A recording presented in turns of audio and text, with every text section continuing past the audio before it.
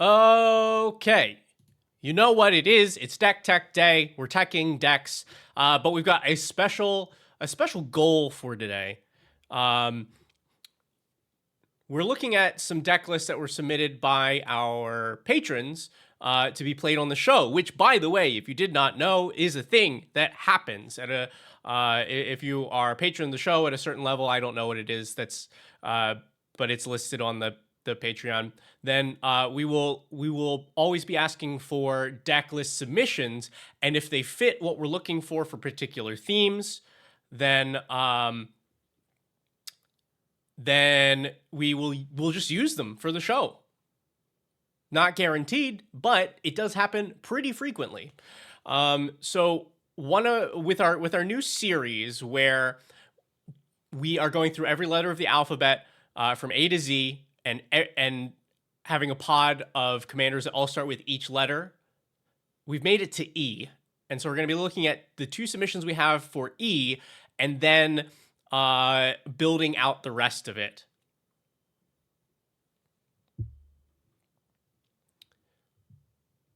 So that's what we're going to be looking at.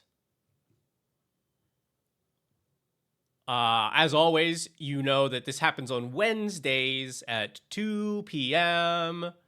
PST. And you can always submit decks to be teched on that day by going to the link, the Ko-fi over there. But we're going to start here. Okay. Now, Jesus submitted this Eddie Brock / Venom deck, which we actually did a deck tech for a little while ago.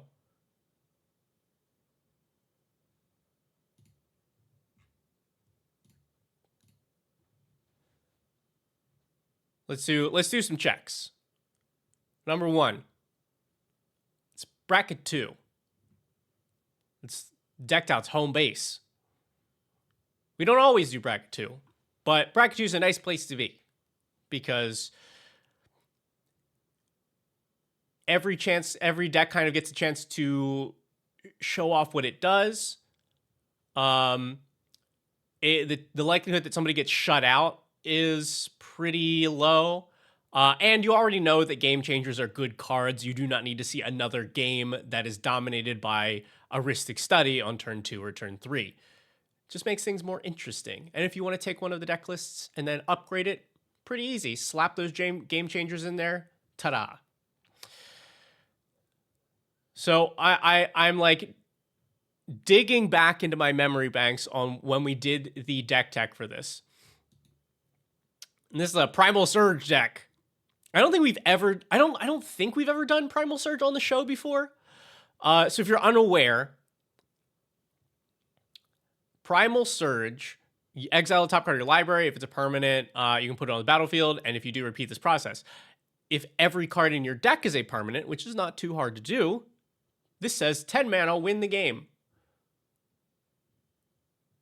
While getting to see every card in your deck on the field. If I like the deck but not Soul Ring, feel free to change it. What's wrong with Soul Ring? We play Soul Ring all the time. Yeah, so because of that, no instants, no sorceries, so many creatures, which Eddie Brock and Venom are pretty happy with since they grind them up into cards and other free creatures.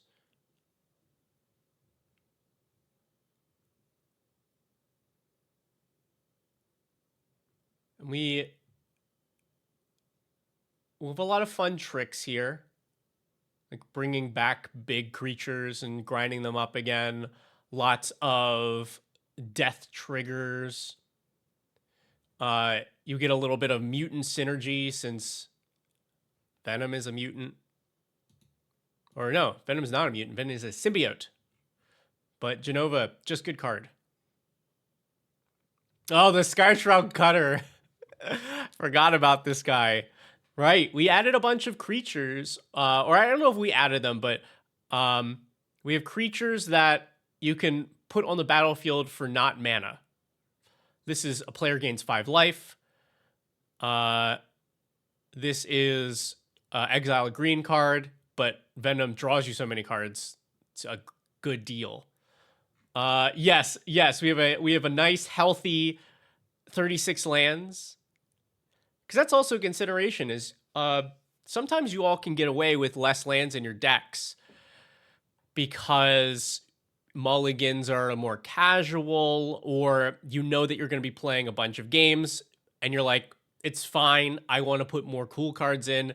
The risk of this deck getting mana screwed is worth it since I'm playing a bunch of games with it. But we will often not play more than one game with the deck on the show, so a higher land count will help you to guarantee that the deck does a thing even if we only play it once.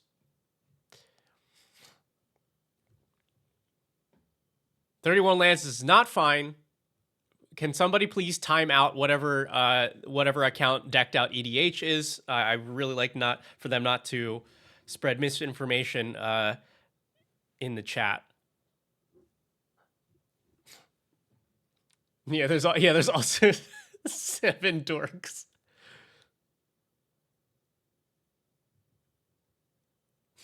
Yeah. So is this a deck we could play on the show? I don't think there are any individual cards here that are outside of our range. There are a couple that you don't see very often on the show. We do have a Crater Hoof.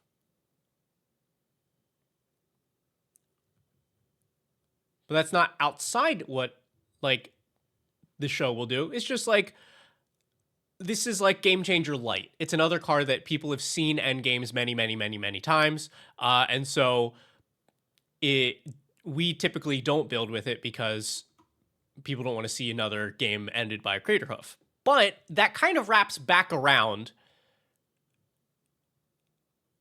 Since we haven't seen one of these on the show for so long, I'd be cool with it here.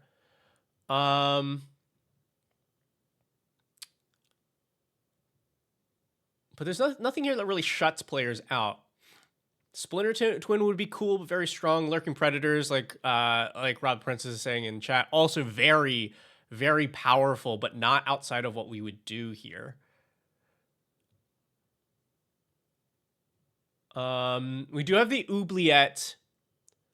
This one, this lies in a category of card that's like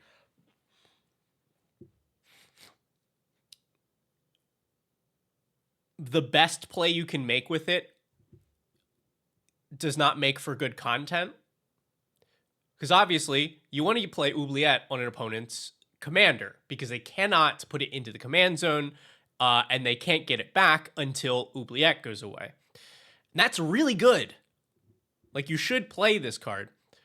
But oftentimes, if a deck does not have access to his commander for an extended period of time, it doesn't get to do the cool thing. And so our removal will typically not be like this or like Darksteel Mutation, something that is very good at shutting down a commander. It'll just be like, remove it, go back to command zone.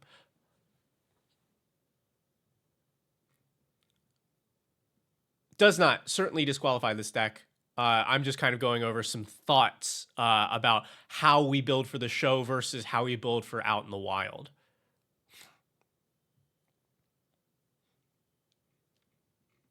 Yeah. I think the big one here is Primal Surge. I think this is the only card that makes me go, are we cool with this on the show? Because this does win you the game for 10 mana. You put everything on the board. One of those things is Crater Hoof Behemoth.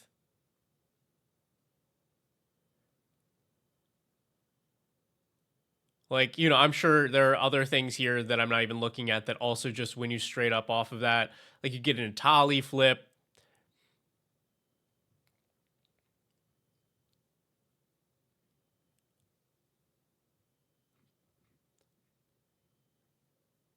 And, like, there, of course, is the likelihood of it happening pretty low. It's a single card in the deck. We do have a pretty high card velocity thanks to the mass card draw from Venom.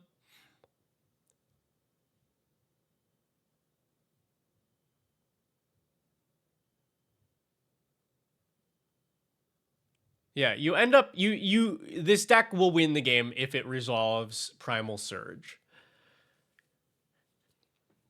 I don't think any of this disqualifies it. Magic is, a game of exceptions. And so we must stay true to it. We've never done this on the show before. And I think it would be cool if it pulled it off. We would just have to be careful that it does not pull it off on like turn 4. This deck does want to ramp pretty aggressively. It's not impossible, but I think it would be cool to see this done. So I don't think you have to touch anything about this deck. I don't think you have to do anything to it. I think we could certainly consider this. Let's take a look at the other submission. This is from Red. Aaron and Giada.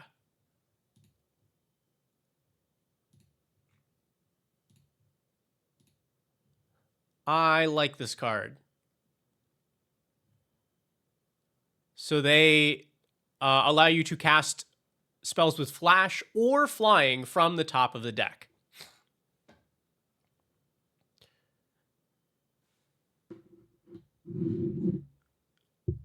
And so we're it looks like we're leaning a lot into actually I guess most of it here, right? Because if it doesn't fly, it has flash. I don't think we've seen anything yet that doesn't have flash and or flying. So this, yeah, all of our creatures. Oh, there's one. I guess being able to continuously pump every creature in the deck for the most part is pretty good.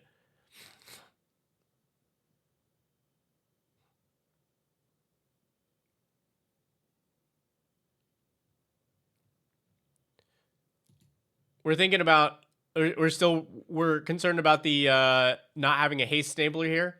I don't think we have a haste enabler. However, I think that with if you have 3 creatures, if you have 2 creatures on the board, you win, right? Because if you have 2 creatures that can attack, hit Craterhoof itself, that's already enough creatures to one-shot each player.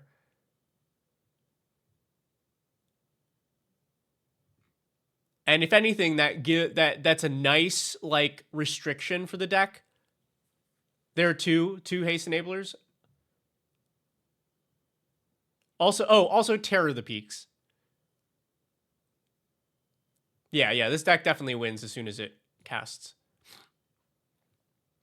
Okay. Yeah, flash and flying, everything flashes, everything flies. Cool. That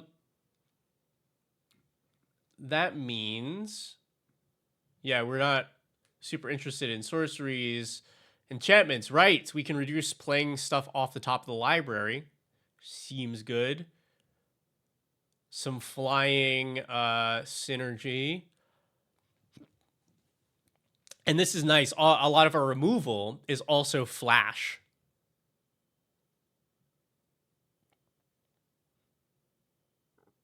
Ooh, Force of Virtue. I've not seen a Force of Virtue in a deck list for forever.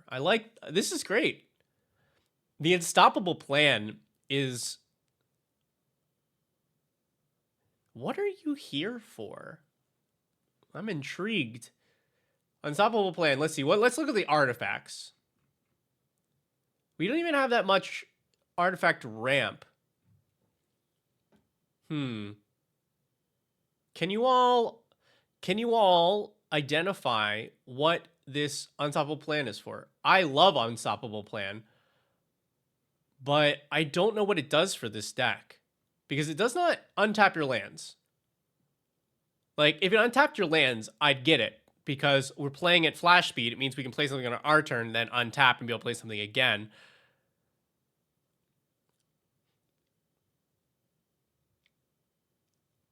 But this doesn't give us more mana because we don't have mana dorks, and we have 4 rocks.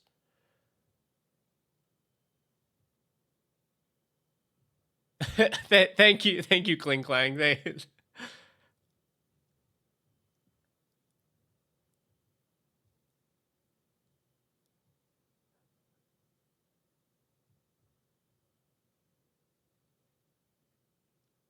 Convoke? I don't think so.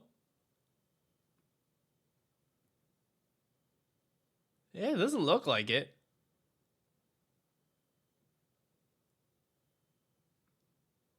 What are you here for?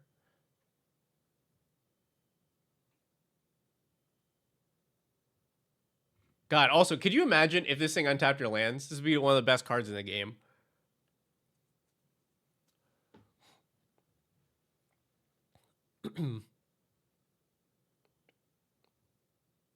Also, did you know you can go infinite with this card? I was building a deck that could do it, and I did not end up completing and playing the deck because it had like multiple ways to assemble this infinite, including the cards in the command zone. I don't know. Maybe I'll go back to it. But yeah, if you have a thing that taps to copy a trigger like Strionic Resonator, right? Is that copies a trigger? I don't remember which one. But if you have something that can copy a triggered ability that taps, then you just copy this ability, untap enough to pay for the cost of it, and the thing that copies a trigger, and you over and over and over and untap infinite times. But that is certainly not what this is doing here.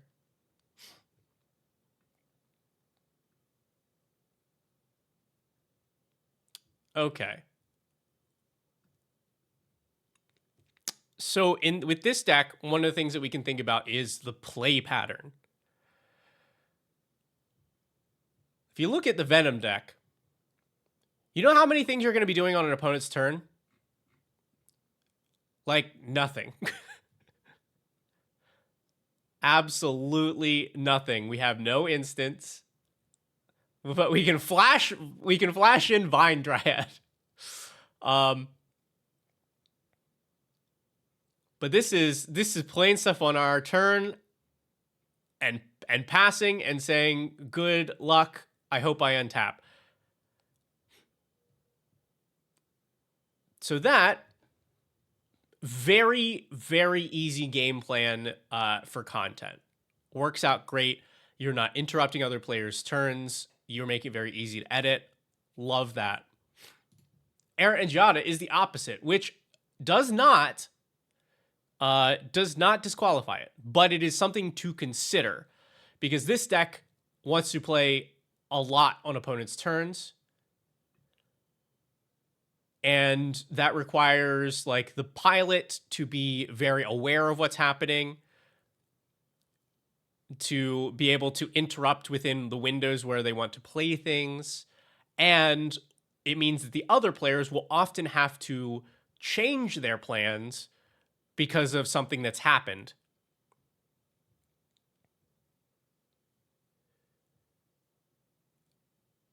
And that is one thing that makes that's a strategy that makes content a little bit more difficult. And so if you start to stack these pieces together, then that could be a thing that disqualifies it. But this one, that's the only one I can see here. You know, you have like maybe half the deck that's playing at instant speed because it does not grant flash to your flyers. So the flyers can only be played on your turn.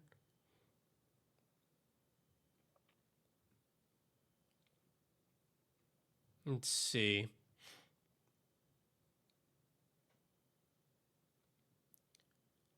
The deck is also very interactive. We have a lot of ways to interact with opponents. whether it's, even just flashing in a blocker or, copying their triggers, work like, disrupting their spells. I guess we don't have a ton of like true removal here, right?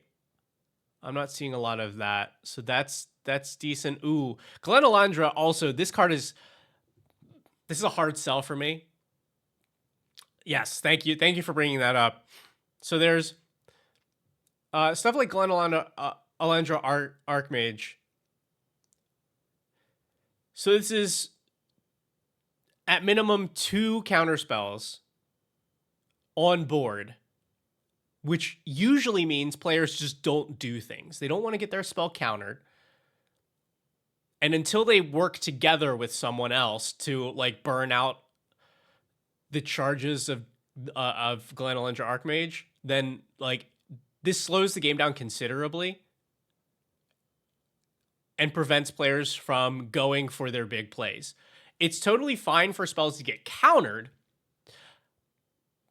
but with this on board, it means players are not trying to do their big plays. A spell getting countered can still be a big play, but a person not playing anything, not interesting. And yes, here's a big one. Sensei's Divining Top. This is soft banned on the show if you did not know this already. It's very rare that we'll make an exception for this card because if it's in the deck, if you get the card, you should play it. It's very good. But even the best pilots are going to have to take time to be able to figure out what to do, and they have to do it constantly. It's a really good card, but it is not good for content.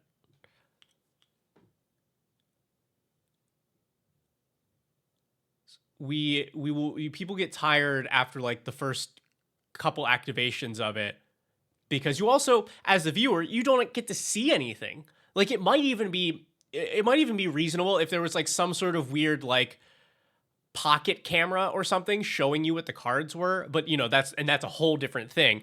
But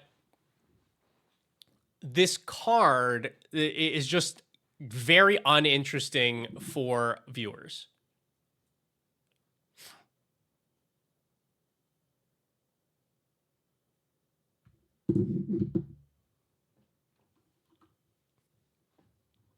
Hello, Saritha.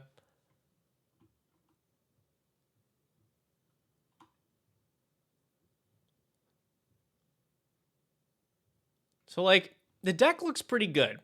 And as far as things go, it's fine.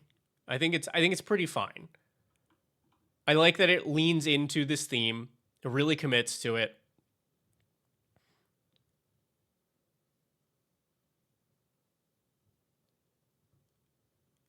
And aside from a couple cards, Archmage, top,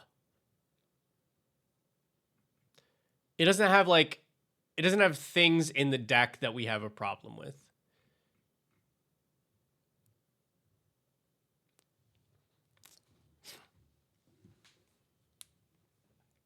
However,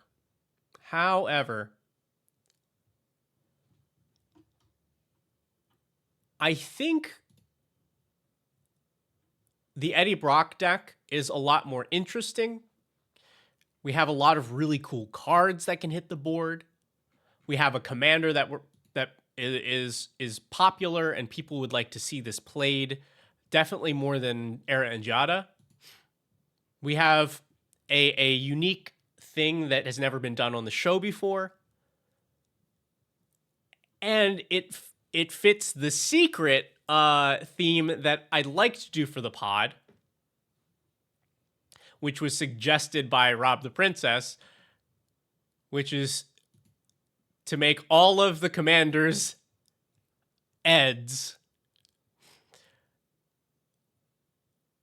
We could definitely make a pod of 4 Eds. These are all of the Eds in Magic that could be a commander. And it would then be the Ed, Ed, and Eddie and Eddie pod. And that is very funny to me.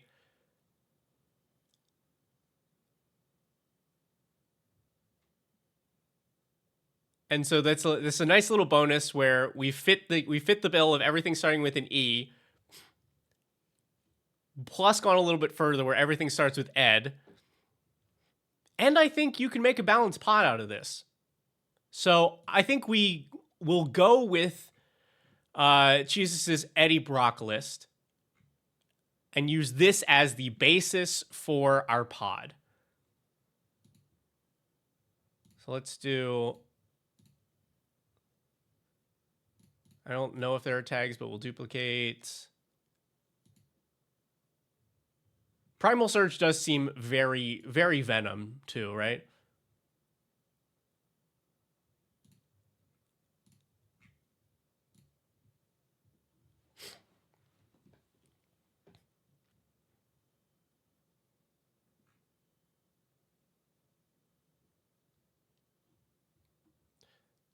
Yeah, of course. Yeah, Rob, that's they're respectfully, lots of people have ideas about what would make for a good, like, everybody has suggestions for, like, oh, you should make this video, you should do this theme, you should do these sorts of things. And oftentimes I'm like, I will consider it. And I do, but the ideas are usually not, like, not worth it. And this one I thought was really cute, does not detract from the base theme of ease, is very doable, and it's like a nice little bonus layer for people that that care, and does not matter for people that don't care. I think this is a really cute way to do it, and I thank you for that suggestion. Okay, so balancing a pod like this.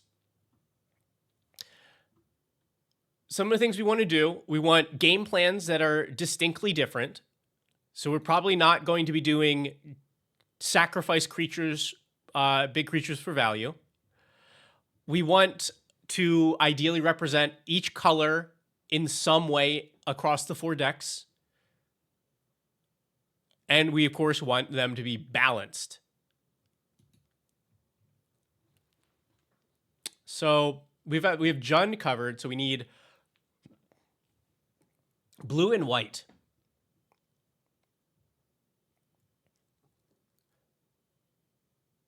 We have, what, 4 options for blue, 3 options for white. So let's start with the white options since we have less of them. We have all Edgars. We can, of course, do Edgar Markov. Edgar Markov, he's shown up on the show before, I believe. I don't know if I have easy access to Nerd Girl's spreadsheet from this computer, but I can look it up on my phone, I think.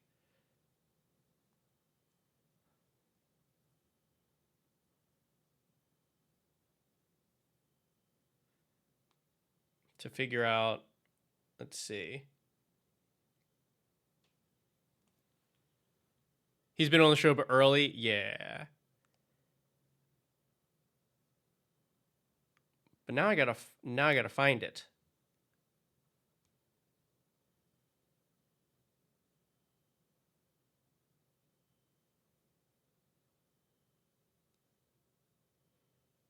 I have an episode 35. Yes, because I think we might have borrowed this deck from the Nitpicking Nerds.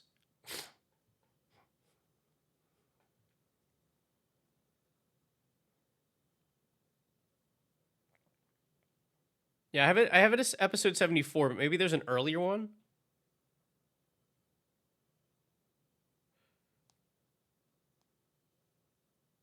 He also was in episode 99 where we did all regular named guys. But it looks like those are the only two instances. Yeah. So, like, I won't rule him out, but I think if we can do one of the other Edgars, these have definitely not been on the show. So, what? Edgar, Master Machinist. During each of your turns, you may cast an artifact spell from your graveyard. If you cast a spell this way, that artifact enters tapped. And when he attacks, it gets plus X plus O, where X is the greatest mana value among artifacts you control. Okay. So Edgar wants big artifacts and incidentally some, like, secondarily, some graveyard synergy. And then Edgar Charmed Groom, also vampires, but Orzhov vampires. Dies, returns transformed, and transform is beginning your upkeep, make a 1/1 vampire. And then in 3 turns, he turns back into a guy.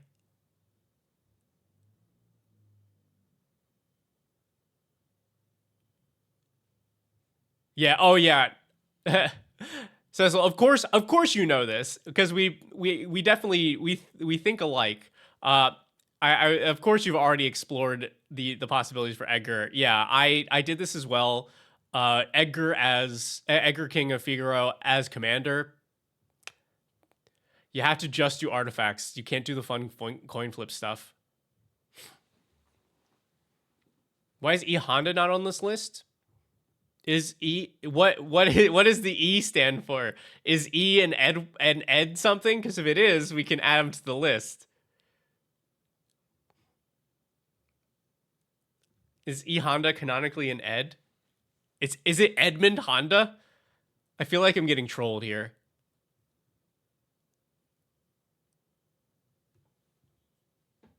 Right? There's no way.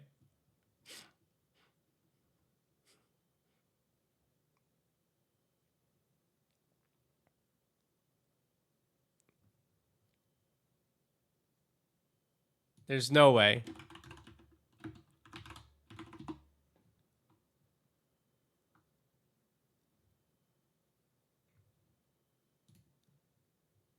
Edmund Honda. It's Edmund Honda. Oh my god. Well, okay, I've learned something today.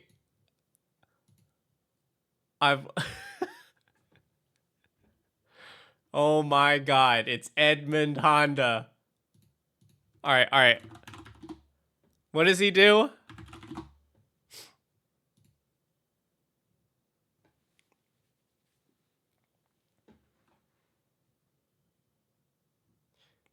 Right. Okay. So he's butts. We have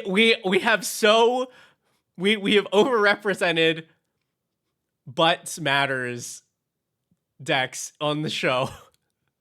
I wish somebody had the numbers for archetypes. We play butts so much. But I will add him to consideration.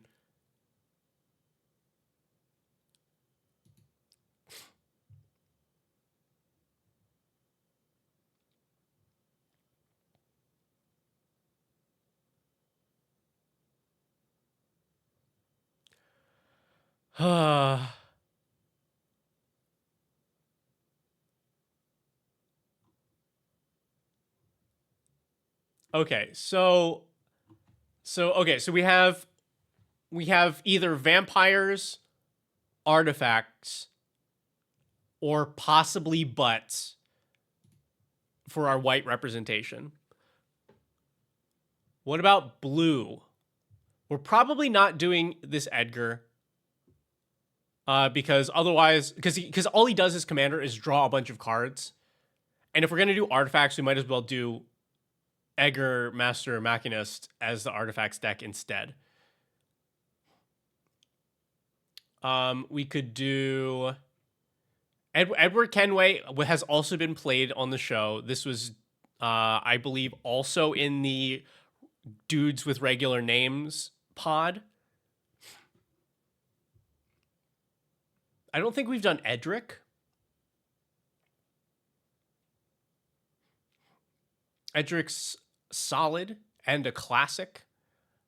And of course, as far as content goes, a little group hug goes a long way. If aside from all of the many reasons to not do it, if I could put a group hug deck in every single pod, I would, because it allows all the decks to quickly be able to do the thing that is interesting. But there are plenty of reasons to not do that. But I feel like we haven't done it. We haven't had a little group hug on the show for a bit. Yeah, Lab Man, you got it. That's exactly what we're doing.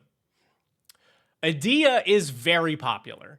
This is I'm not we haven't recorded with this, have we? We've now recorded a bunch of games, and I don't believe this has been on the show. I don't believe that we have I don't believe that we've recorded a game with it yet that hasn't come out. I think this would be a really good candidate. It's also very unique.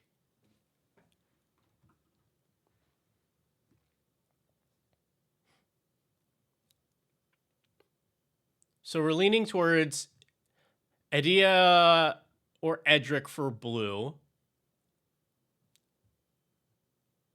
Edgar or Edgar for white. And then there is Ed E. Is this worth playing as a commander? 2/1 flyer. Whenever you attack, if the number of attacking creatures is greater than the number of quest counters on Eddie, put a quest counter on it. So you have to keep attacking with more and more creatures, and then you can pay 2 and sack it, draw a card, and then draw an additional card for each quest counter on Eddie.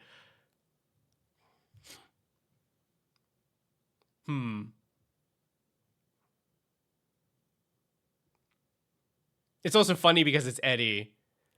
It is just draw cards.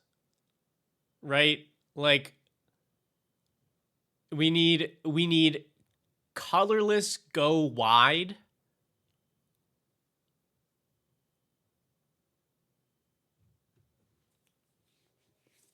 Which I don't think works terribly well.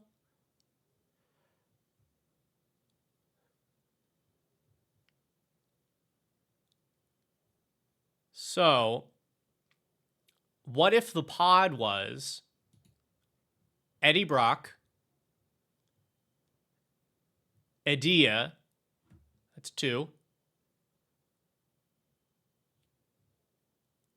Edgar, Boros Edgar, and Edric.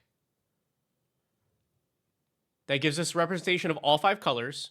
I think those are 5 or 4 distinctly different game plans. Edric group hug, Edgar big artifacts, Adia steal your stuff but in a nice way, and Eddie Brock crunch big creatures. I think that's a cool pod.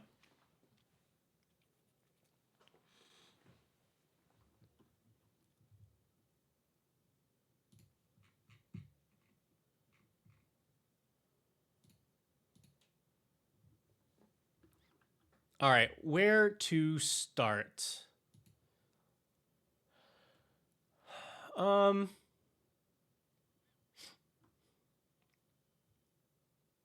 think we start with Adia. Yeah, I think we start with Adia because that's a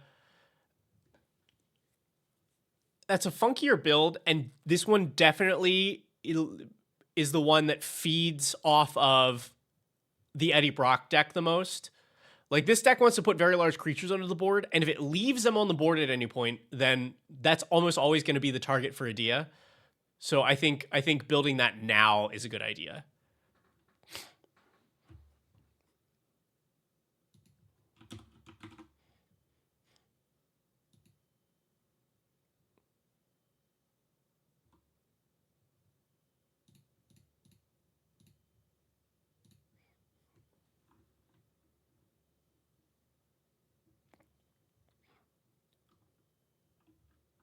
Uh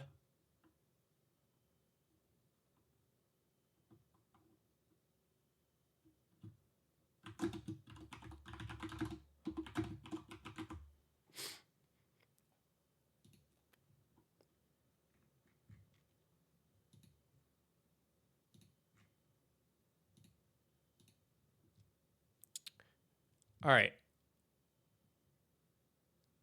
Edea. So Grixis, mid-expensive commander. Combat on your turn. Gain control of target creature an opponent controls until end of turn. Untap that creature. Gains haste until end of turn. Whenever a creature you control but don't own dies, return to the battlefield under its owner's control and you draw a card.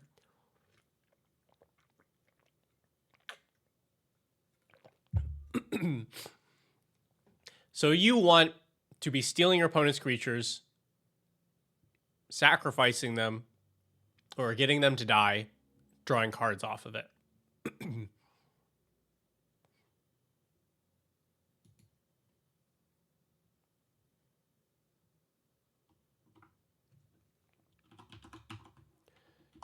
So like, yeah, we can do threaten stuff. You can also do like any things that allow you to steal your opponent's things would work here. So like casting their spells also functions.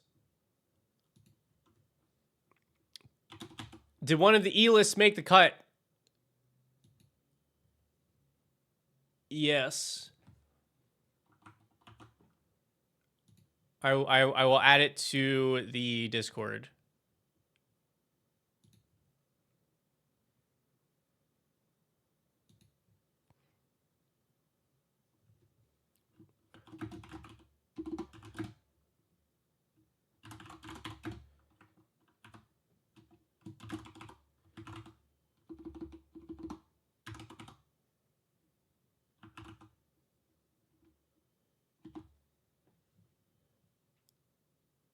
Aha, there we go. Oh, I added it. I got it. This is Jesus' submission for Eddie Brock.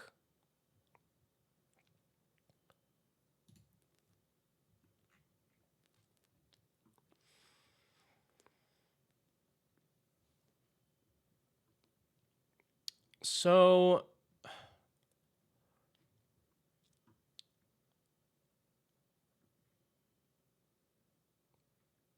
we've got to get our opponent's stuff. We've got to make our opponent's stuff go away.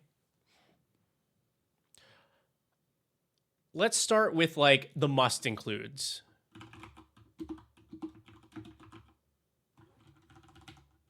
Immediately thought of Seize the Spotlight, which finally getting the recognition that it deserves. This card does so much work.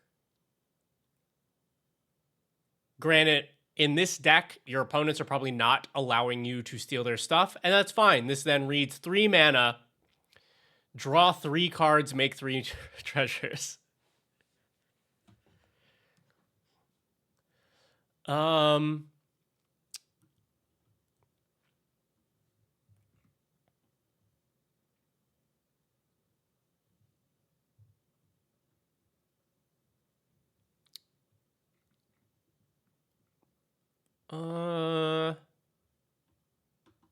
Ooh.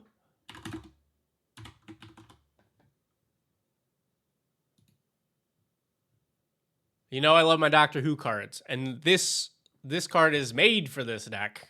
Enters, you steal a creature, and then whenever you hit people with their own stuff, you untap it and draw a card.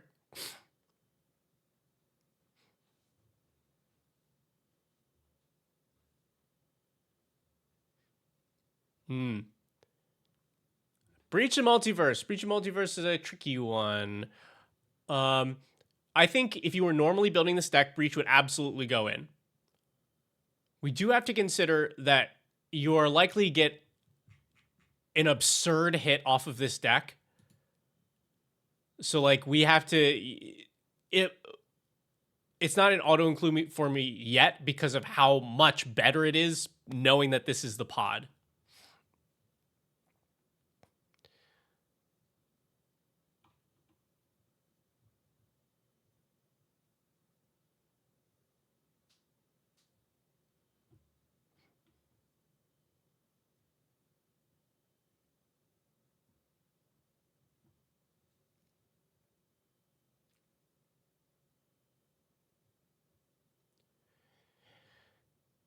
Grafdigger's Cage is very cute. So let's talk about this though. So creatures can't enter the battlefield from graveyards or libraries. So if you, so Adia's second ability would trigger when a creature you've stolen dies. Grafdigger's Cage prevents it from returning to the battlefield, but you'd still draw a card.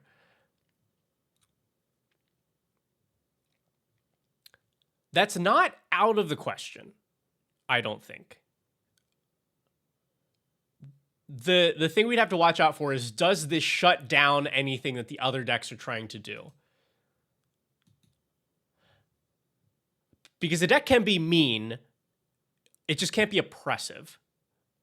And I think that if we're only using this to stop the second trigger, it is mean but not oppressive.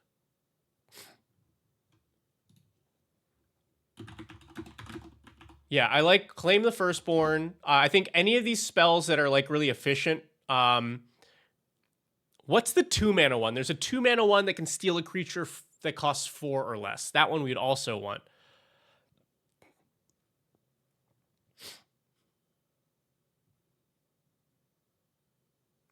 Is this a Thief of Sanity deck, Schultz? Is it?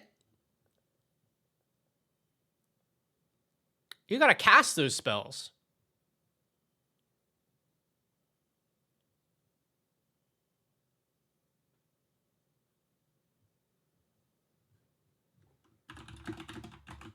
Helm of Possession. If I remember correctly. Yeah, that's nice because it's also a sack outlet. That's fun.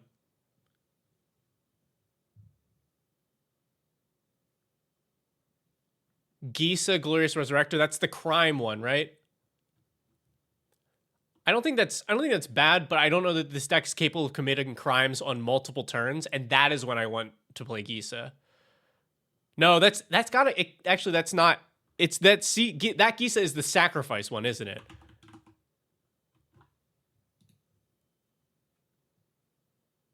Oh, it's this one. If creature opponent controls would die, exile instead of being your upkeep, put them all. Oh, that's mean. All right, so this is creature dies, and then your upkeep, you get all of those creatures, but they have decayed, which means it's easy for you to get them to go away too. That's kind of cool. Wrangle. Thank you, Rolls Royce. Wrangle is the 2-mana steal something that's 4. Thank you.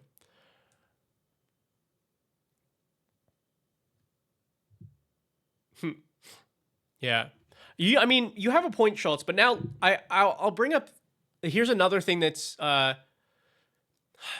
theft is a double-edged sword for content decks, because theft decks are underrepresented because they don't play well on spell table, so you will not often see them on shows that do spell table only. But they are difficult to pilot because the person playing it has to track all of the different things they could do with a bunch of different cards from each player. It's also hard to represent sometimes depending on what card you're playing. Something like Share the Spoils is a really fun and interesting card, but it's sometimes hard to keep track of and to play in a way where it's easy to tell what players are doing.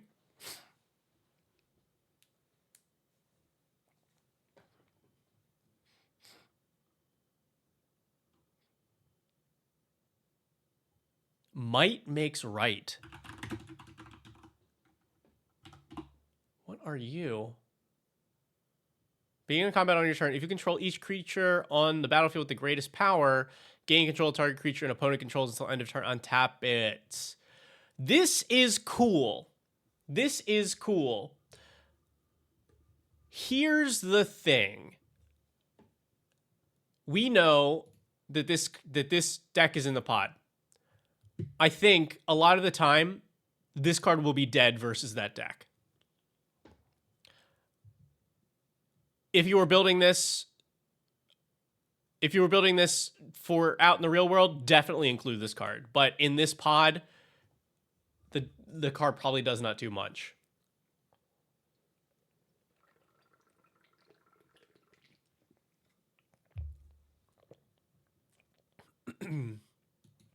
Oh yeah, we love a comeback wrong.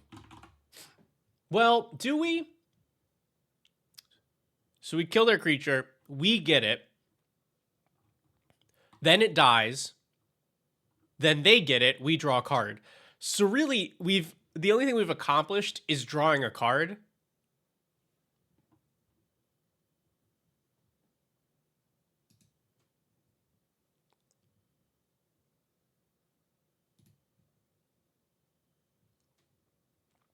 Don Andres. I think Don Andres is probably an auto include for this, right? Because you're pumping the creatures that you've stolen. And then we have to decide, is this deck going to be casting a lot of our opponent's spells? Like, that's a nice bonus.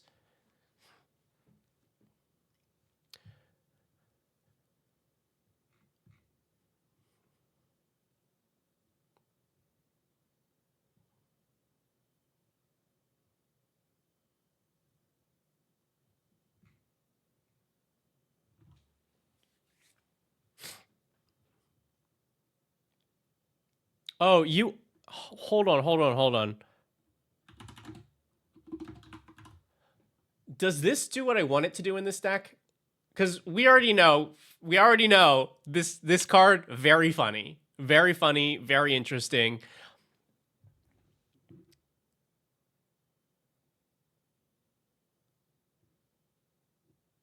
Draw, your opponent gains control of it, put a counter on it.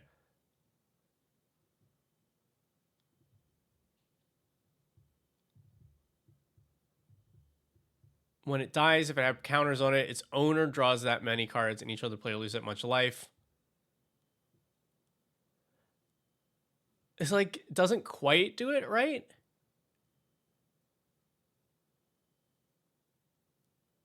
But I guess, okay, so this is more working with the first ability, because if an opponent steals it, then you can use Adia's ability to take it. Right? I think my brain wants there to be something here, but I don't think there is.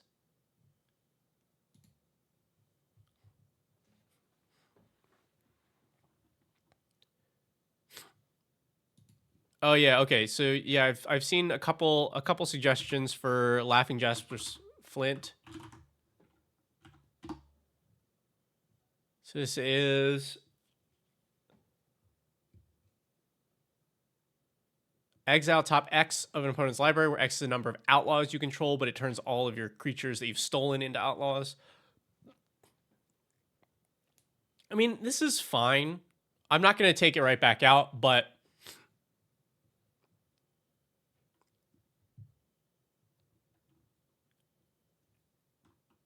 I think this deck is like, I think it's stronger if it's taking the creatures that your opponents paid mana for, as opposed to paying mana yourself for them.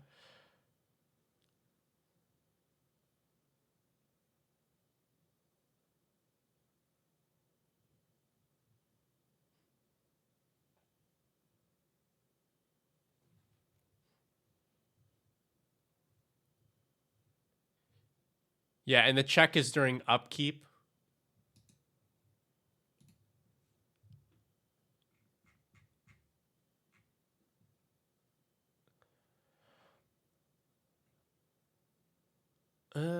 Okay.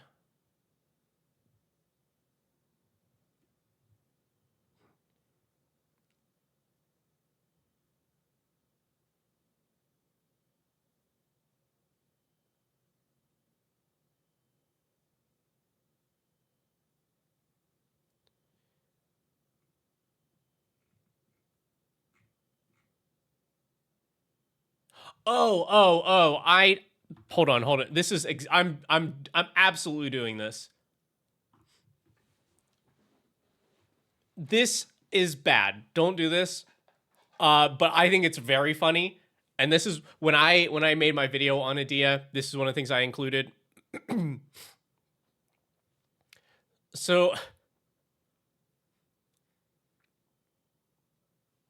Zara takes a creature from your opponent's hand and puts it onto the battlefield under your control, and then returns it to their hand at the beginning of the next end step. But if you sacrifice the creature with the Dia out, you give them a free creature. This is not good. Let me be clear. This is not, don't, like, if you're trying to win the game, don't do this, but I think it's really funny. And even if you don't do the sacrifice thing, it still synergizes with the deck somewhat because a lot of things will care about you taking their stuff.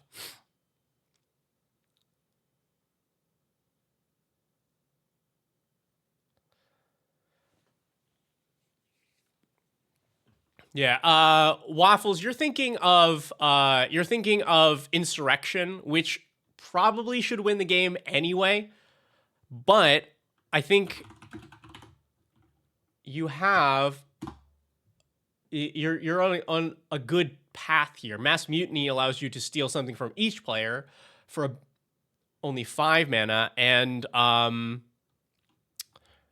there's another one for like 6 that can steal a bunch of stuff.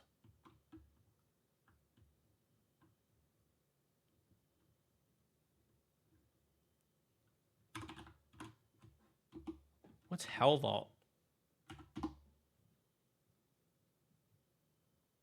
Exile creature you control, put it in a graveyard, return all exile battlefield under their owner's control. I don't want it to go into my owner's control.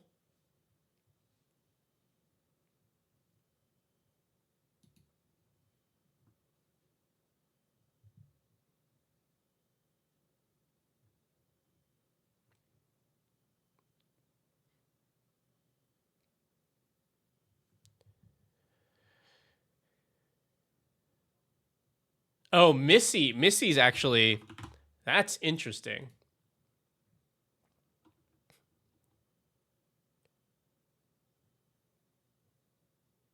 Because this totally works.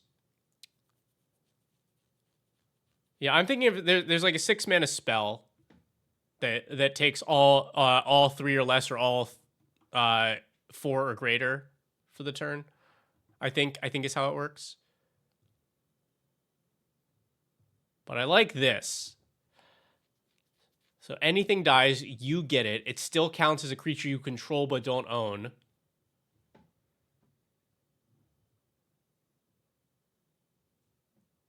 Yeah, not Renegade Broadcast, not the new one.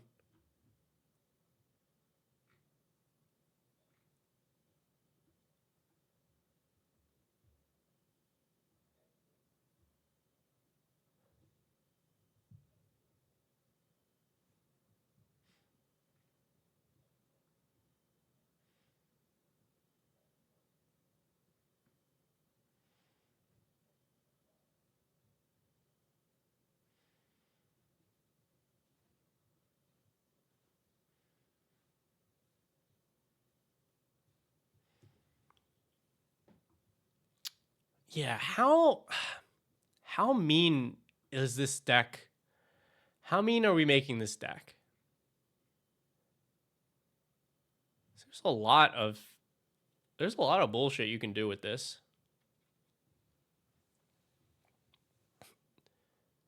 Garland would add Monarch mechanics to the game, but it shuts off the main thing our deck wants to do, which is steal creatures and then sacrifice them. And it says the creatures that you've stolen, you can't sacrifice, right?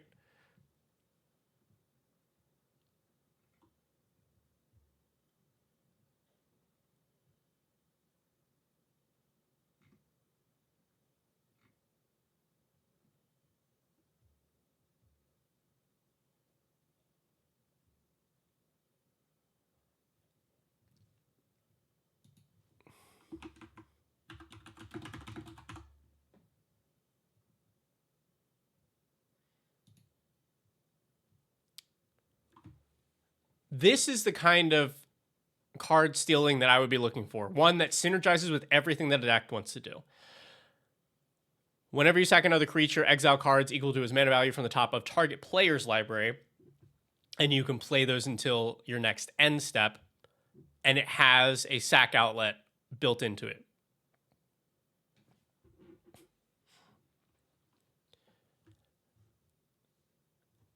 So this gives us either card advantage from our own deck. It allows us to steal stuff from opponent's deck to play to do more idea stuff, but it's not holding onto those cards for very long. And it is also just a big beater with a sack outlet attached to it. Nathan Drake. I don't think we want Nathan Drake, right? Because we don't care about non-creatures.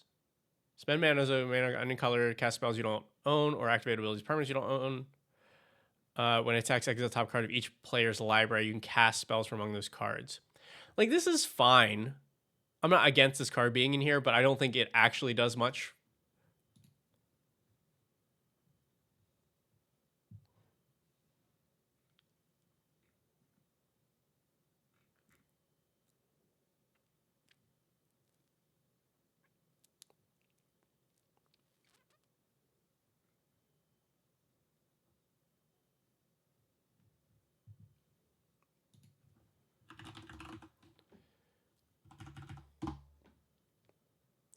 I think we'll take a Hideous Taskmaster, another thing that will steal our opponent's stuff, and a bunch of it, all with one card. Oh, yeah. Definitely Staff of Even. Because this is put a legendary permanent not named staff from a graveyard into the battlefield under your control, and then draw for each permanent you control but don't own. Love that. I don't know the Horus Heresy card. For each opponent, gain control of up to one target non-legendary creature. Great. That's what we're looking. Draw a card for each creature you control but don't. Yep. And then, yep, love it. Blasphemous Edict. I don't think we need Blasphemous Edict because we're not good at changing the number of creatures on the board. In fact, we're actively bad at it.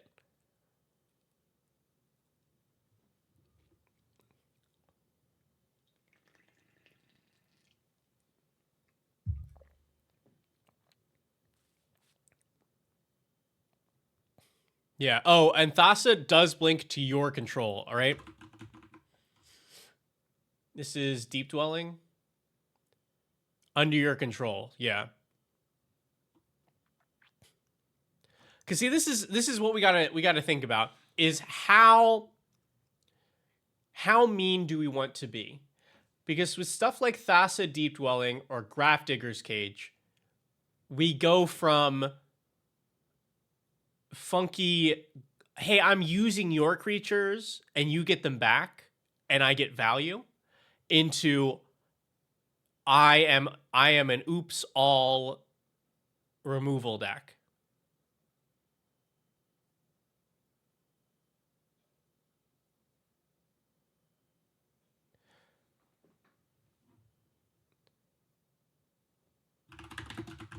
All right, hold on. I'll take another look at Might Makes Right. At the beginning of combat on your turn, if you control each creature on the battlefield with the greatest power, gain control. So this does not work. Because this is triggering at the same time as Idea. But if at the time where it would trigger, if you don't control the creature with the greatest power, the trigger doesn't happen at all.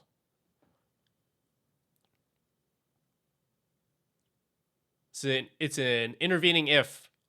So if you don't have the creature with the greatest power when it would trigger, the trigger just does not happen. And like, you have other ways to do it, but I don't... that's a lot of work for my 6 mana enchantment.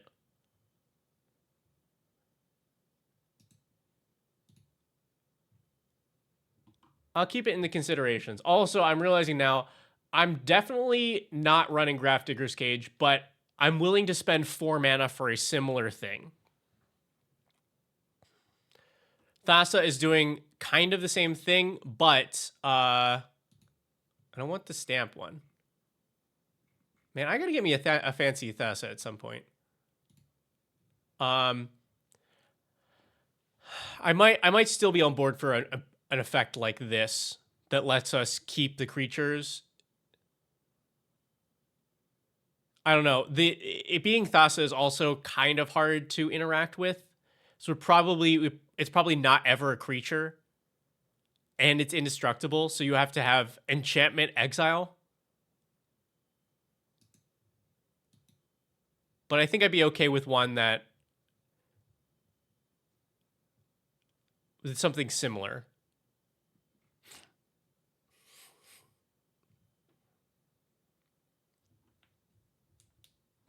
Yeah, and Graphs just says no and is 1 mana.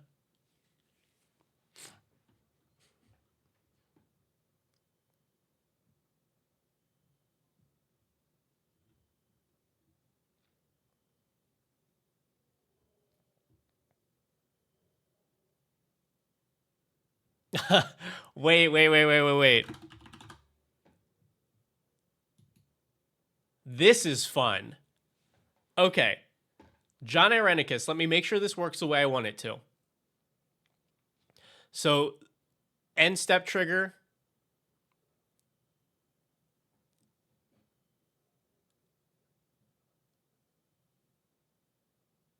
You still have control of the creature you borrowed. You give it away with John Irenicus. Put 2 counters on it, tap it. It's goaded for the rest of the game, can't be sacrificed. And then you don't then give the creature. Yeah, you don't own it, right? It's not going to work with the second part. I'm trying to decide if this is funny enough to include, because you add a little bit more chaos to the game by going, great, Nerd Girl, I'm gonna steal your creature, I'm gonna hit you with it, I'm gonna give it to Mauled. I think in reality, it's not what we're looking for, but something like that I think I'd be on board with.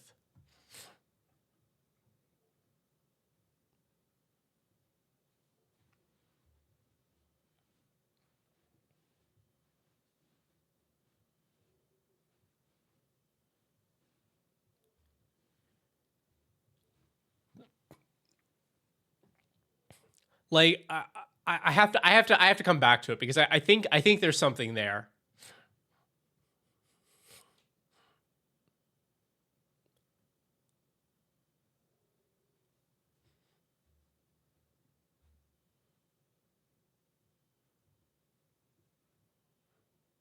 Yeah. Oh, I do like Cecil, I think it was you that mentioned Thieving Amalgam before. I think this is a deck that I'd want Thieving Amalgam in, because it's both supplying you with the creatures that trigger Adia and giving you a payoff for the other cards in the deck that are allowing you to steal your opponent's stuff.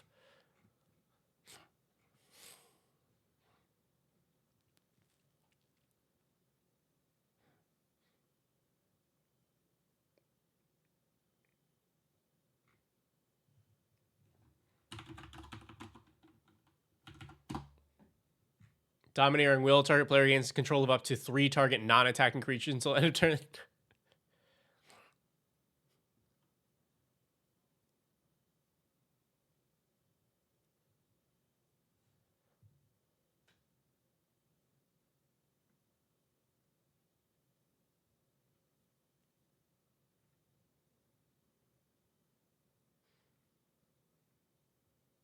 Disharmony.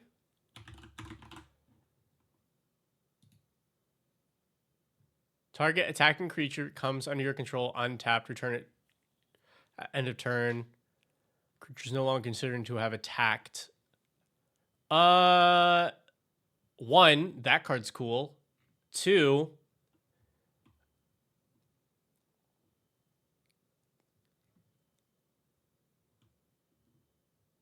it's like just a little funky, right? Because Adia really wants us to be doing kind of this on our turn.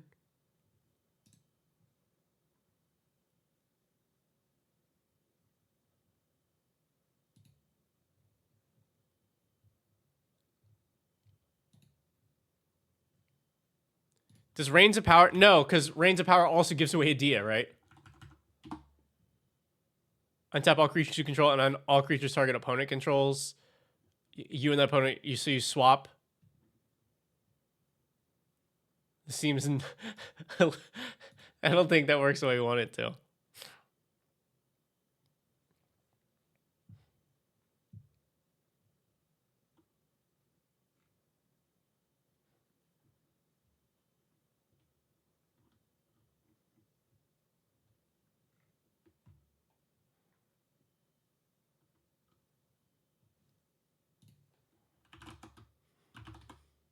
Is inevitable betrayal the bribery, the suspended bribery? Because I also don't know that I want to do that. Yeah.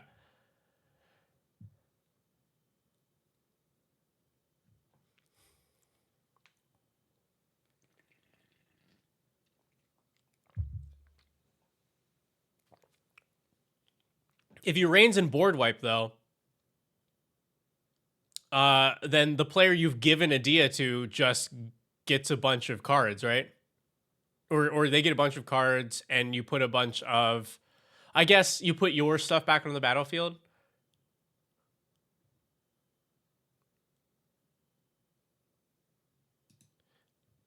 But that's a lot of mana. I think Inevitable Betrayal would be very good for this deck if you were taken out into the wild. I think it's not ideal for content because it's 3 deck searches to determine what the best creature for the situation is. And like, luckily the editing takes all that out, but it is a lot of time just at the table.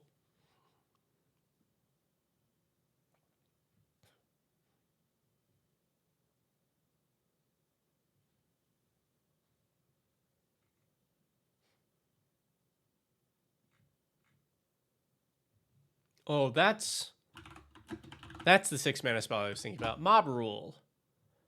Gain control of all creatures power 4 or greater, or gain control of all creatures power 3 or less.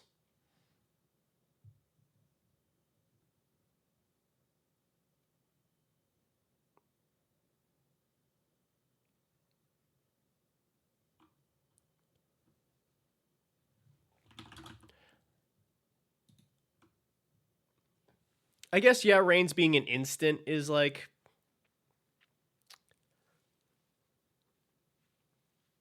Sure, we'll leave it in. You all seemed hyped about it. I think it's fine here.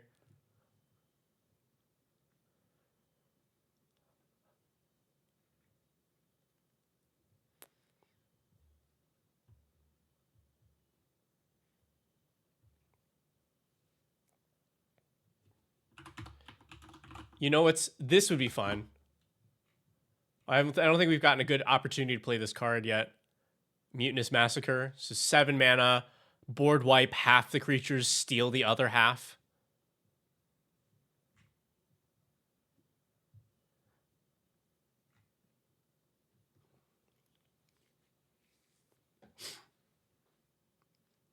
Oh, I want a full throttle for this. We're probably... I don't think I'm going to lean into extra combats. But Adia does have a combat trigger to steal something. And so with full throttle, that gives us 2 more steals, and that those creatures can attack on each of those combats. So...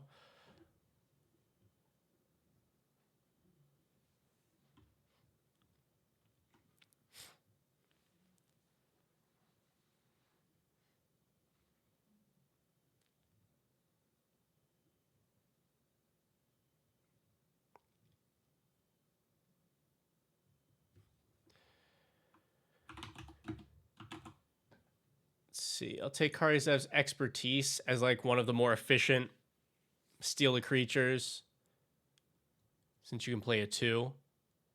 Add Exerty Guy. Who is Exerty Guy?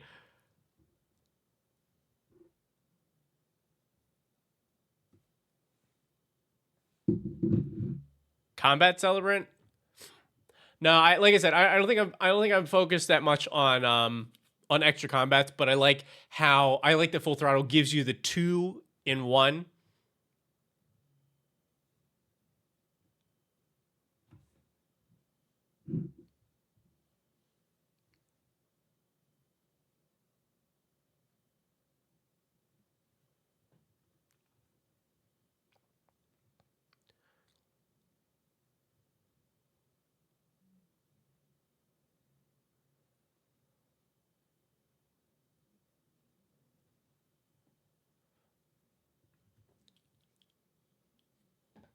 It's an infinite. It is not if you're thinking that you can target it with Didia, because Didia can only gain control of a creature an opponent controls. But like you are definitely inviting there to be an infinite.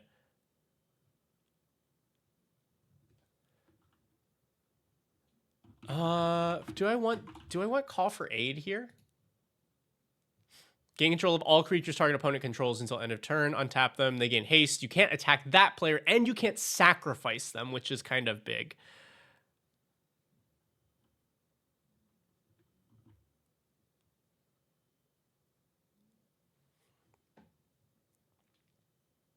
I think I'm down for Dream Harvest just because Dream Harvest is a cool card.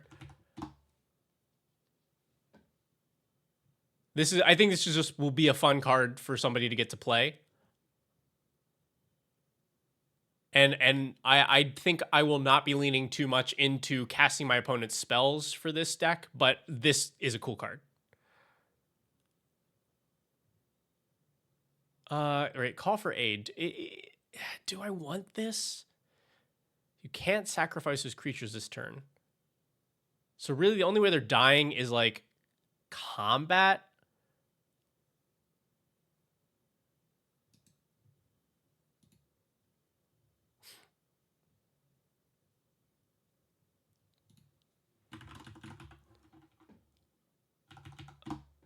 Abyssal Harvester. Oh, yes, the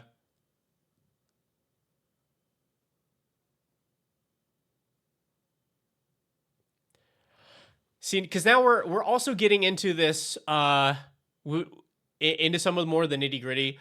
I think this card is great for this deck, but I would not want to put it in a pod where where we know the other deck is Venom, because it means that either the Venom deck feeds this thing aggressively, or it means that the Venom deck has to hold back a lot on what they want to do.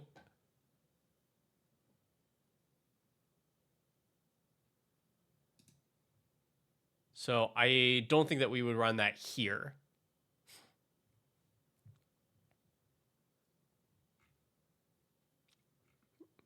The Dominus of Fealty is cool.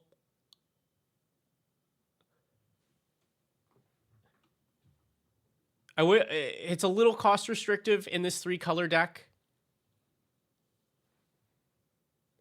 but I'll consider it.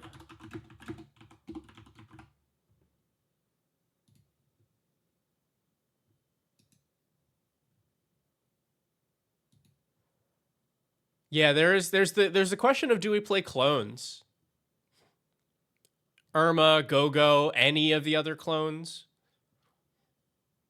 Copying Idea is good. Copying the stuff that you steal from opponents is good.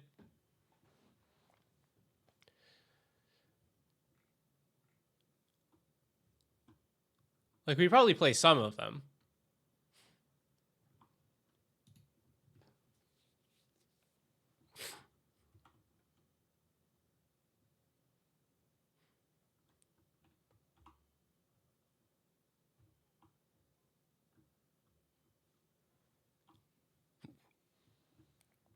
So what clones are actually the best choices here? I'm down for Irma because Irma is the new hotness.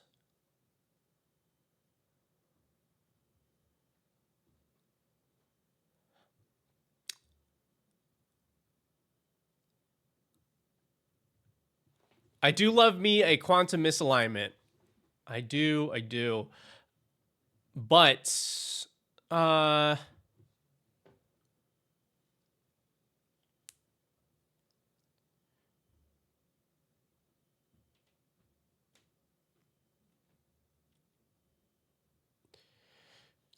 actually maybe not, but because Adia also has an extra ward, which means that the downside of Quantum versus like Spark Tubble is mitigated a little bit. And Quantum is a cooler card.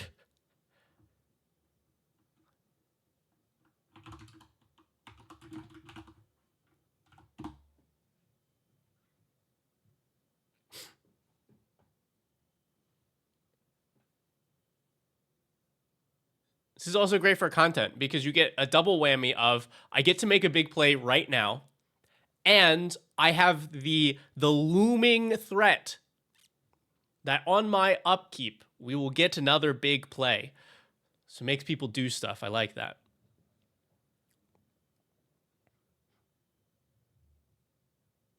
Yeah. And I think we go Spark Double over Sakashima, right?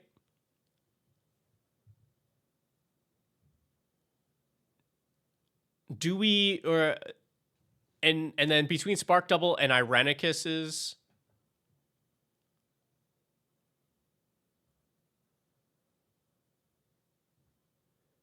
I think we'll go with Irenicus Vile Duplication and Quantum as our copiers to give our opponents some counterplay with removal, because we don't have other counters. Like we're right. We don't have anybody else. Oh, we have Edric, I guess, that could play counter spells. But I like that as a way to balance it a little bit. Peter Parker's camera to copy the trigger. Meh.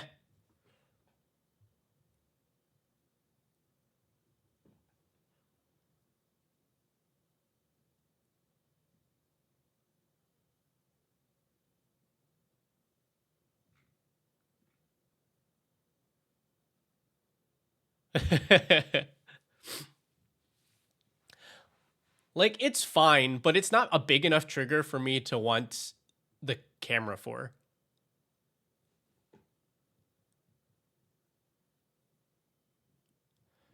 Chameleon is also fine, I think.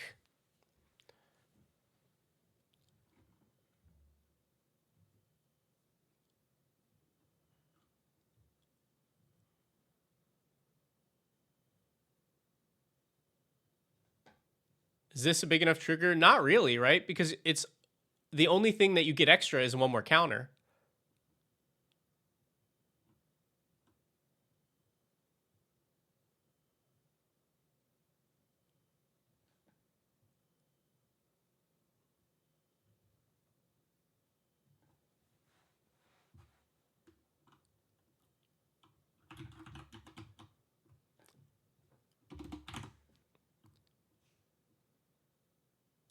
Do we do this?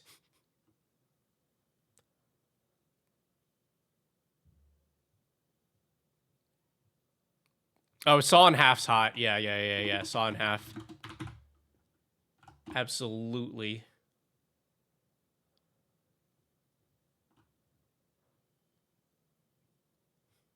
I I think we put the imposter syndrome here. I think this is we do have to contend with the power level of the Venom deck, which is a little bit more than our average. Imposter syndrome seems like a wild time.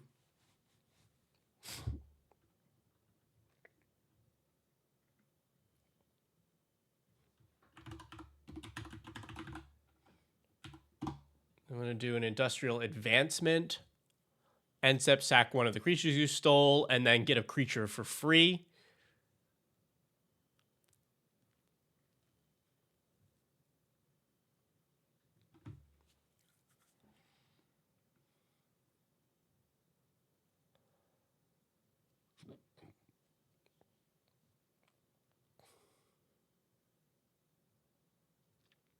Yeah, Kethek, because that's like the same thing, right? Right? Yeah, sacrifice creature, reveal until you hit a non-legendary creature with less value. Yep. I like that. Oh! Chamber manipulation. We're totally fine to discard cards, since every time that we steal a creature, it's probably going to end up in drawing another card.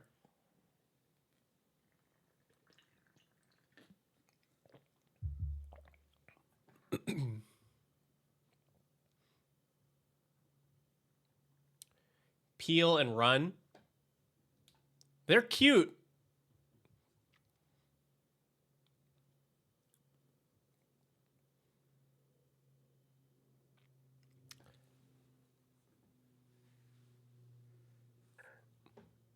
They're cute. I think I'd rather some repeatable effects for it. How do I feel about Zara? Like this. This is how I feel about Zara. I think Zara is actively bad in the deck. But I think it's funny as hell.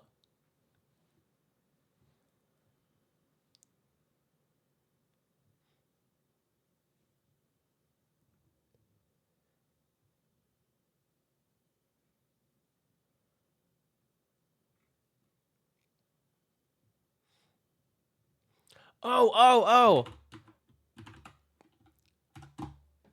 A real home for you. Yes. Yes. I think this card is awesome and also bad. But man, it does work here. It does work here.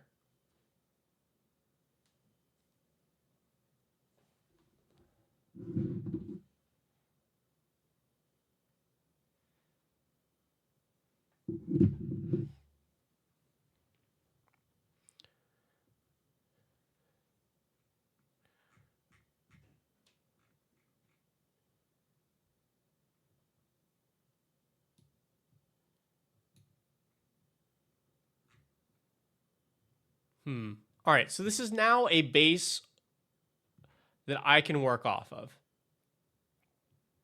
So I think we are mostly focused on the base plan of steal creatures off of the board, turn them into whatever value that we can.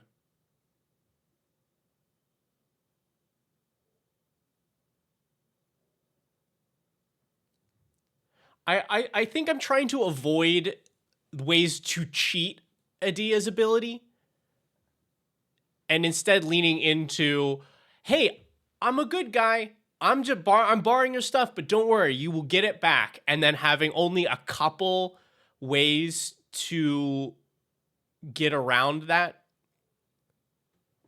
Because I think, yeah, not Nightmare Shepherd. Like that was another one I'm thinking about.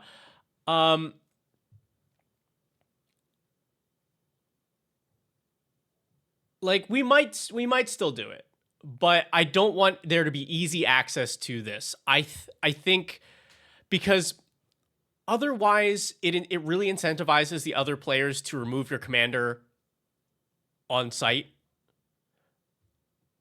And I think the game is much more interesting if you get to do this thing because your opponents know that that you're not trying to cheat them out of their creatures. I think that makes for a much more interesting game and allows you to do the stuff that you want.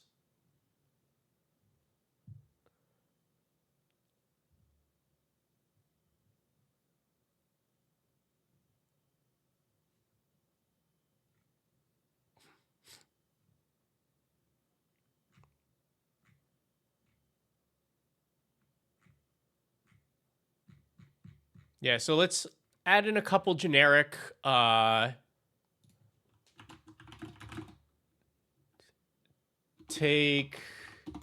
what was it? Take for a Ride was the one that was suggested, and there are a couple other. Take for a Ride is, oh nice, and it has the option for flash. That's cool. I think I want,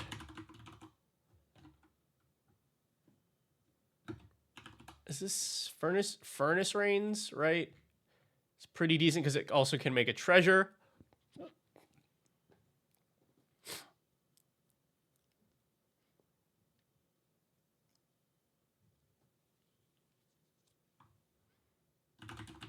Yeah, Shadowheart.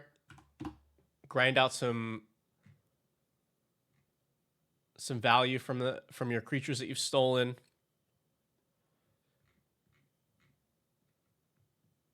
Well, you know what? Actually, I think not Shadowheart.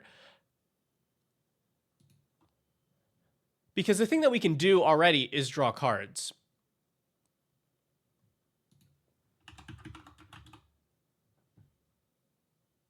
Instead, we want to be able to grind these creatures up into resources that we don't have access to, like mana.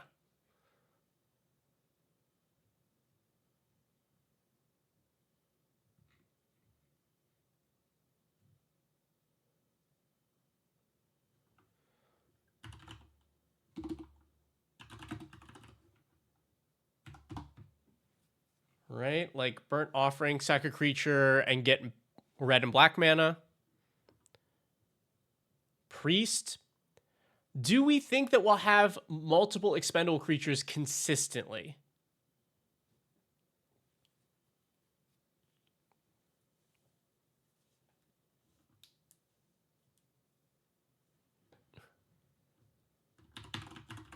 Freebooter? Which one? Because this one is the one drop that scries and makes a treasure. This is the one that steals a card until it dies. This is the one I don't know.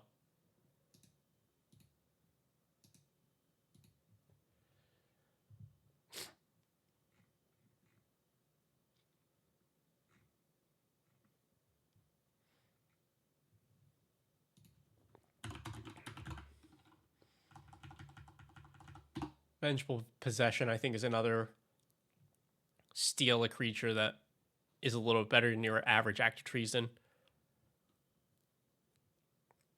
Avareth, we don't. That's you can sack a thing, and she gets bigger, and then dings all of the opponents. Right. Sack creature, artifact, put a counter on. If it was a treasure, gains lifelink and dies. You can pay 2 and hits each opponent. I think it's a reasonable sack outlet, but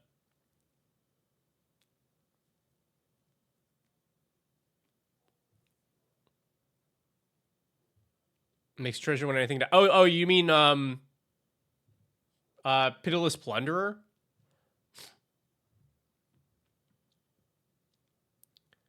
That's another layer through though.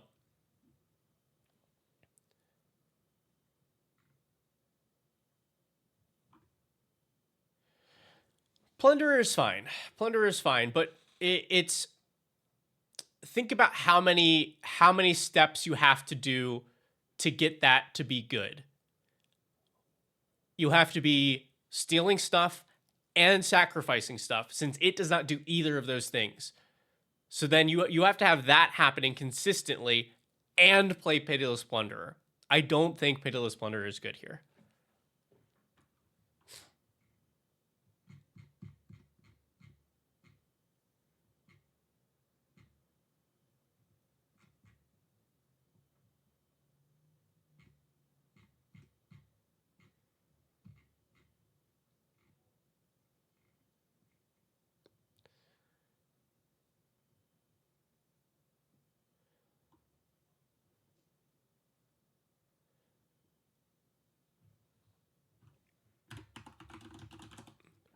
I do love me a Broadside Bombardiers.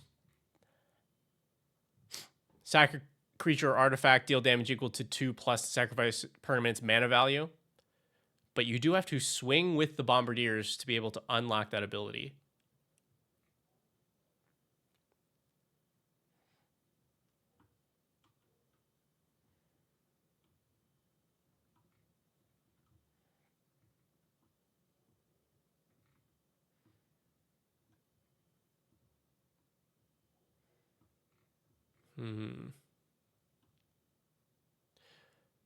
New Norn, I think, it falls into the same category of too easy to deny your opponents the creatures, and not the game plan that I want to lean into.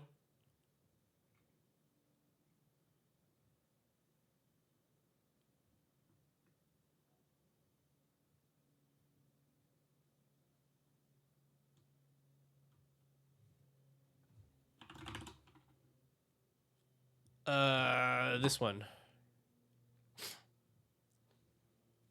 Whenever one or more other attacking legendary creatures you control die, untap all creatures, get another combat. Only once per turn.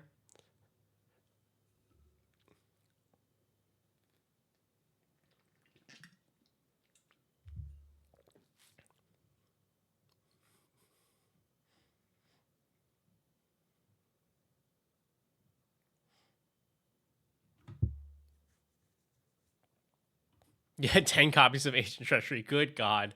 That is 11 copies too many.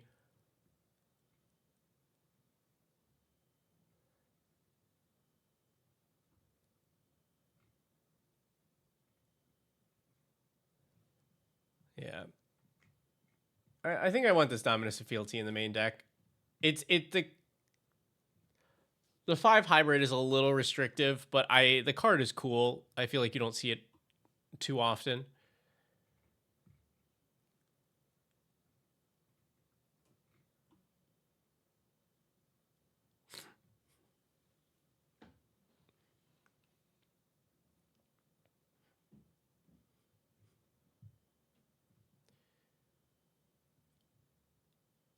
I like the Agent Venom idea, but I think it's the same thing for me as Pitiless Plunderer. I'm not looking for cards that trigger off of stuff dying, because that is like 2 steps removed from what the deck is focused on.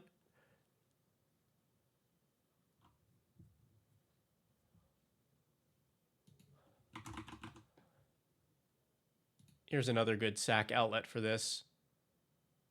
Deals damage to an opponent, and you gain life equal to the permanent's value. And I think the backside does it for free. Combat, return a creature from... Oh, no. That's a different thing, but we'll take it.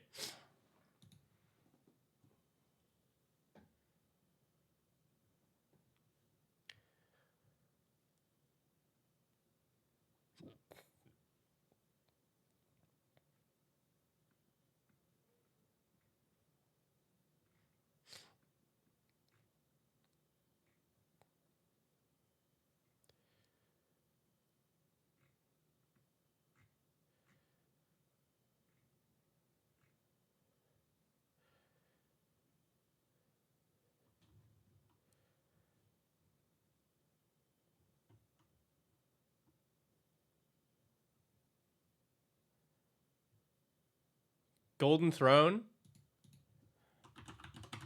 I guess we don't play this card often. Would be very interesting for the game because of the first ability, but the second one does give you a sack outlet that gives you mana. I'm down to see how that plays out. That's an interesting one. All right, we're at 43. Let's just do the like the bread and butter ads.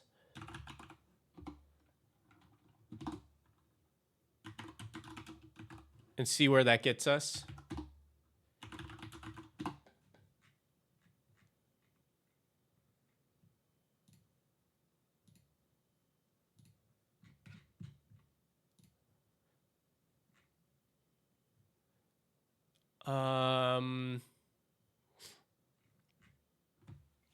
What else do I want for this?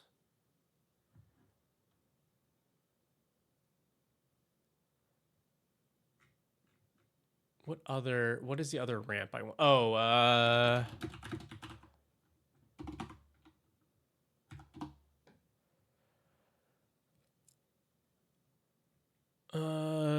Felwar.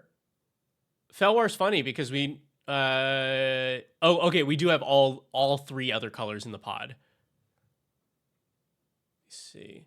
Are there any 3 mana rocks that we want here?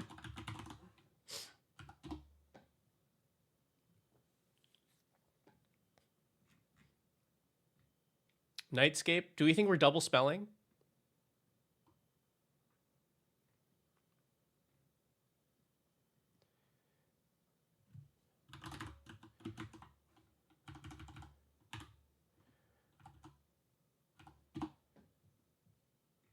I guess with depending on how it looks at the end, can probably double spell.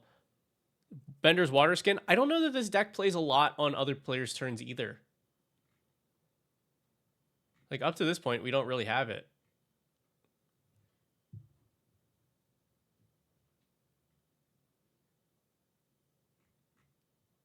Yeah, the Nightscape. I'm saying, how often do we feel that we are double spelling?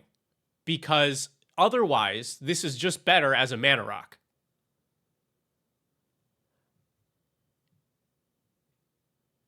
Because this is not reduce black spells. And so you're really only getting a better value out of it if you're playing 2 spells and getting 2 mana reduction. Otherwise, I just want it to be a rock.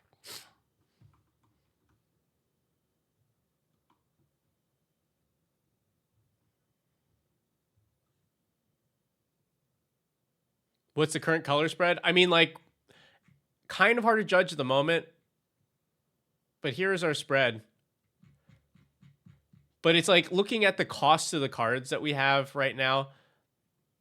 I think it's fine to be in the deck, but that is always my check for cost reducers is are they better than a mana rock in reality? And what scenario do they need to be worth it over a mana rock? And I'm not confident that that it fits the bill here, but I'll leave it in for now until we flesh out the rest of the cards.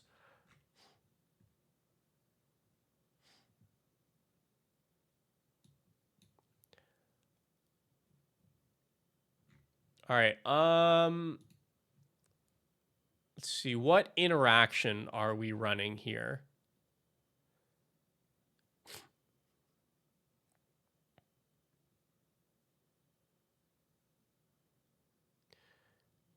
What are the threats to this deck?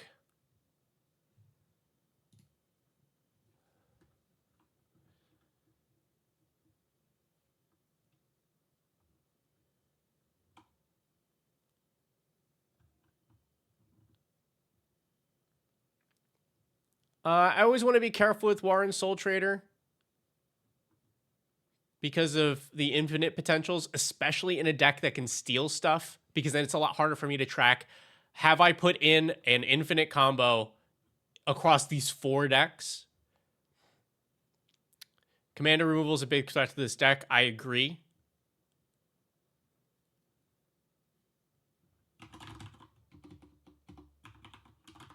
I'm going to add a Withering Torment to this as one of the removal spells, since Grixis not so good at dealing with enchantments. Oh. This might be cute enough that I'm okay with it. Shredder's Technique. So you steal a creature, you swing it, and then you sneak it. Right? This works because it's return an unblocked attacker you control to hand.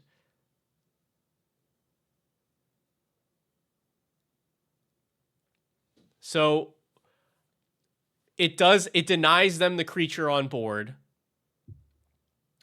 and is cheap removal, but it's not repeatable, so you aren't threatening to constantly. I think this I like a lot more. Right? I'm not. This should work. You should be able to sneak your opponent's creatures. What other sneak options do we have?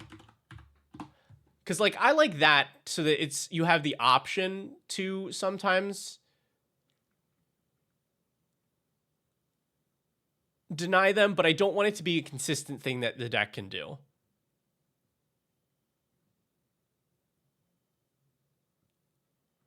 Maybe like Wrath is worth it here. Oh, Shark Shredder. Deals combat damage to a player, put up to 1 target creature card from that player's graveyard onto the battlefield. That's the one.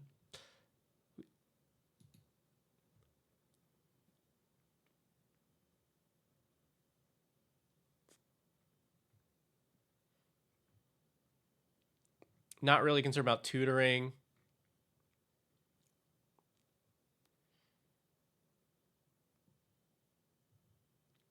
I think we probably still play Wrath.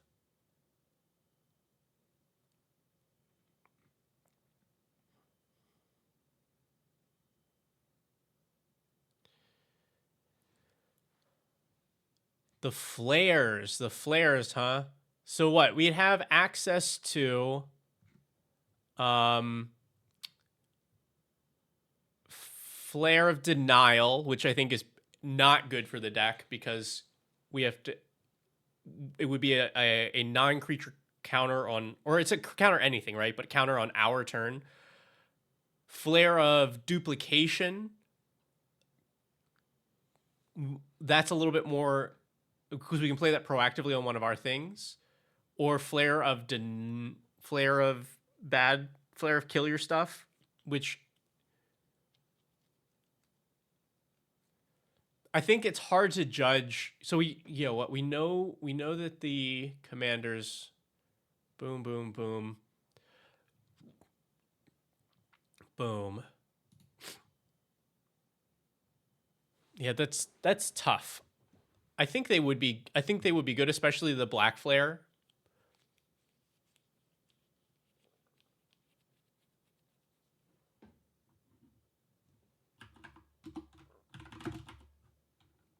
Flare of Malice. Flare of Malice. That's the one.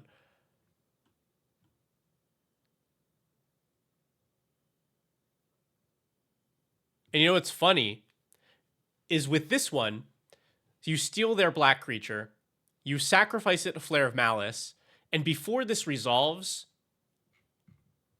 Adia's ability will put it back into play under their control. So if it is the largest creature, then it kills it.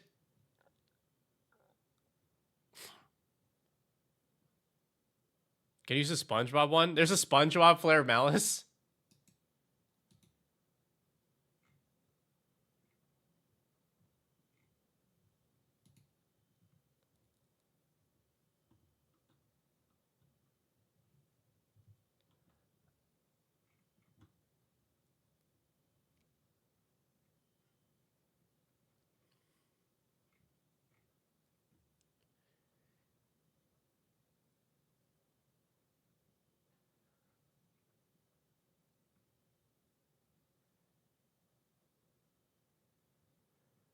Okay, yeah. We need a little bit of protection for Adia.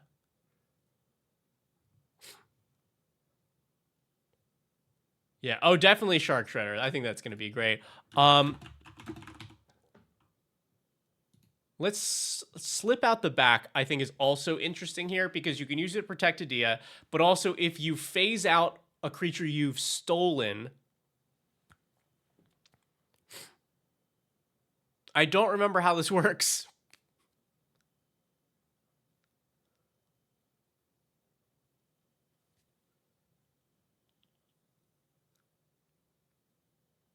I don't remember how this works.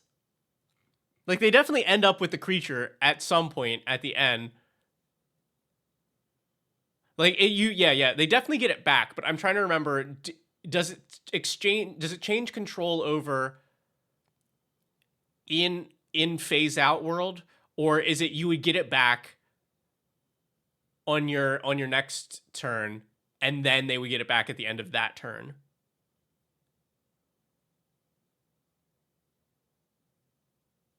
I don't know. I'd have to look at it, but I think that's a good.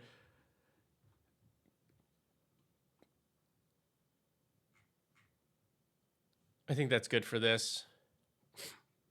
I love slip out the back.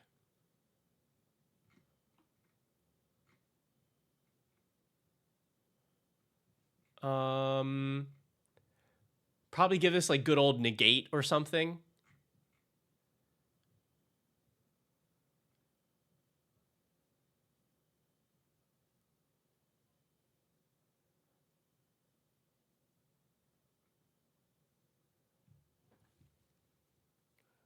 Phasing is based on controller. Yeah, but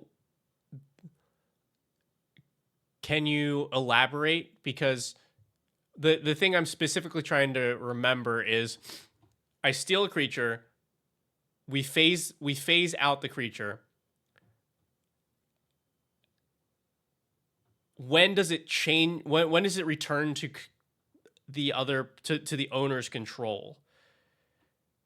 Like, would they get it back immediately at the start of their next turn, or does it remain under your control the entire time that it's phased out? So you would get it on your next turn, and then they would get it back at the end of that turn.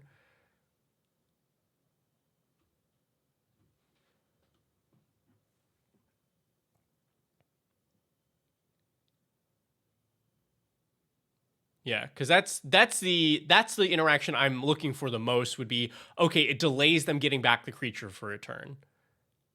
Like, it's niche. It probably does not come up in the game at all, but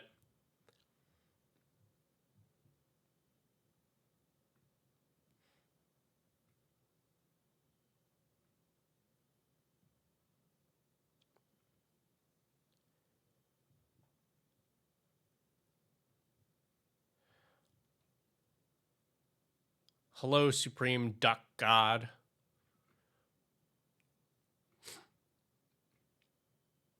Let's just give this an old classic Arcane Denial.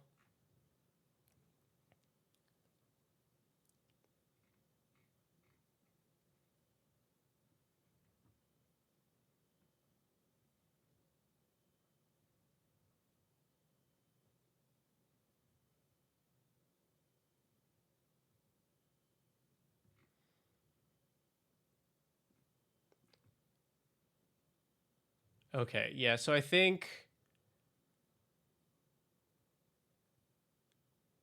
I like John Irenicus. I think that's just like a fun and funny interaction. I steal your creature, end of turn, I give your creature to somebody else permanently. Uh it can attack me.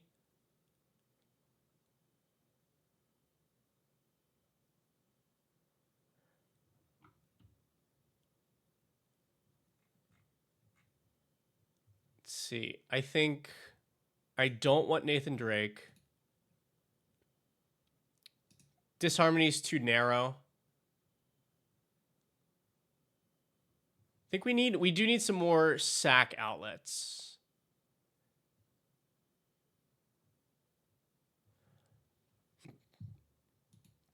And they don't need to be free ones. They ideally are just ones that give us a real good value for what we've sacrificed for.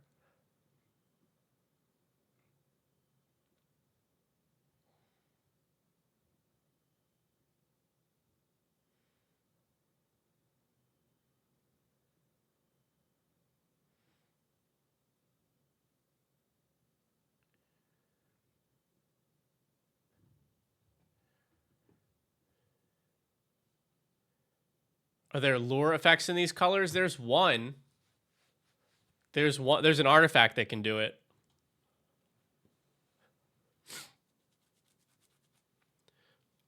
It's a little pricey though. But I like that idea.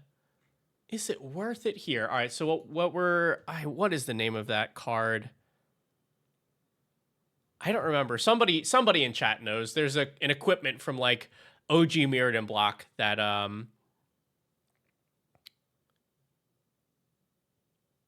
yeah, that gives the lure effect.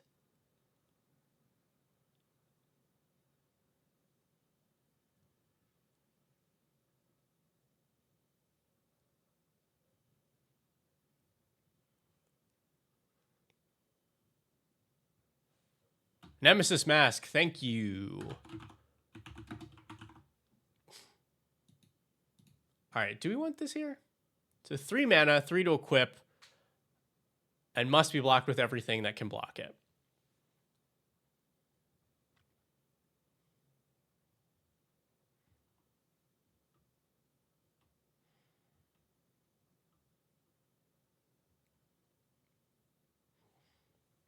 Magitech Scythe, is there another one that I missed? Gains first strike and must be blocked this turn. Oh, okay, this is a little bit different. Better deal mana-wise, but only says must be blocked, not must be blocked by everything that can block it. Because if our intent is for the creature to die, this makes it a little harder for it to do, because it's also giving it first strike.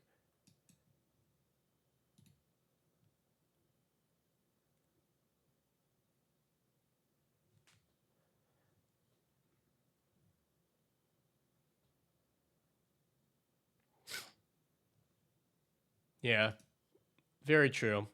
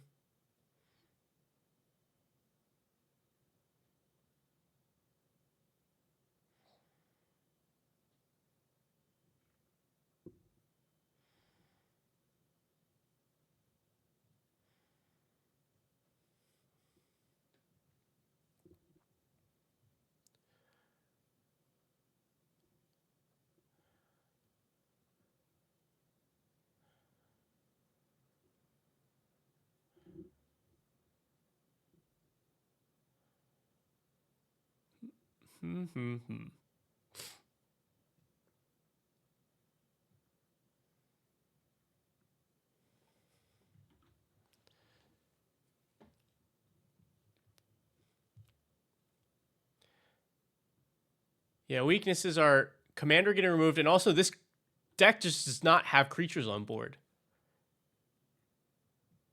Right? So like, propaganda and goad effects are good here.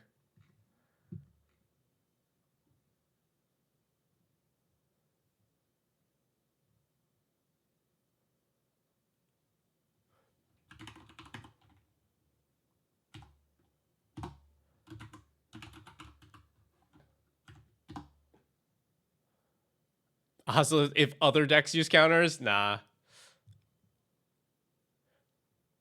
Because I think that's already a stretch.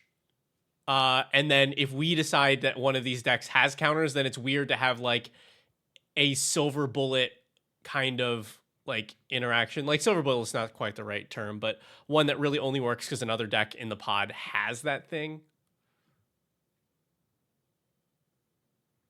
Grand Melee. Oh, it's like what? Everything has to attack. Everything has to block.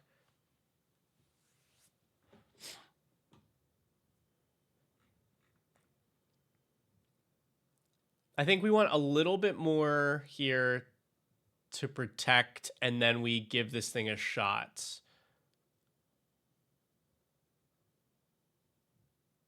Yeah, Invasion Plan is a cool card.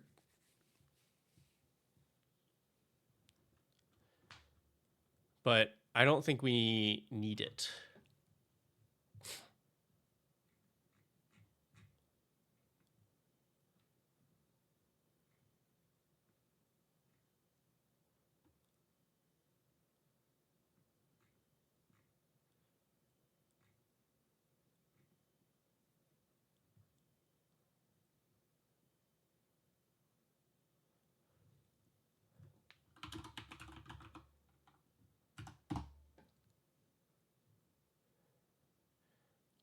We'll go with an untimely malfunction here as another way to protect Idea, but also with some relevant lines of text.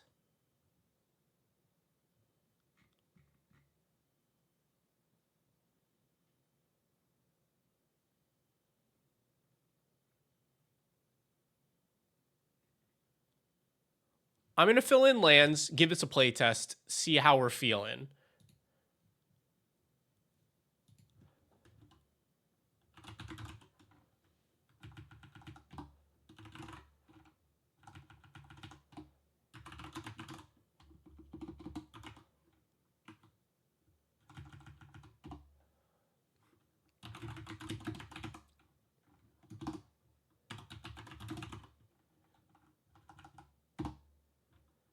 All right. What kind of mana base you got in here? All right, we're on shocks. We got surveils. Are we fetching in here?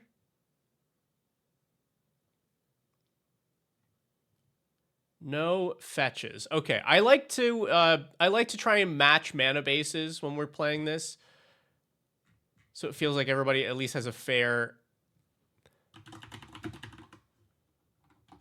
like everybody's on an even playing field for that.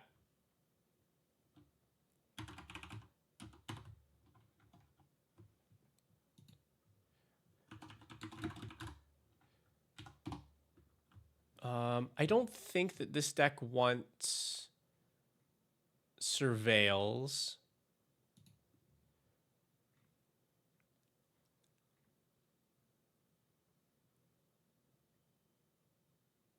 Okay, but we do have the battle bond lands.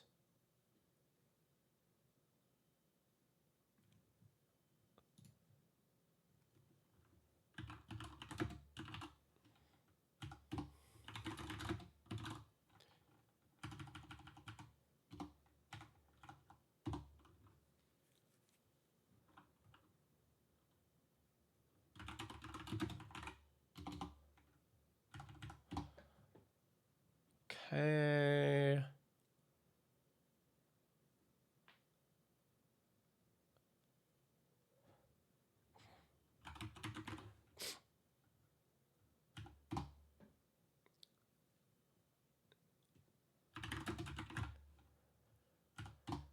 Right, we can add a couple sack outlets in our mana base.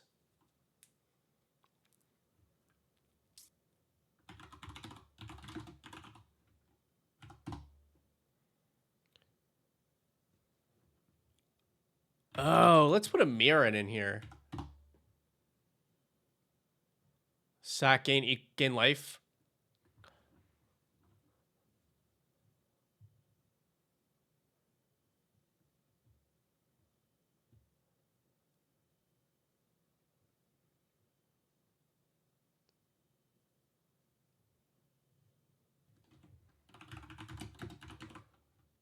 Command Beacon seems good for a deck like this.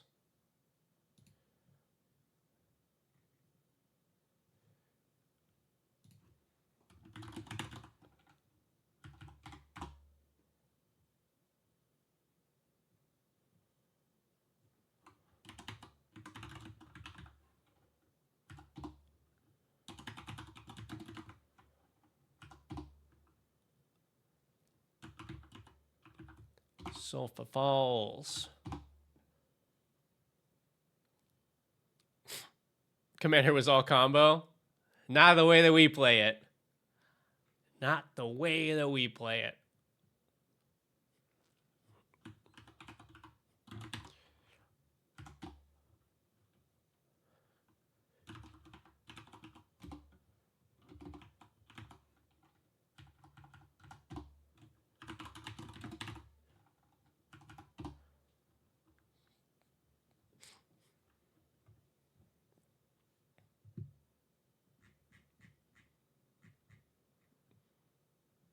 That's fairly even.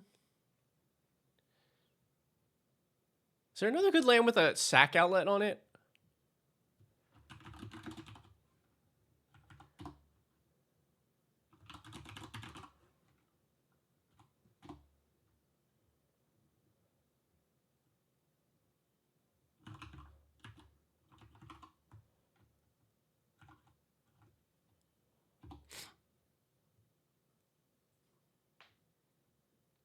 Bone Splinter.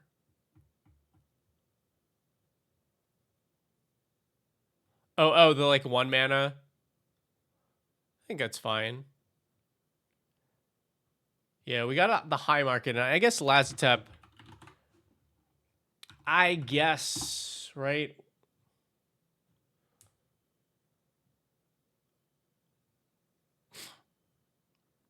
Zaran, we're doing both. Right now, we are building for the show, but as always during these, if anybody decides to get a deck tech by going to the link on the side there, then we make that our priority. Okay, let's go add a couple of each of these. We're what, heaviest in red?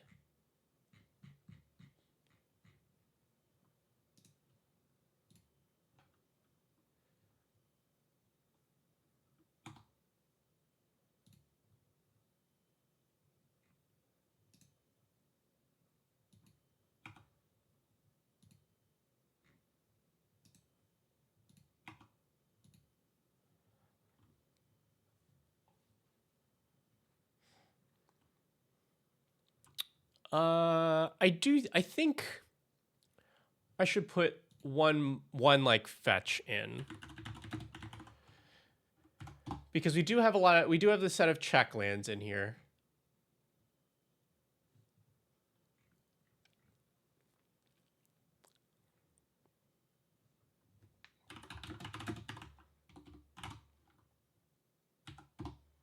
We'll add some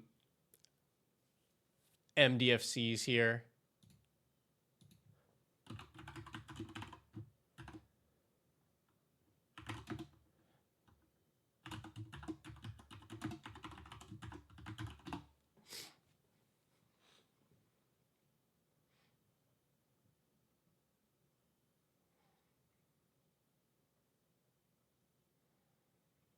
Oh, hydroelectric. Yeah, that seems good as like protection for commander and just the land.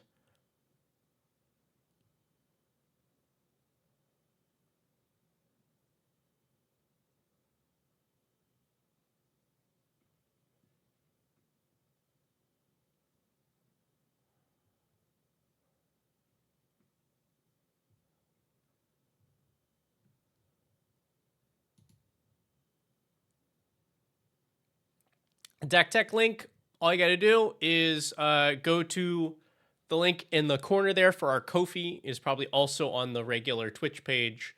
And you look for today's date in the shop. It should say Deck Techs for 3/4.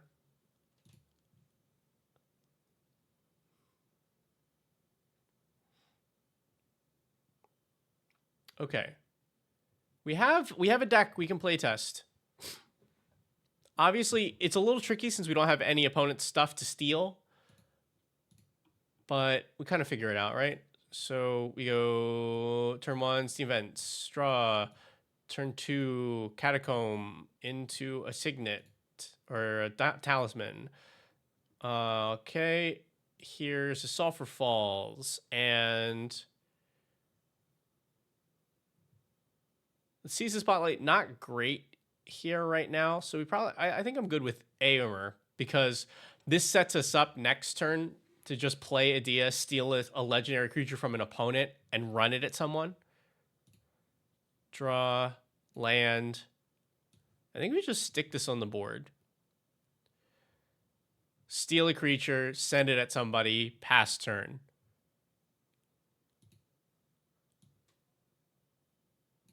This is turn 5. Turn 5, we can steal a thing, sneak Wrath in. We can play Seize the Spotlight, or we can just drop Missy on the board. That seems exactly what we're trying to do for this deck. Let's try it again. All right, turn 1, Steam Vents. Turn 2, play Summit and a Signet. Draw. Here's a Shriven Reef. Like, we just jam Gisa if we wanted to, but I think we probably just go ramp. Draw. So this is our turn 4. Our turn 4, we can Adia and Wrangle if we wanted to. We could also just cast Staff of Eden, but no sack outlet.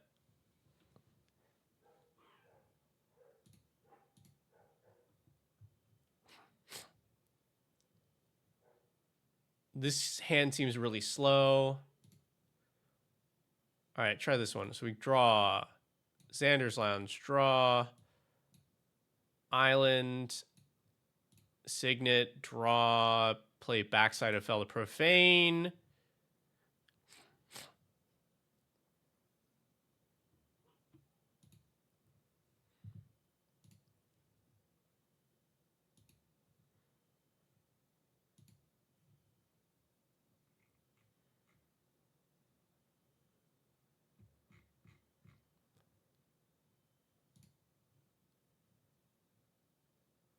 Let's see.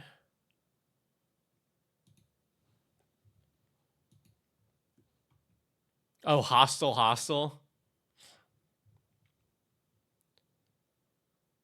Yeah, so if this is what we've got.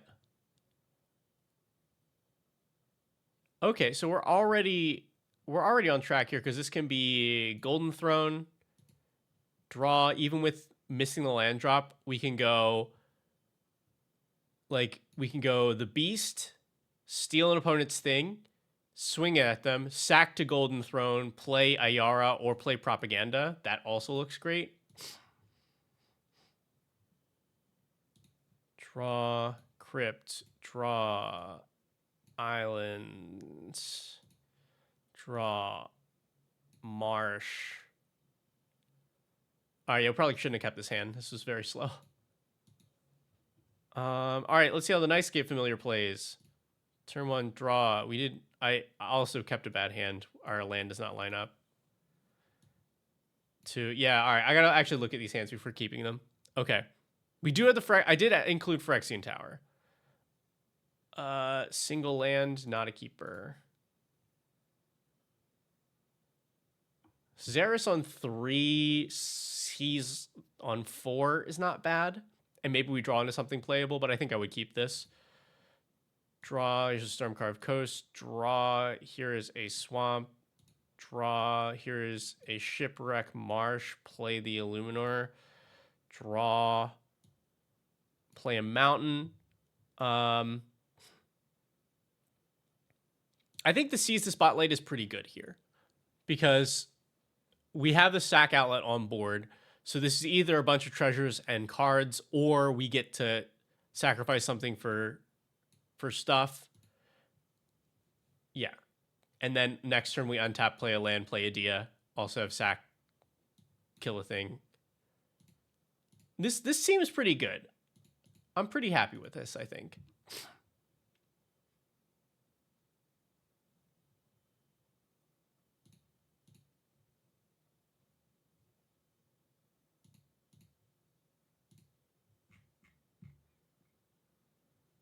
Oh? Dog boy. Dog boy, what have you got for us today? I shall check.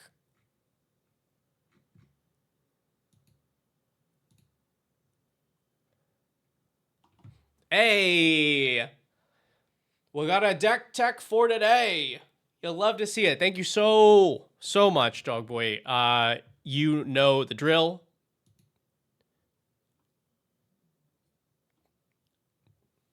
Can always, you just drop the link here or in Ko-fi DMs or in the Discord. Any of those things. Sick.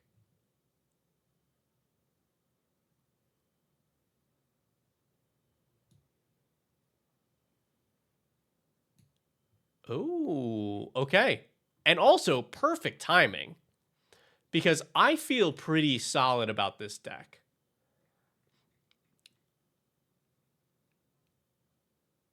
I want to say the only thing that it might need is like a little tweak on like adding a land or something.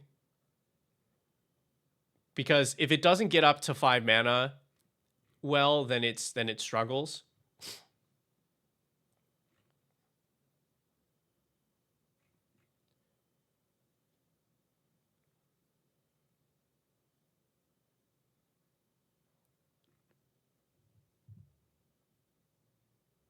Yeah, and I think I'm good with saying no to these. But yeah, I think that is a thing I can do later. Did I put the hostile in? Oh yeah. Hostile. Are you what we're looking for? 1 attack creature, put a soul counter on it, and 3 soul counters, flips it into big ol' house, scary house.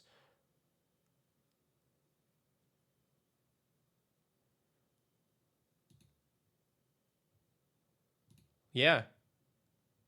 It's not pretty, but we'll take it.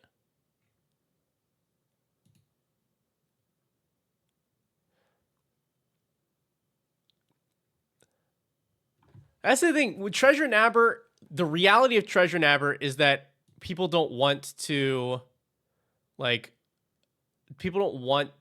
tap their stuff then. And if we could do anything with it, it'd be cool, but meh. All right. I need a cut for that. Was there anything here that I was still like on the fence about?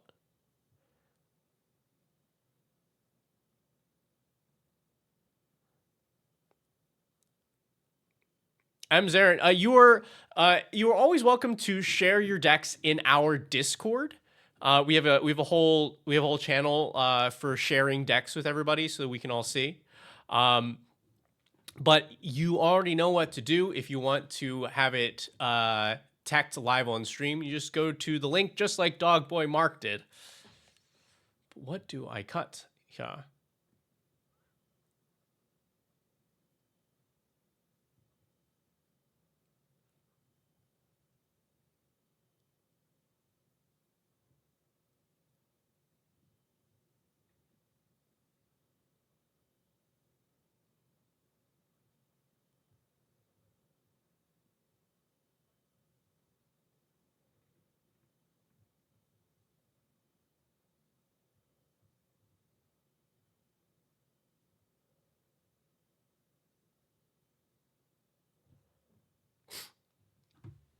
It's a pet card I am running. What have I been playing a bunch of recently? I've been playing a bunch of this card recently. I think this is a really fun card. It helps to protect your more aggressive decks while also opening people up and setting up for your big follow-up turns. And the 5 damage often is enough to kill players by that point. I've been ending up just putting this into more and more decks. What am I cutting? What's getting cut out?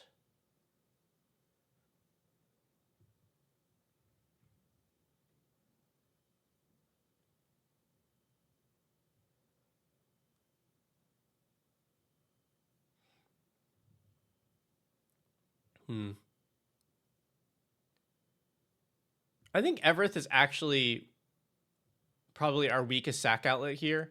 And we did just add one on the land. Cool. All right. Let me put this in our internal thinger.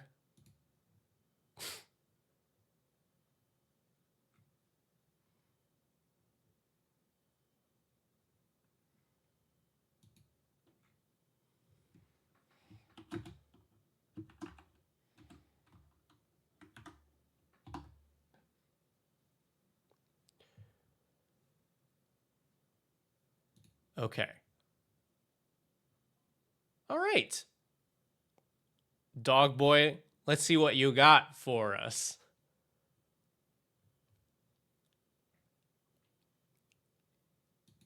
It's K&T. We love K&T.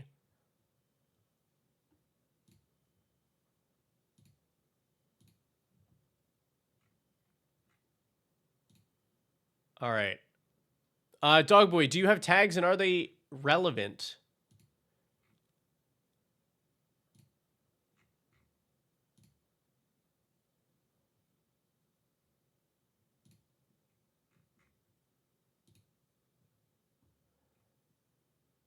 Otherwise, we just take a look at it like this. K&T was one of my first, like I've played many iterations of this deck. Oh God.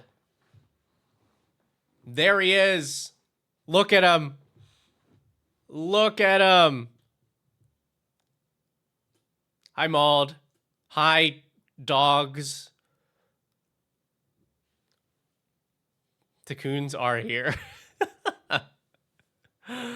Oh my God. Hey, you made it just in time. We're starting a deck tech for the boys with the butts.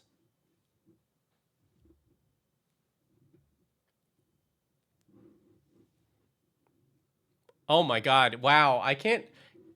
You all listen to this man? Add Elf Ball to Aristocrats. Add Smothering Tithe to any deck.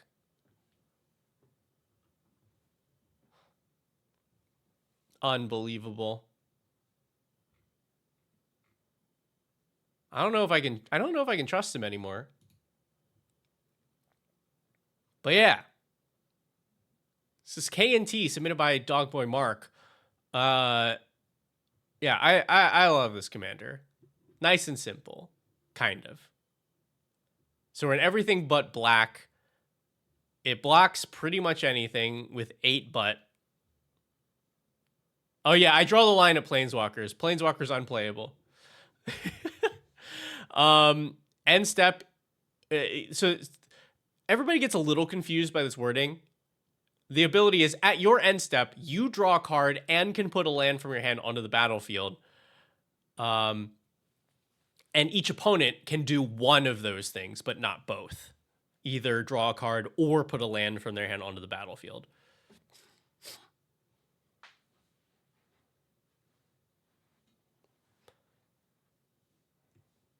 Actually, Rob the Princess, that is sound financial advice. Those Badger Mole Cubs are going to hold their value and appreciate much better than like any other sort of investment. So let's see what Dog Boy's doing with this baby. Oh no. Oh no. It's a mean K&T. We're hug staxing? I guess I should have known by, so the little tagline here, just about unlimited mana, but only one spell a turn. Yeah. Okay. So we've got Aethersworn Canonist, Eidolon of Rhetoric, Archon of Emeria.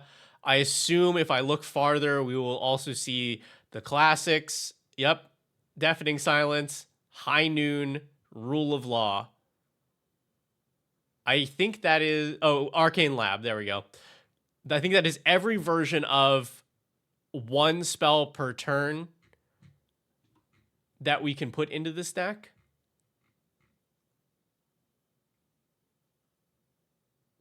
But we give them everything else.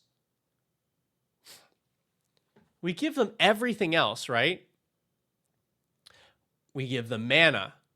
We give them an attacker, right? Or this, so this only player Capricopian is attacking may activate this ability. Right, oh, okay, you can pump up this creature to attack other people. Oh, Phyrexian Censor is the one that I missed. This is another one spell per turn, essentially. But yeah, we're giving them card draw. What is this here for? What are you here for? What are you doing here? Is this Mauled also suggesting Elf Ball to every deck? Somehow it's infected the K&T Stacks Hug deck?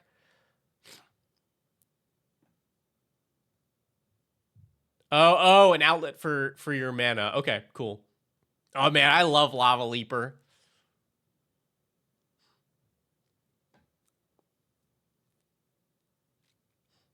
I think this card is so good. Such a good time.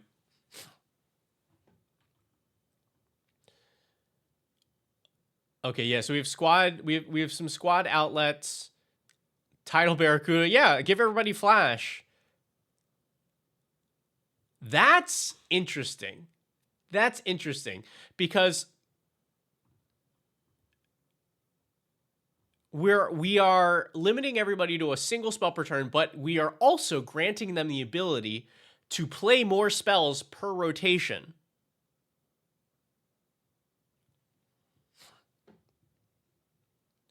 I think the idea here is not that the Lava Leaper is particularly good for you. It is we are still giving our opponents things. Like this is here for the love of the group hug. Yeah, Tidal Barracuda helps your opponents a lot. But I think I even saw some other flash enablers as we go through. Like for our opponents. I think I saw a Vernal what's-its-face in here. But yeah, okay, squad. More group hug mana. Awaken the Woods and Doppelgang, I assume, are also good outlets for us. Ramp.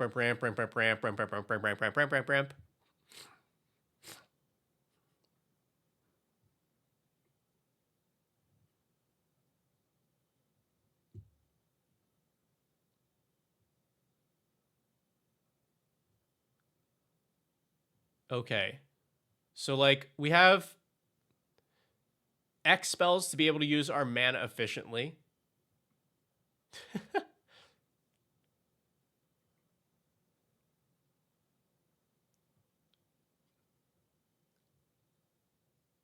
Three shuffle, or three, like, place back into the deck effects. A lot of Chaos Warp effects, too, in colors that could choose to remove more efficiently. What's funny is this doesn't work for Chaos Warp, but for stuff like Zoyoa's Justice, Guff Rewrites History, Audacious Swap, and Transforming Flourish, our rule of law effects make these true removal because they can't cast the card that you hit off of these.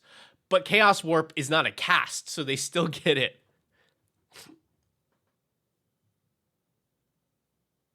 That's funny.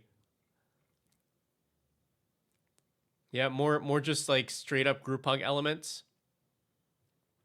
Okay. Yeah, Vernal Bloom. This is what I was thinking. So this is extra oh, this is not what I'm thinking. There's maybe, I guess it's not symmetrical. Now I need to know. It's Vernal something, right? If I could spell. Vernal, is it Vernal Equinox? Yeah, Vernal Equinox. Any player may play creature and enchantment spells anytime they could play an instant. So like one to consider, I guess. Here, so like Rob the Princess in chat has a point that playing Vernal Equinox, playing Tidal Barracuda is actively going against your rule of law effects. But I think that's the point for this deck, right? Is you're creating this weird environment for your opponents.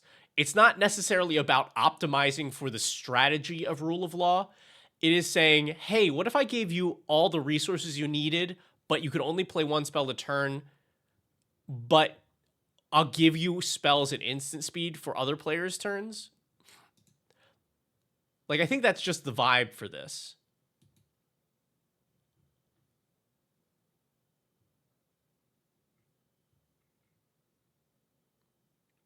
Oh, we do have a good number of basics for a 4-color deck. Okay.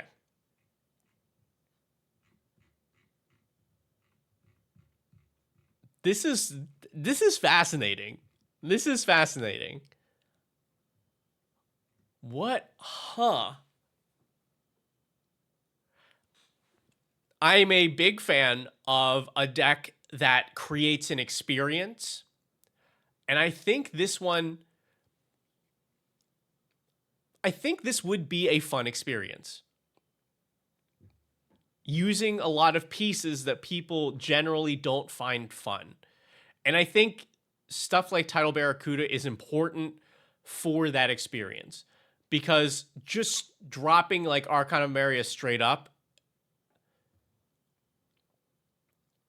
and then going, hey, everybody only gets one spell per turn really benefits like the mono blue deck, because they get to go, cool, play one thing on my turn. Great, did you play your one thing on your turn? Counterspell. You play the one thing on your turn? Counterspell. But Tidal Barracuda, and also including like the Vernal Equinox, allows those other decks to play a game.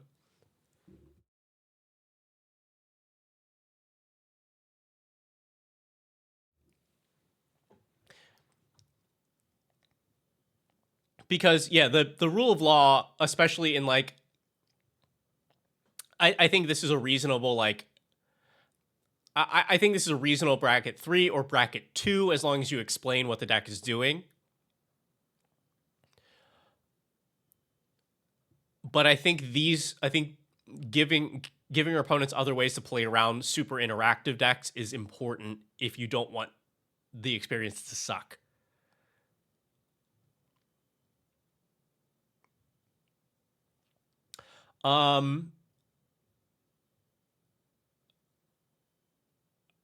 Okay. I would definitely say upgrade your mana base. We don't have to talk too much about this. I think just in whatever way that you're able to, it's a 4-color deck. A lot of these basics, even though they play well into the Lava Leaper, do make things kind of tricky.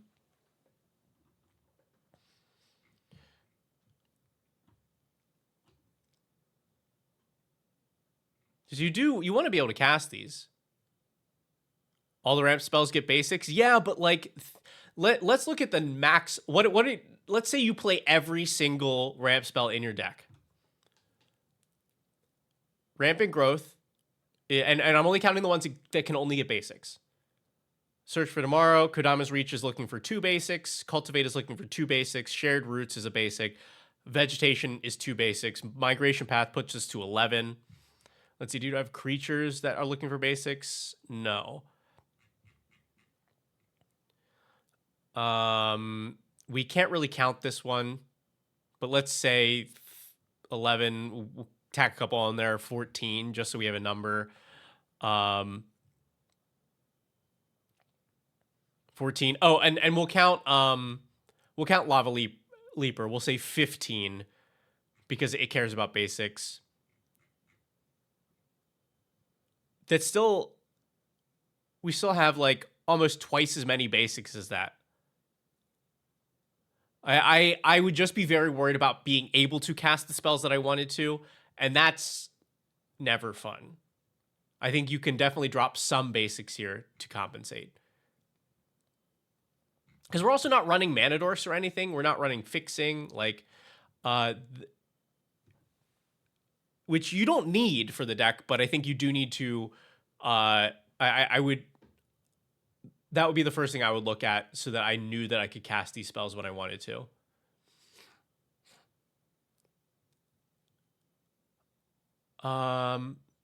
What other interesting ways that we can play around with this one spell per turn, but with many like outlets?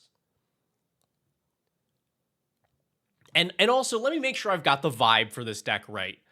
Like, this is I'm building a funny experience. We're not optimizing this strategy kind of thing, right? Like, this deck certainly has a game plan and certainly can win, but it's not like we're really trying to lock down our opponents. We're actually we're like, hey, play the biggest thing that you can one time on each turn. And let me know if I am not correct on that. But yeah, okay, cool. There is smaller Lava Leaper. Barb Flare Gremlin. This doubles mana from any lands as long as it's tapped. And it does do a little bit of damage. So it is overabundance on a creature, which you already have in here.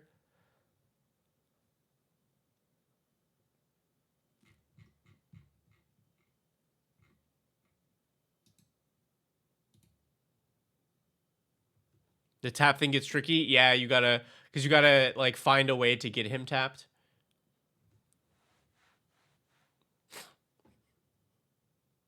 Any mana burn? In what way?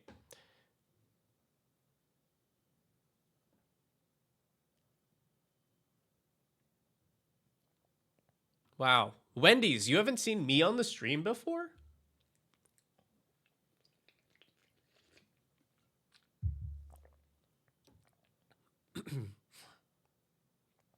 X spells to end the game.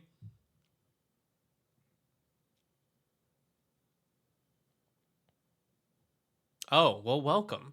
I mean, like, I feel like a doppelgang is a game-ending X spell.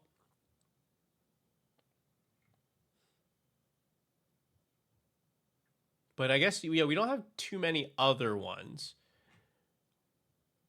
What is the way that this deck normally wins, Dogboy? Because, like, the squad is definitely a way that it can do it. So, like, squatting, especially the ones that, like, pump each other, like Galadrin Brigade, or I guess squatting, like, there we go. Yeah, like, Ultramarines Honor Guard. Yeah, Endless Foot Assault and the Marines.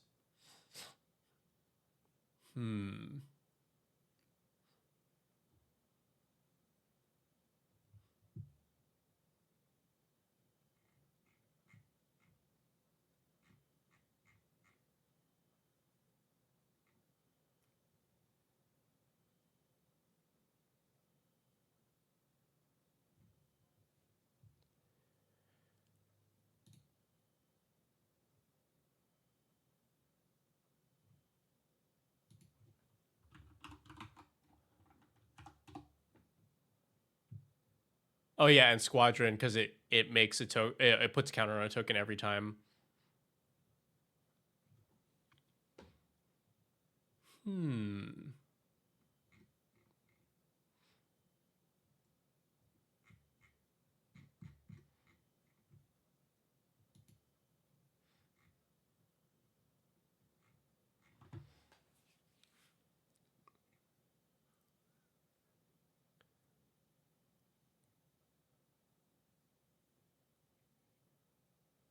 Oh, Red Death is cute.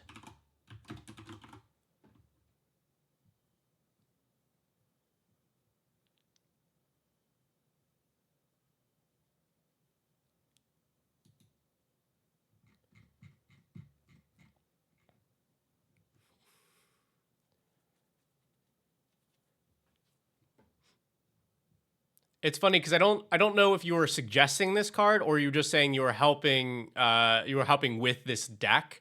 But this would be fun here. You're giving them a card draw, but you're goading their creature, and it is a mana dork.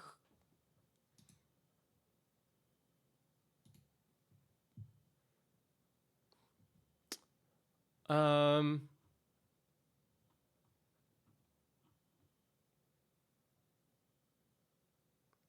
have you hold on? So if you decide not to change the mana base, have you thought about Collective Voyage?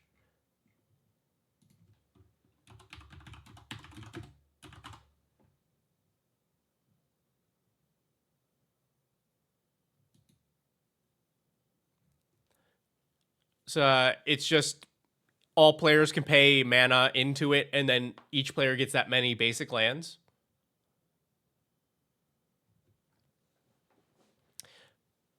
Because this also gives your opponents a way to spend their extra mana that they're not able to pump into, or if they're not able to play at instant speed.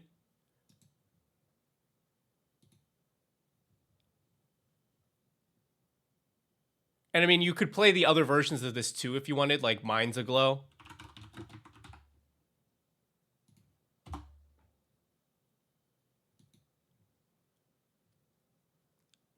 So it's everybody pays into this and draws that many cards.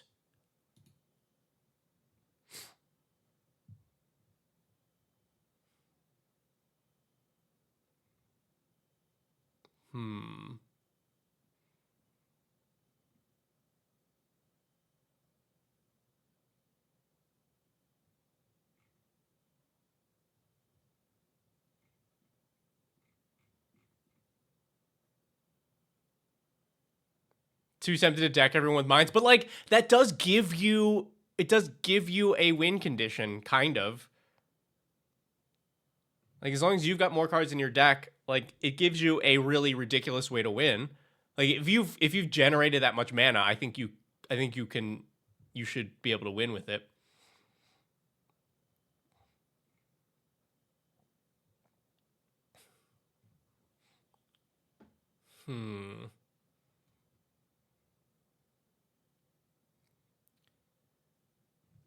One spell, but cool.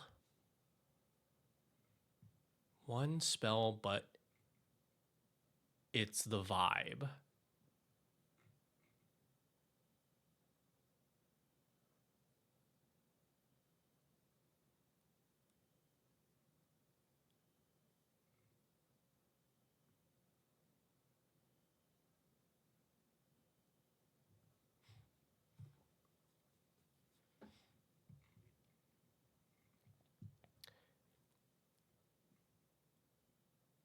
Kiro, yeah. So how many counter spells is packing? Imagine a bunch of people will float enough mana in a combo and remove Rule of Law and do their thing. I assume that this is not being played in like in pods that are easily able to do that. And Slugworth, all you got to do to get a deck tech is head to the link down there to our Ko-fi and look in the shop for deck techs for today's date. There you go.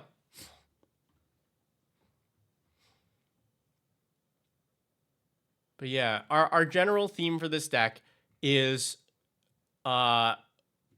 creating this weird stacks group hug environment where we're only allowing players to cast one spell per turn, but we are giving them all the cards and resources they could want to be able to cast that one spell.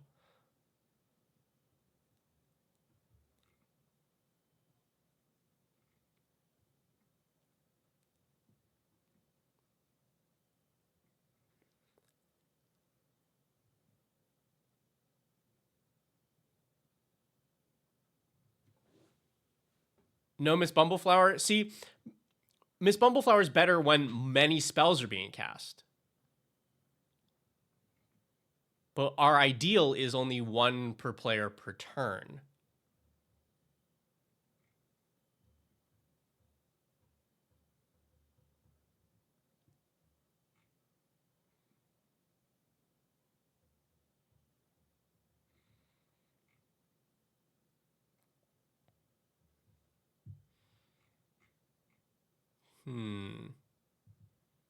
Planetary Annihilation? No, because especially if we're adding cards that allow our opponents to ramp, then we don't want to. I don't think we're trying to gotcha them.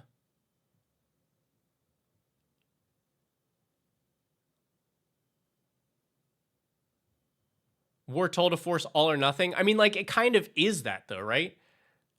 Like, we're told is like semi-redundant if we're only allowing one spell per turn.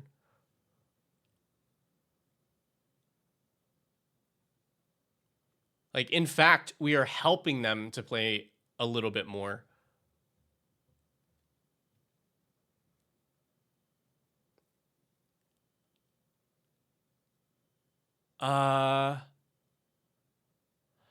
You know, this deck probably really likes stuff like Perch Protection. Well, I guess I say stuff like, and there's really only two cards to do this.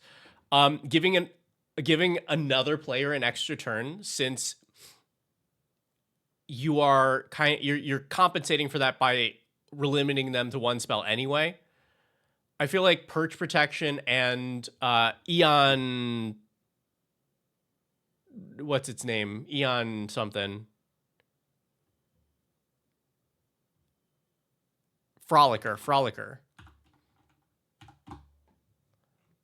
Like, I would want this kind of effect here. This seems like a good time where you, like, with both of these, you protect yourself. You allow your opponents to keep going. This I don't think this counts as an extra spell for brackets, or extra turn for brackets, because I think the only thing that extra turns are limited to is chaining extra turns, right? I don't think there's any bracket where it's like no extra turns, or am I remembering that wrong? It does on Architect? Yeah, I don't think that's correct. That's why we love Moxfield here. But yeah, Eon Frolicker, same thing. You gain protection from the player you give an extra turn to. Those seem like a fun spin on what this deck is doing.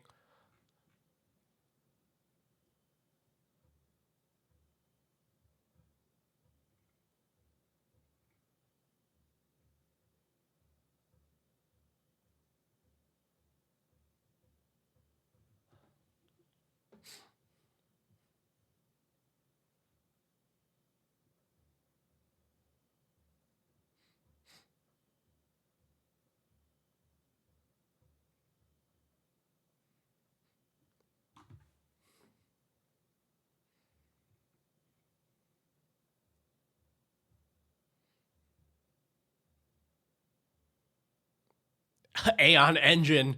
Oh my god. I will say Aeon Engine plays out a lot worse than it looks on paper.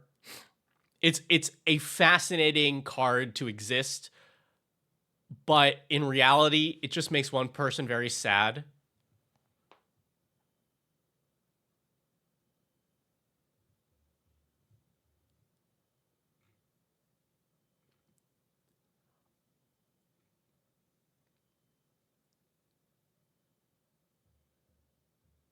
Walk the end of the target player. Yes, but I don't want to just give an extra turn away. I want some insurance with it.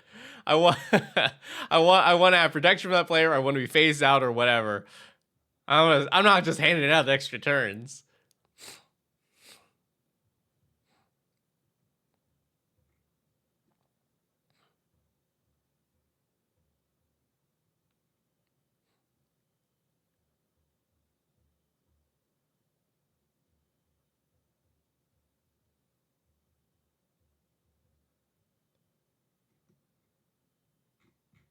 How do you feel about like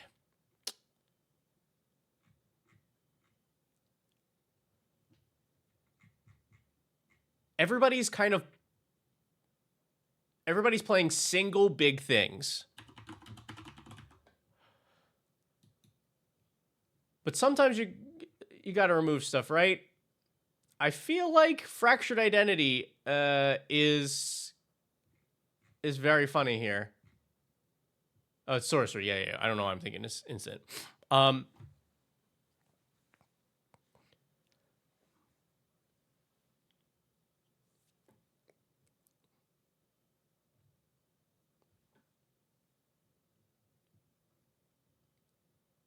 Right? Like, hey, you played a big thing that we think is a problem. Now everybody but you has one. Or using it on like Lava Leaper or like some of your other group hug pieces.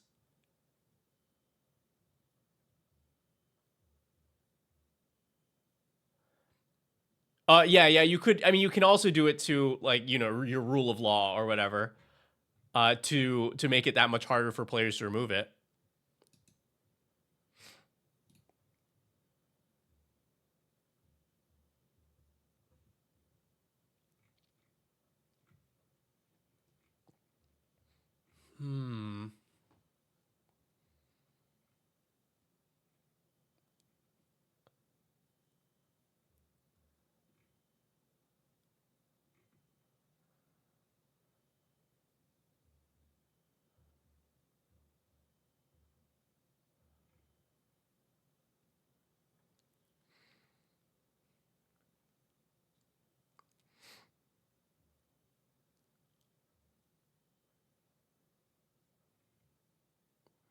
It's an interesting puzzle.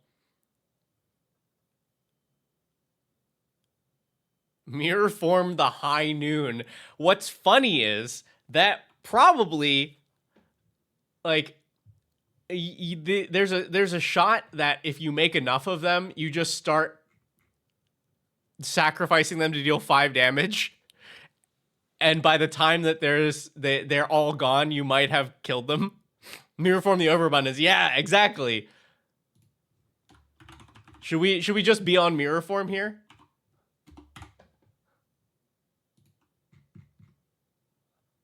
Like, I'm an advocate for running this in everything because the card is cool as hell.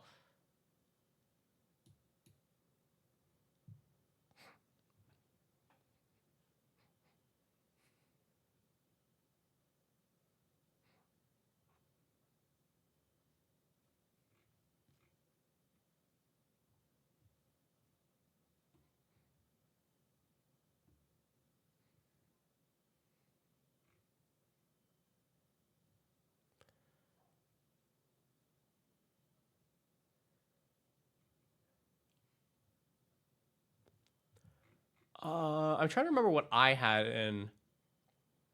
Oh God. I used to have a K&T deck that was all cards that kind of broke the rules of Magic in ways that made opponents play drastically different. And Upwelling was one of those cards. Hey! Amzarin. Thank you so much. That's sick. And is the deck list you put in the chat the one that you're doing for today?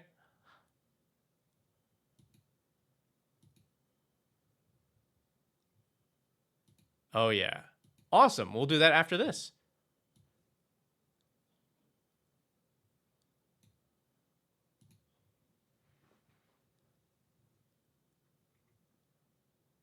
I'm pumped. Thank you so much.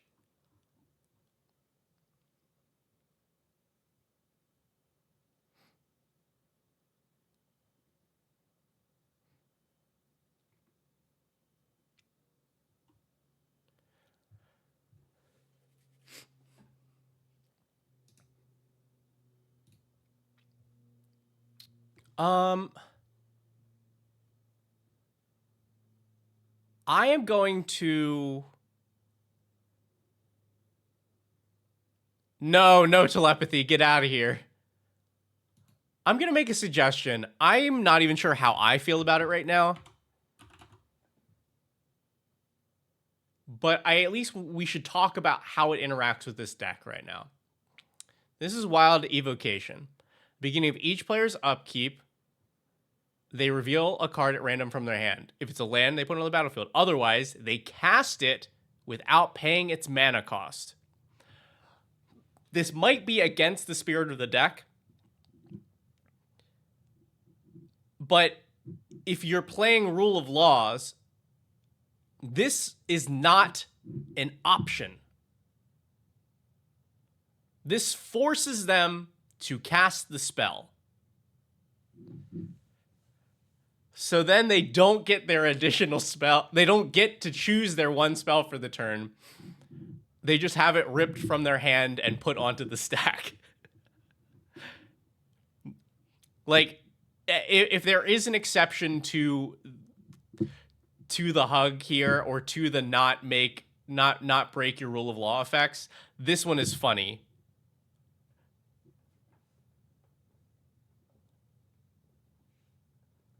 Like, the thing I have, the problem I have though is it does totally kneecap the game.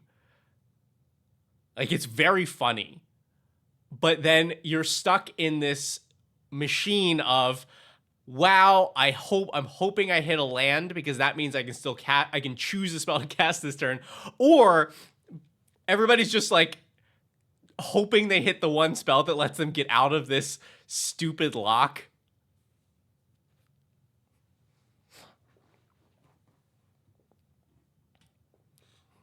Only played if everyone had flash. And I mean, and it does mean that if they hit a land, they still get the choice. But it is, I think it's funny.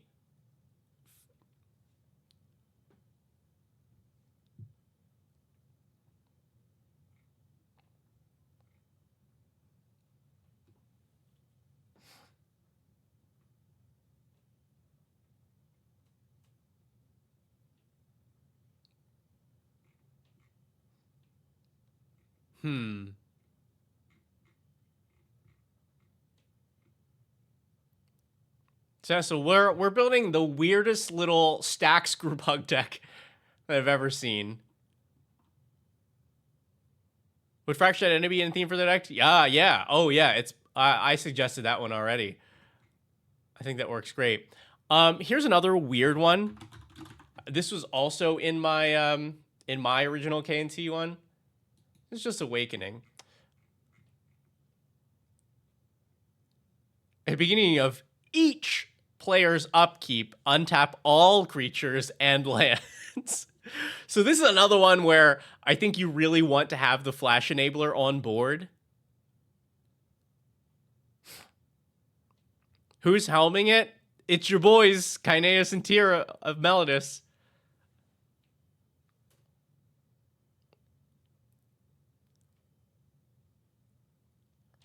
I'm trying to think now if there are other like Flash Enablers for everyone. Because I think that's what makes this deck very interesting, is if you can get Rule of Law and Tidal Barracuda on board. Yes, this is a deck tech.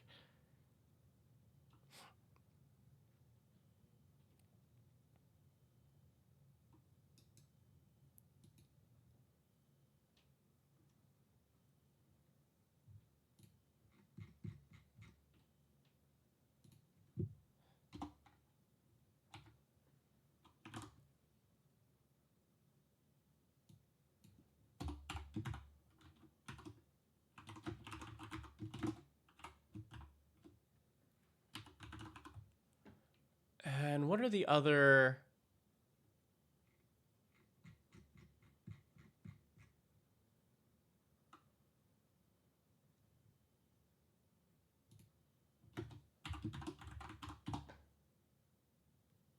I think I wanted that to be player, but yeah. Yeah, because we have Barracuda, Equinox. Not really anything else.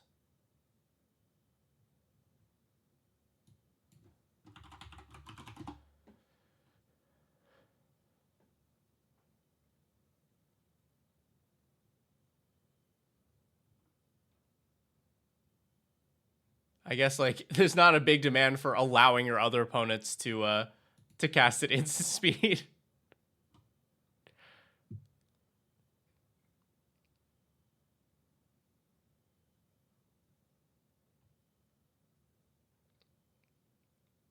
Yeah, hunting grounds would be cool. I think there's a lot of ways that we could break parity on it. I just think this deck is not trying to, right?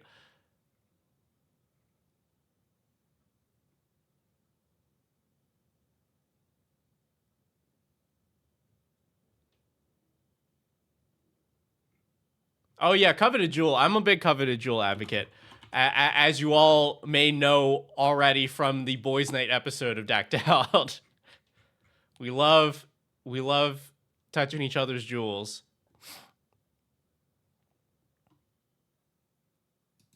Like, this card is a fun time.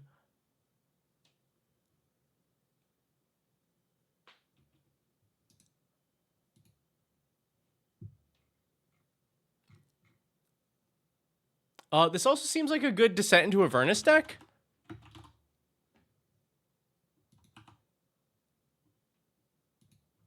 Man, that's a $20 card. Jeez. Like, more of what we're doing is giving our opponents big resources, but it does put a clock on the game.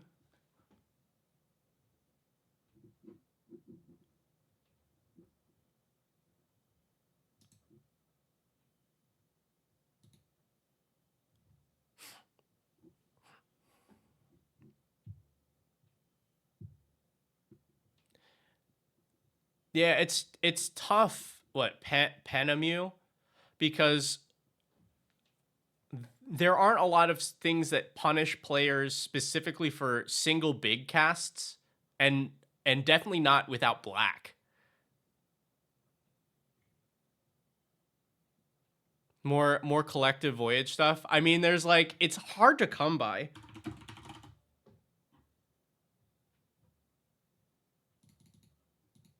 Right? There's like New Frontiers, but this was one that only you can pay for. But you ramp everybody.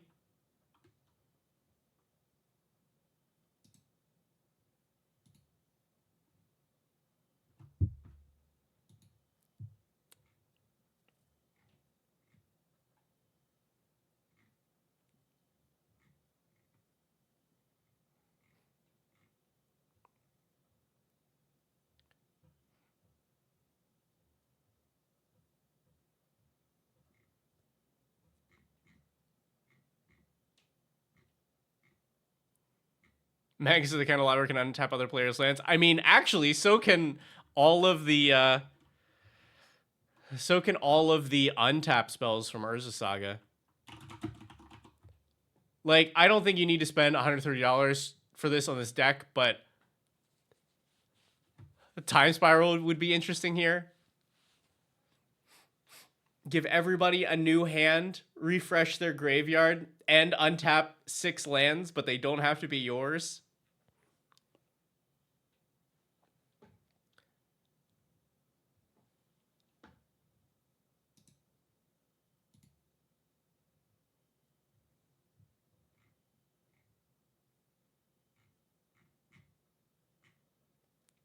This is...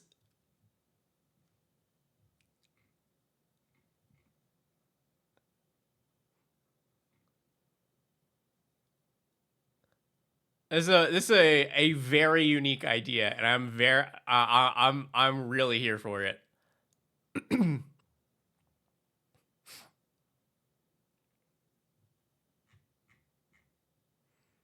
Ooh, Expedited Inheritance is a card that I wish I was playing more of. I don't think that there's like a way to make it work here very well, but just so you all know, this thing exists. This is a mythic. I can't believe they made this a mythic. When a creature is dealt damage, its controller may exile it many from the top of their library and can play until the end of their next turn.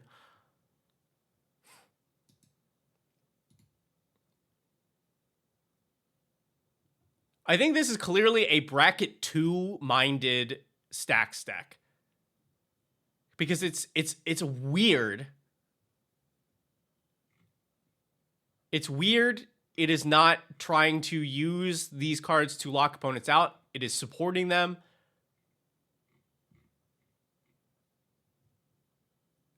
And its win conditions are not great.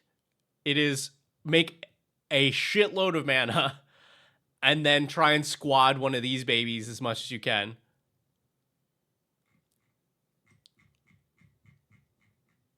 But yeah.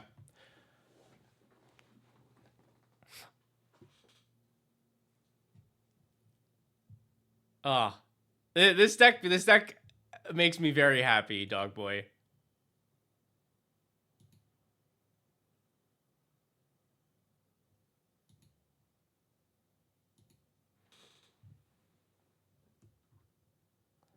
Yeah, let's get the 4 KNT pod together. I think I will leave it here for now. I'll post the link in the chat there.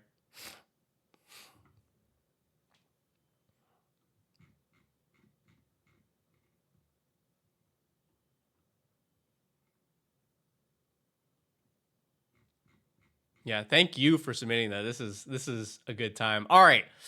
So now on to M. Zarin's submission, Worms. M. Zarin, I'm gonna copy this. Are the tags important? I guess we'll find out.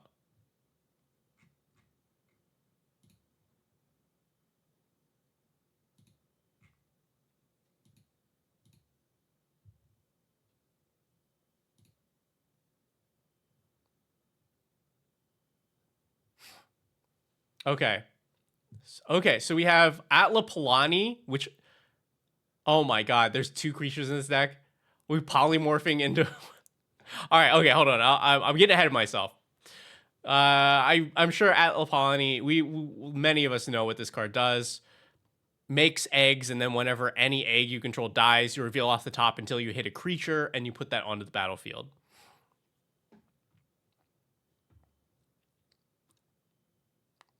Well, we already get a big clue as to what this deck is doing, since it's only running 2 creatures, period. Avacyn and World Spineworm. So, we make an egg, we get the egg to die, we're guaranteed one of these creatures. We do it again, we've got both creatures. So let's see what this is helping. Well, let's see what's going on with this now.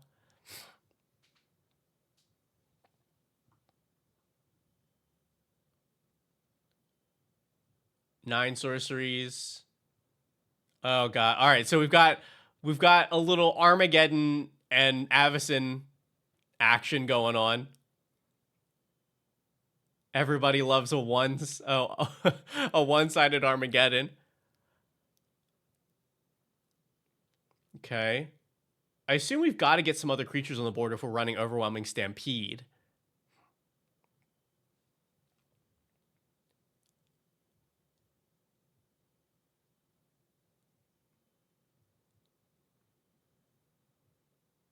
But even like cheating one of these onto the board means our Traverse the Outlands is really big.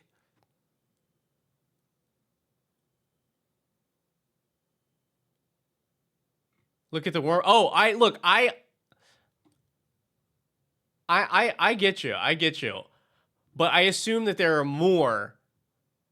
Because even let's say we have all 3 of these on the board, I guess you could just continue to make eggs, right? All right, instance. Pull from Eternity. This is usually a card that you're doing weird stuff with. It's one of the only ways in the game to put a card from exile back into play.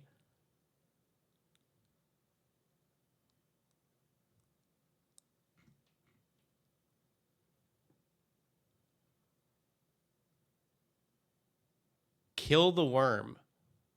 Oh, okay. So yeah, we can kill this multiple times to make our creatures.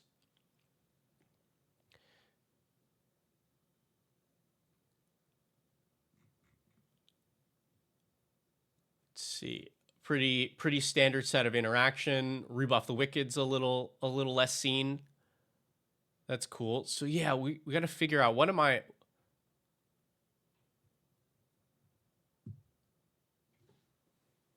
Wendy's. The deck texts with me are every Wednesday at 2 p.m. PST. But yeah, pull from Eternity. I'm interested to see what we are pulling back from exile.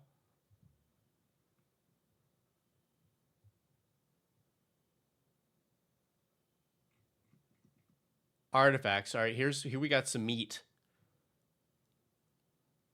We got some sack outlets. Sack outlets. So we've got ways to kill the worm. Oh, it's safety for the worm. Okay, so just in case somebody tries to ruin your life by exiling this instead of letting you sacrifice it multiple times.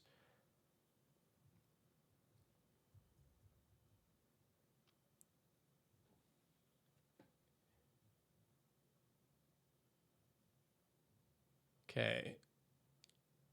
Scroll Rack also gives us some nice insurance for if we happen to draw the creatures, then we can put them back into the library. Helm of Possession. This is cute.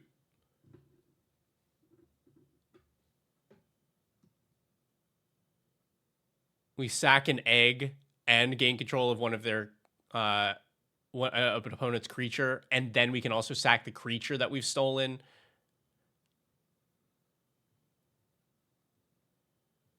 If we need at a different point.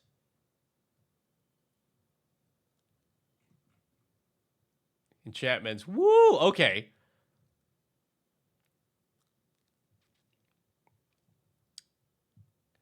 Burgeoning Exploration and Land Tax all working real well together to ramp us fast. If a card would be put into player's graveyard from anywhere, instead the card is revealed and put on the bottom of its player's of the player's library. So this is a big combo piece.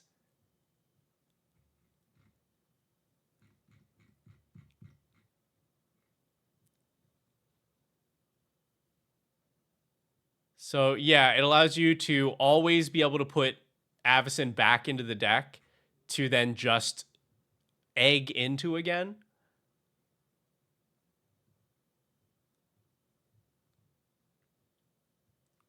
Miles Aria. We do start off with a 15 power creature. Very easy to get that up to 20 to win. Oh my god. Sack Outlet that also helps us to stay alive. Haste all of the worms that we made. Hey, we just talked about Awakening.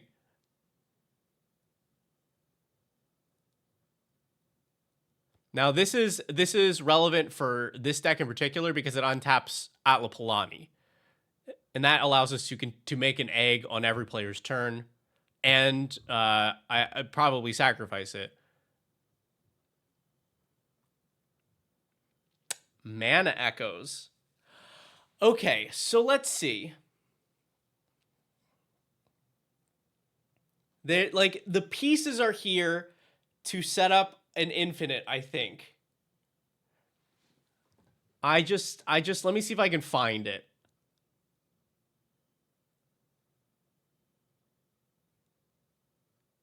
Like, do we have a way to untap Atla Palani? Thornbite Staff. There we go. Yeah. Attach Thornbite Staff to Atlapalani. Sacrifice an egg. Polymorph into your worm. Sack the worm. Untap Atlapalani. Repeat. All we need to do is end up making 2 mana per rotation, which we can do with Ashnod's Altar or Phyrexian Altar, since we are making 2 or 3 more worms. Or Mana Echoes can provide that mana, because when you sacrifice the big worm, the 3 worms then each make 2 mana. This is very ridiculous.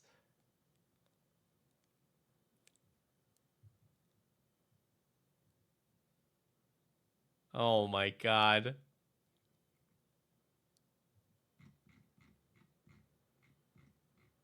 So Atlapalani, Polymorph, infinite combo. This is ridiculous. I love it. Are there any things in particular that you'd like to focus on for a deck tech?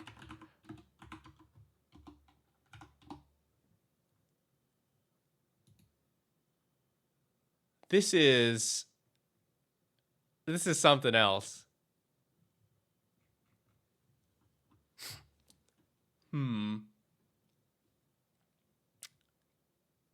I'm trying to think what I would...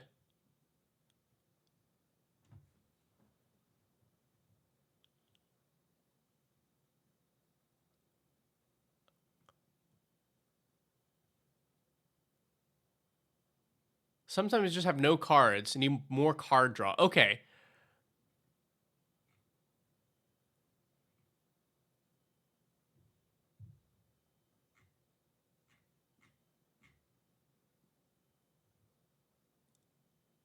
Yeah, geez, those are the only creatures because we're using Atla as a polymorph machine.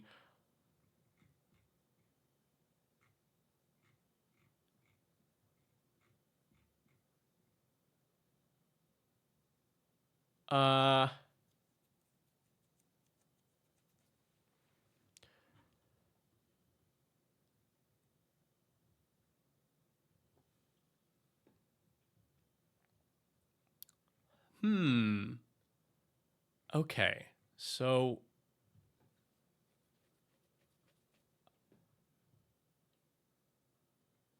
yeah, because like I know Greater Good was in here. Skull Clamp was the other one I was gonna look for.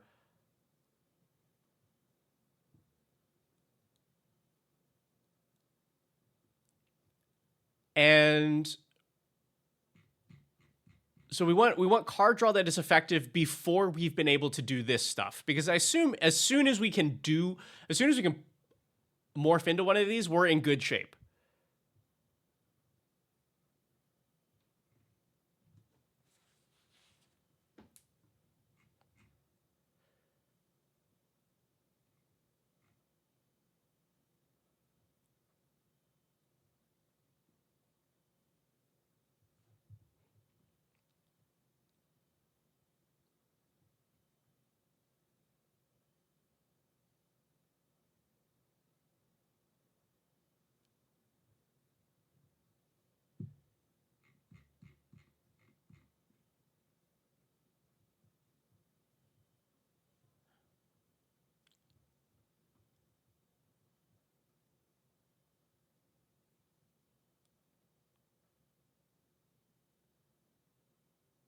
I have a suggestion for you.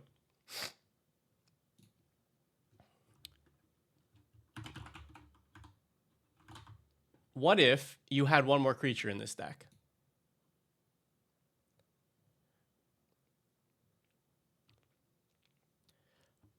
Belonging, getting hit off of an egg, creates 3 tokens with Shapeshifter. So therefore, eggs. So if you have a free sack outlet on the board, it then also gives you your other two.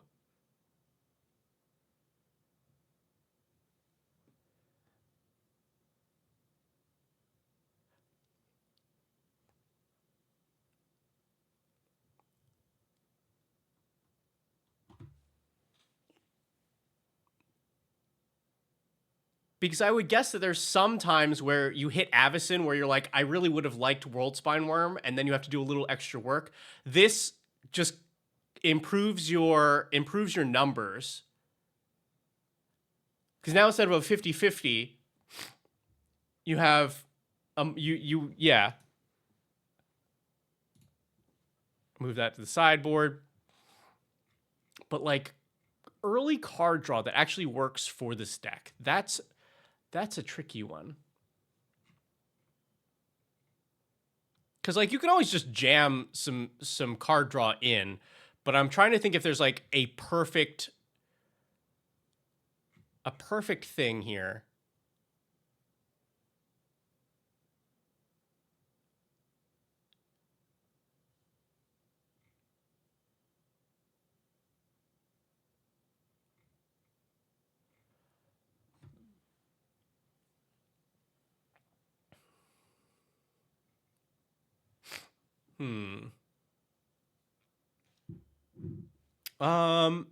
Give me 1 second, everybody. I'll be right back.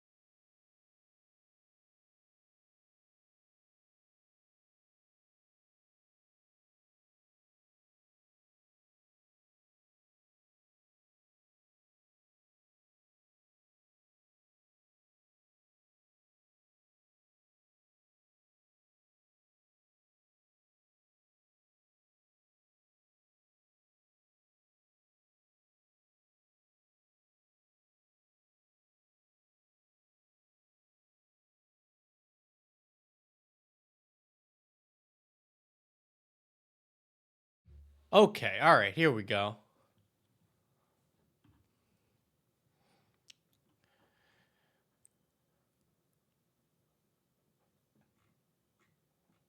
Right, so we're on the quest for synergistic card draw.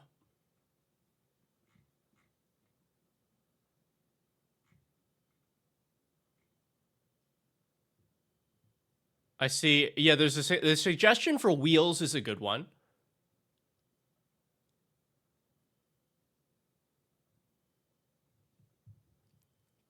Because it's also a good way to get like World Spine Worm back into the deck if you just pitch it.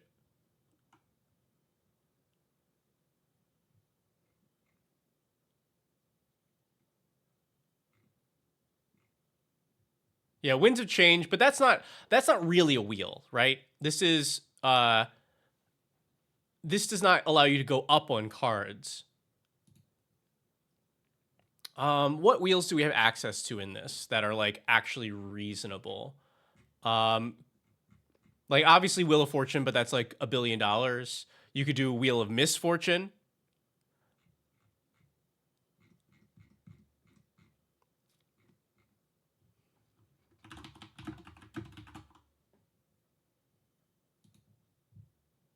Yeah.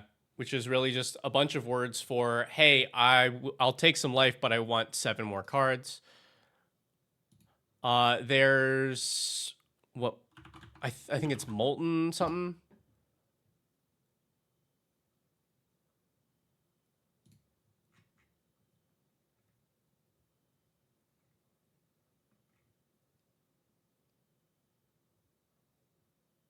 Oh, Molten Psyche. Oh, but this cares about having artifacts. I mean, there are a lot of artifacts in this deck. And this is also just a Winds of Change, so never mind. Raph's Technique. Yeah, but we don't have a lot of creatures that we're able to sneak, right? So, like, then we're just paying 5 for it, which is still probably fine.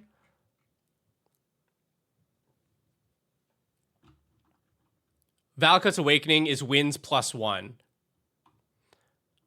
Brass's Tunnel Grinder also Winds +1. Yeah, because here's Raph's Technique. Which is 6 whole mana. And we are not good at sneaking, so I think not that one. But, there some of the ones that I've been thinking about. I've been playing this a lot more. It's 4 mana. You can discard and draw 5. And it also deals a little damage to opponents and has flashback.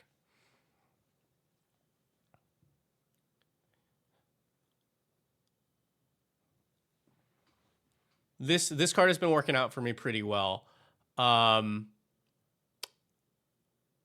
What was the other one? Oh, you know what we should look at?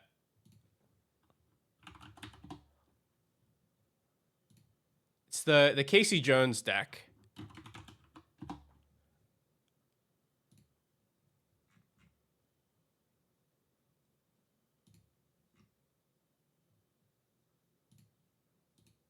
Because I put a lot of those effects in here.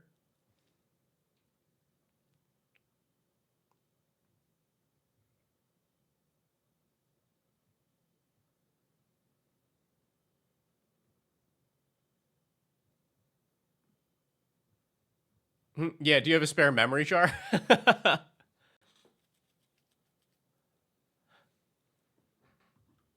Not Puzzle Box. I'm very surprised this card is not played more often. There's also the red memory jar. I mean, like, memory jar is better, but there's memory jar and memory vessel.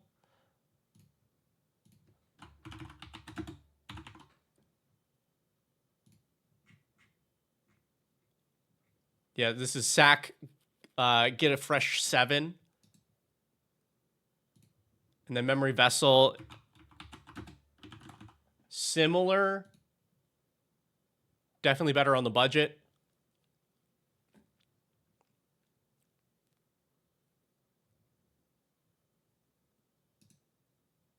Yeah, it is funny that it locks them out of playing the cards in their hands as well. So that is often, like, pretty good. Right, Nibelheim gives you a fresh 4 if you play from your graveyard, which is a lot less relevant here. There's the Snort.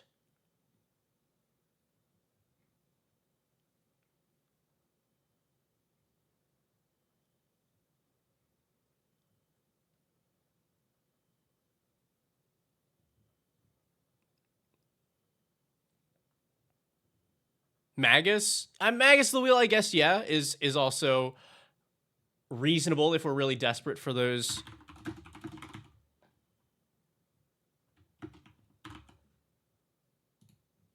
For those effects. But the problem is it's a creature. That is, we don't want to be adding creatures that that don't allow us to do the thing.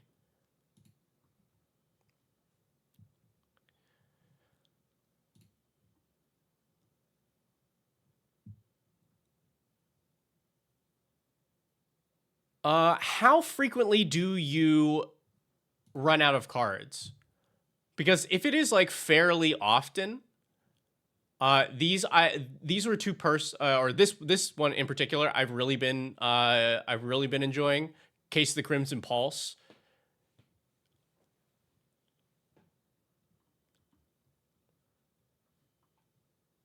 Because if you end up empty-handed a lot, then this is just draw 2 cards every turn.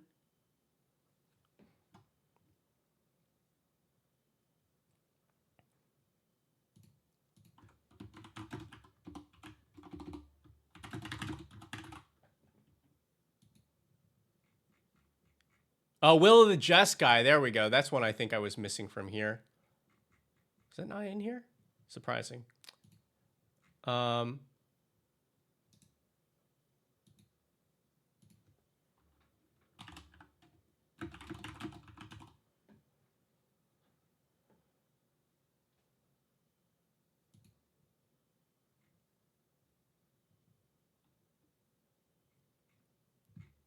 Yeah. Casey Jones and Clive intersect a lot, with the only difference being Casey Jones is a little more flexible, since you don't need to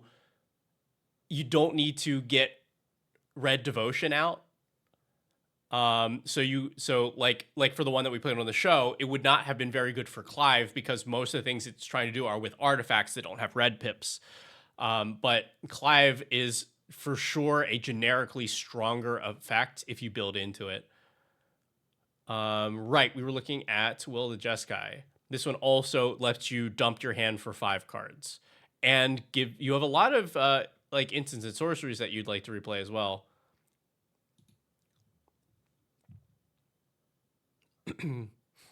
Token doubling Planeswalkers. I don't think we need to double tokens here, because we're not making them terribly efficiently. And it's really just these two.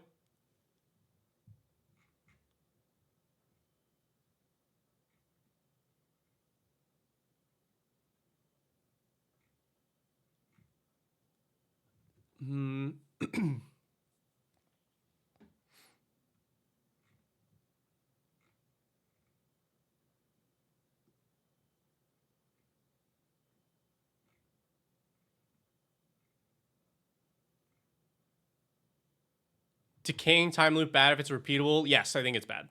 I don't think... I think something has gone very wrong if this deck needs to repeatedly wheel.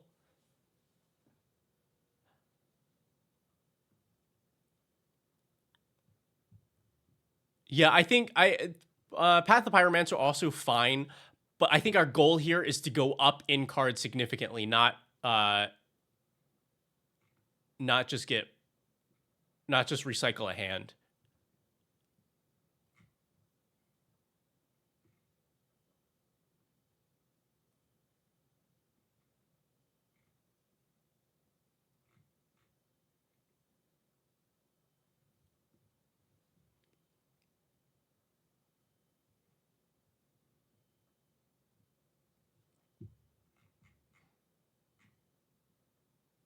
Oh, you know what? Another way to guarantee that you pull off your combo right away, if it is Annie joins up.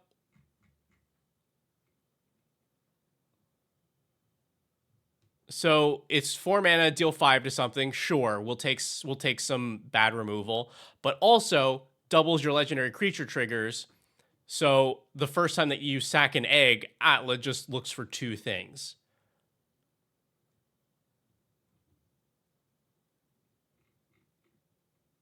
I don't know if there are other things that are significant that this affects, but I think that's worth it on its own.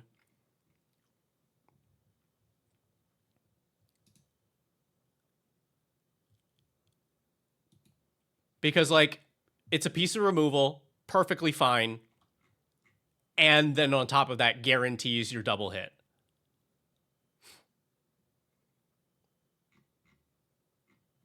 Oh yeah, I guess I'm not typically thinking about Sylvan Library, but I mean, that's it doesn't get too much better than that.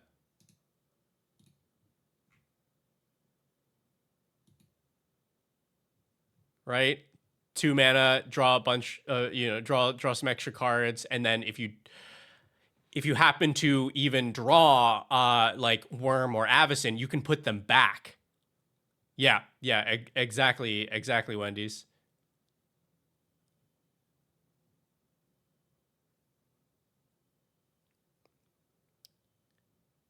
He's just, oh yeah, Peter Parker's camera also would be pretty solid.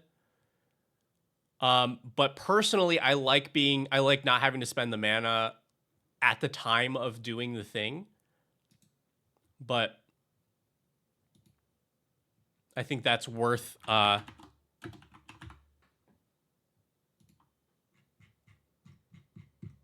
think it's definitely worth a note here, because you probably just run both.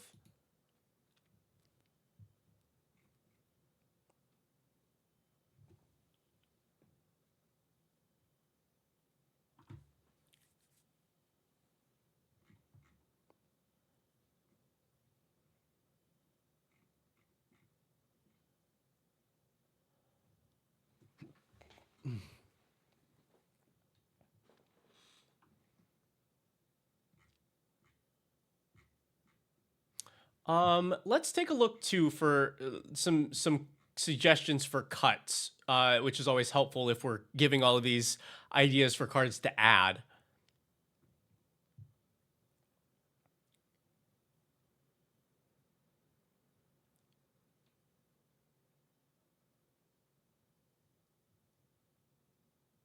Let's see. I personally, I would drop this Insurrection. Oh yeah, Wendy's, you gotta. We're on the same wavelength here. I mean, the Insurrection will win you a game, sure, but I think it doesn't do anything for our combo.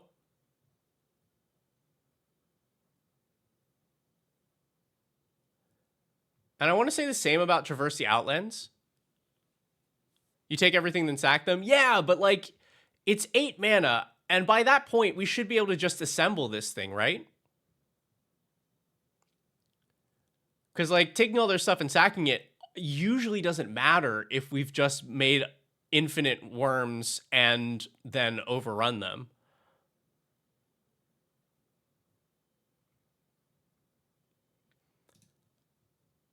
Like I would consider cutting that. I think Traverse is also a case of like, if we shouldn't have a creature on the board for the most part that is big enough for this. And then once we do, it means we've already done the thing, and we don't need to ramp anymore.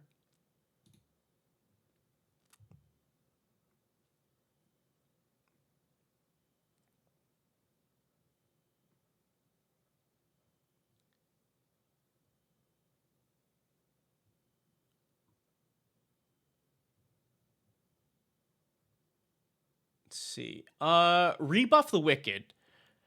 I think you could replace this with like another heroic intervention type effect. Because it's efficient at 1 mana, but it is very narrow. And you do have a lot of artifacts and a lot of enchantments, and I would like to be able to protect all of them. So it feels like Dawn's Truce would be a better option here than Rebuff.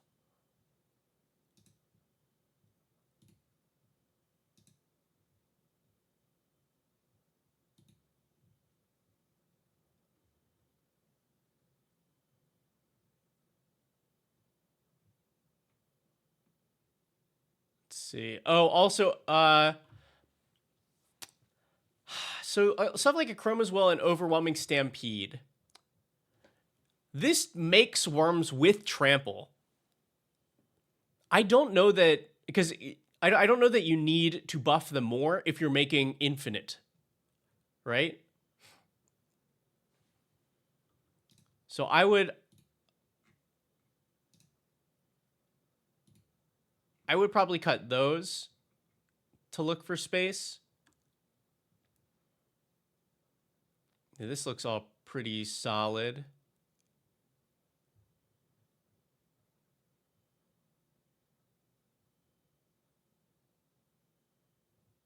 Bow of Nylea.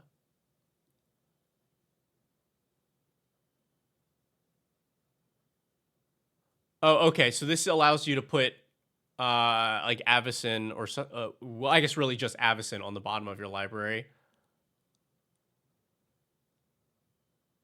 This can probably and the Death Touch like is cute with Trample, although again, infinite probably just means that you get through.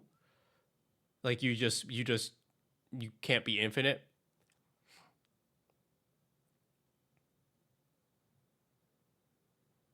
Yeah, you could play Reprieve. You could play whatever the actual white counter spell is, the white Memory Lapse. I don't remember what it's called. Yeah. I think I would just I could see this on a more efficient thing, but Bow of Nile does the job just fine. Thought Vessel. Do you actually end up with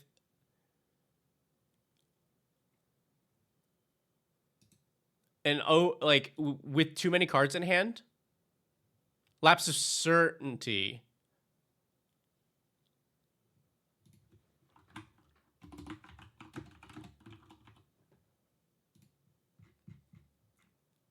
Yeah, I think this is like a cool, nobody sees the Lapse of Certainty coming.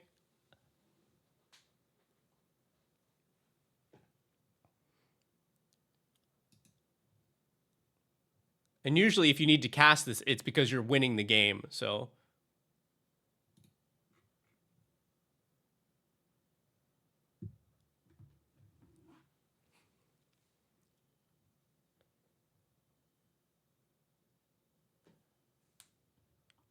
Let's see, and you feel that you need a Chromatic Lantern here? I guess this mana base seems fine. I think you underestimate your mana base.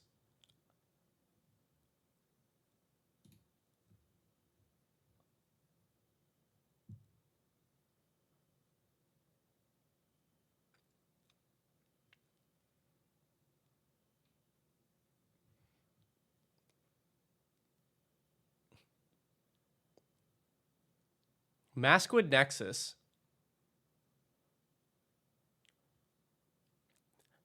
This is kind of funny, isn't it? This is kind of funny, isn't it? If your worm is an egg, you can just sack the worm, cycle through your entire deck, get the worm back, sack the worm again. That's kind of funny.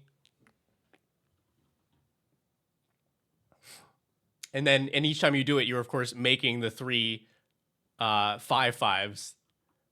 That's very funny.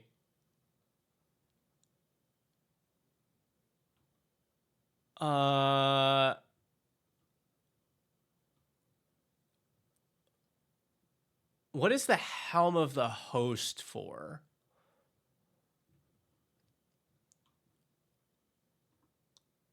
I feel like the Helm is not doing anything for us that the rest of the deck supports well. Similar to a lot, my argument I'll have for a lot of things. Because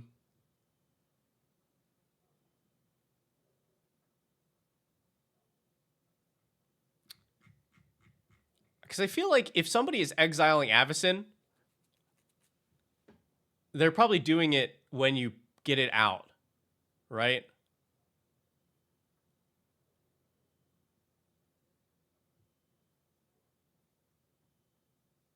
Like, this is a very slow and interactable answer to that.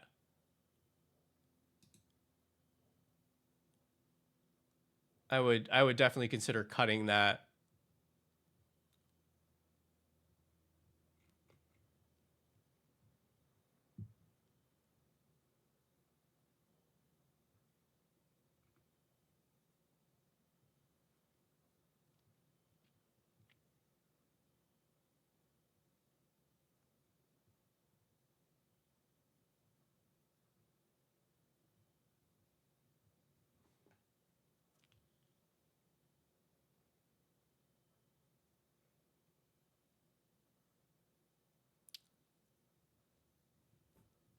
This also seems like not cards when you want it.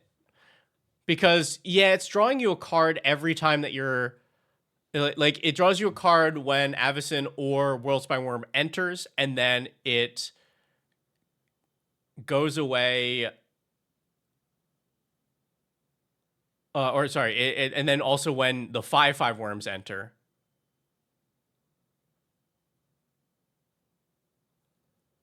I think I'd rather this be card draw that works before we assemble.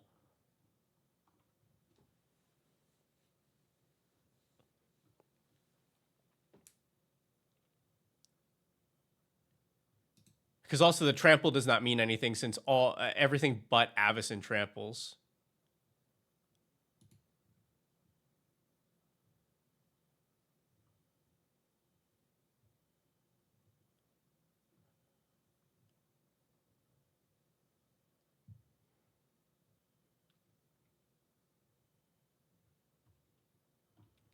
Yeah, Cathar's Crusade, there's of course the issue of it being really annoying to track.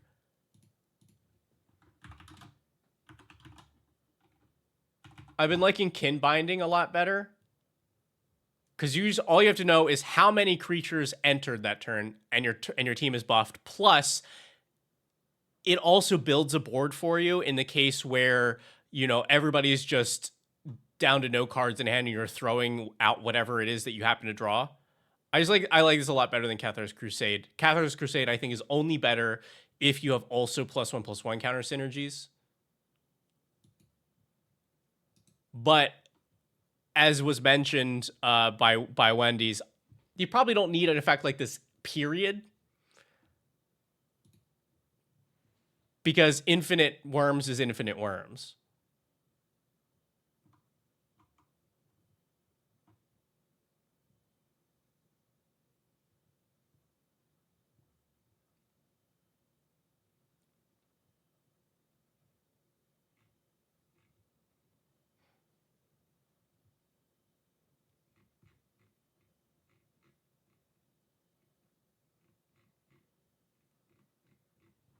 It's funny because this is like, man, is this a commander deck?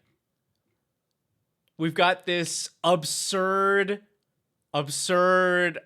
line of polymorphing into these things and then trying to go infinite while protecting our entire board, which totally works. And then we are going so much more over the top by adding stuff like Warstorm Surge and Parallel Lives and Only Procession. Like, you could not, you could certainly cut Procession, Lives, Warstorm Surge, True Conviction, and this would work just fine. But like, is Commander, play the stuff that goes over the top. Sometimes the beauty of it is I've gone so outrageously overboard. Like that's a good time. That's what Commander's all about. So like I think the stuff that I suggested cutting is more on the like, I don't think you get to do that ridiculous thing, or they're just like functional bits that I think you can put more fun cards in those slots. But if you are looking for more spots to cut, then it is probably like your token doublers, or like True Conviction. But I certainly don't think that you need to cut those.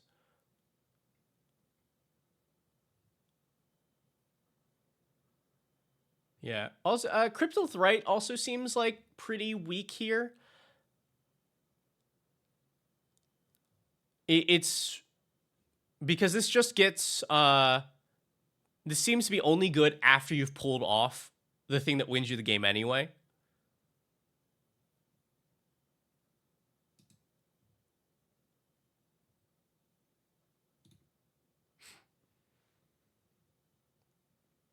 If anything, Earthcraft. I mean, sure. Earthcraft is also like a little bit more expensive than Cryptolith, right? Um,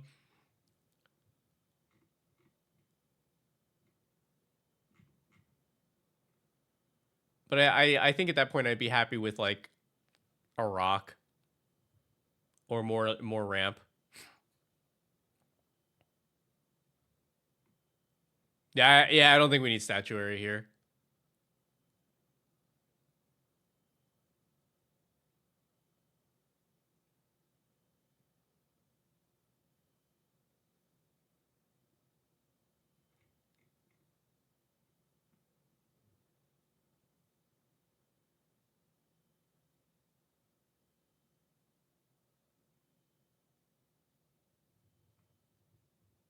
Yeah, this deck is very cool. This is the kind of deck that makes me just wanna go out and play games, you know?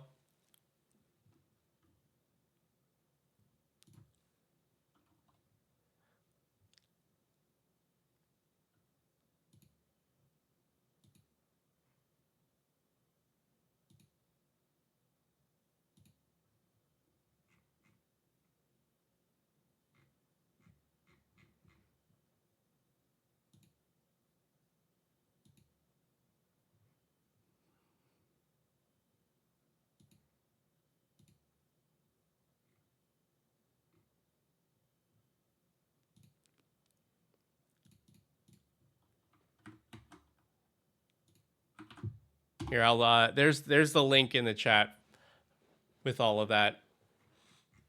That's yeah, the two absolute delights to look at today. I appreciate you all. All right. So now, I believe that leads us to building the third ed. Oh, what cards to swap out? Oh yeah. All right. Let's do a quick. What does not support this? Spore Assist seems not great. We're ramping ourselves a bunch. But I think this is probably the swap for like Collective Voyage. This also being a defender like ensures that it does not help us win.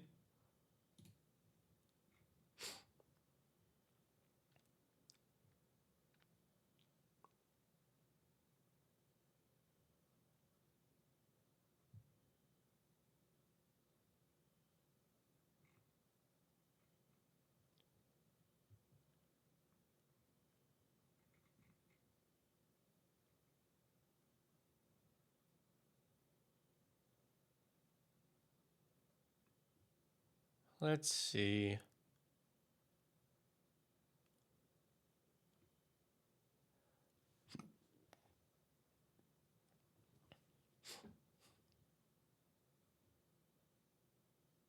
I do think actually I would cut the Chaos Warp here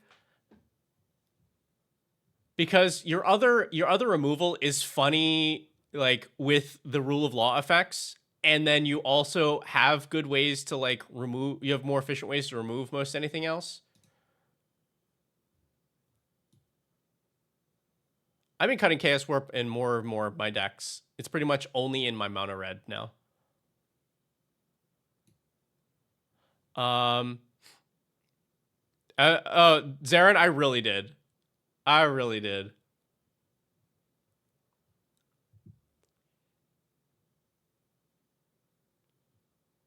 What is the disorder in the court for?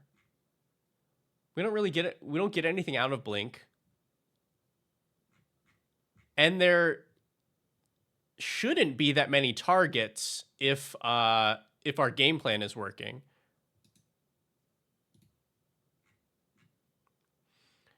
I think the Horn of Greed is a really inefficient group hug piece. If anything, just run Howling Mine, because this does not draw cards if you give players more, like if you,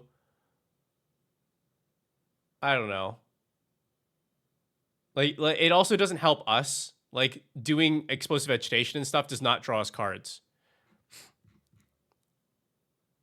It also does not work with Kineos and Tiro.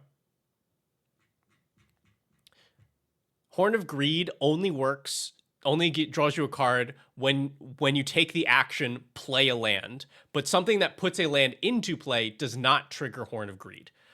So K&T doesn't do it. Like Rampant Growth kind of effects don't do it. Yeah.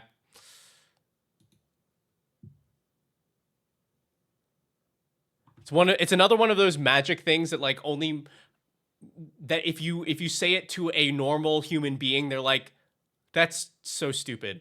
Yeah, it only works when you play a land, but not when you put a land into play. Okay. But yeah, that's the reality there.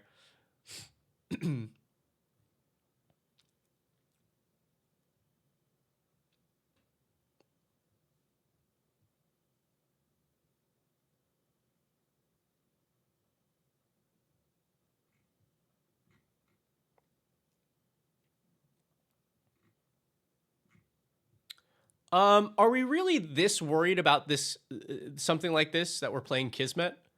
I can understand the ones that come down very early, like Authority of the Consuls or Blind Obedience, but I don't know what this is protecting us from or opening us up to do.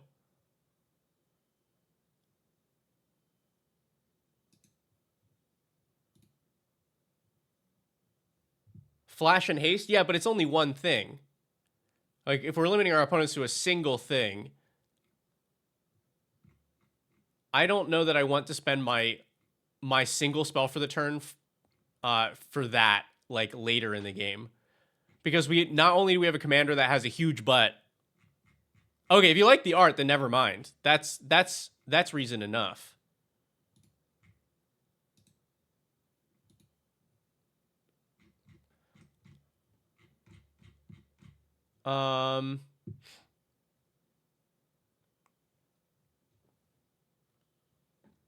Oh yeah, definitely cut Storyteller. It has group hug vibes, but especially since we're really cutting down how many spells our opponents can cast, this will not draw that many cards for anybody.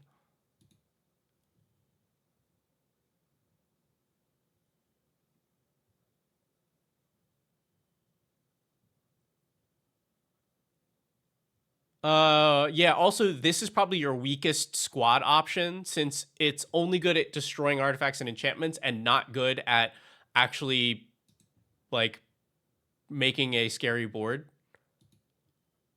Like this makes very large creatures. These fly.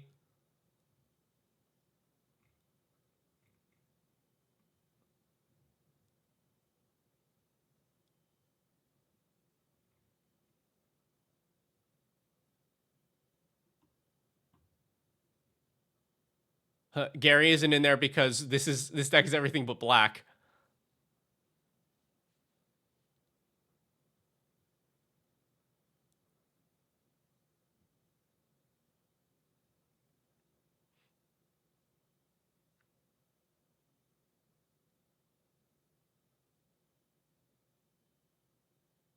Gary clone. I see. I assumed you meant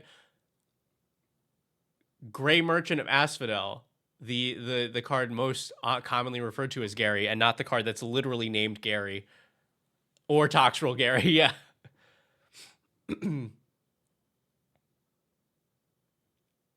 Yeah. Oh, I would. So this is just a personal preference. I would cut this Defense of the Heart. I feel like this goes against the spirit of the deck because this is just an absurdly powerful card. And sure, you're using it to get some pretty fair things, but also our deck is limiting the number of things that our opponents are doing. So you may non-bow yourself by not having an opponent with 3 creatures if your deck is performing correctly. But yeah, personally, I don't like playing Defense of the Heart any lower than like a good bracket 3.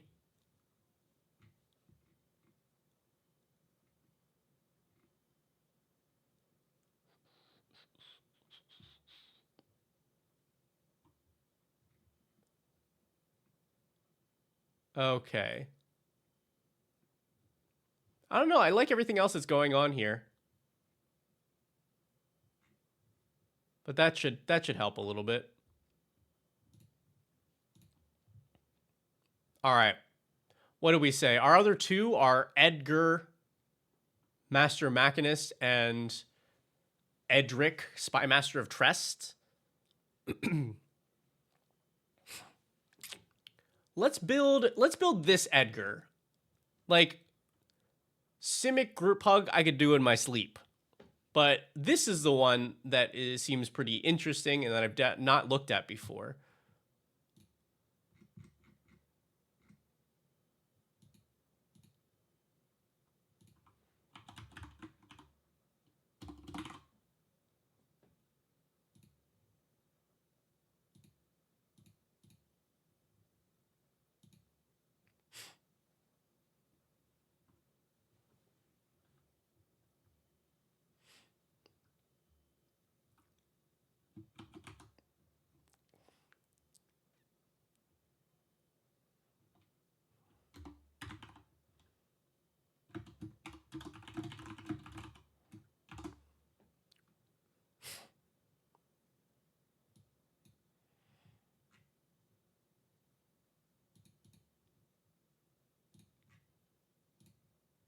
All right, stacks and mana value. All right, Edgar. So we want we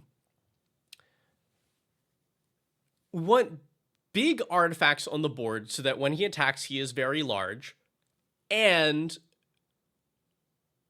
we can cast one artifact from graveyard per turn.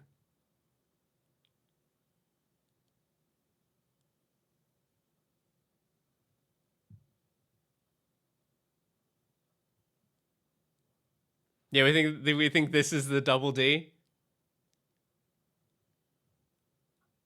I could see it.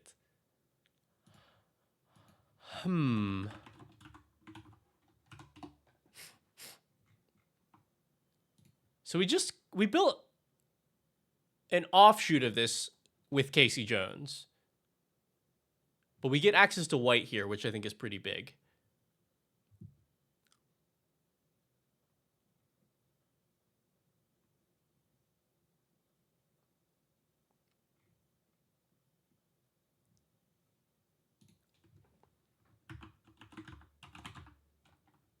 All right, so Metalwork Colossus seems like a good place to start. Don't mind giving Edgar plus 11 on attack.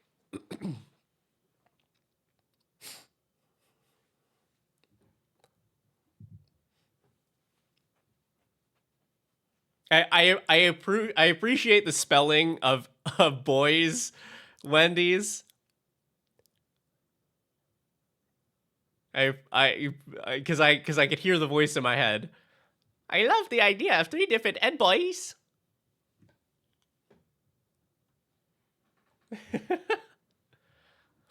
Is this a walls deck? Do you mean walls of Bossing Say?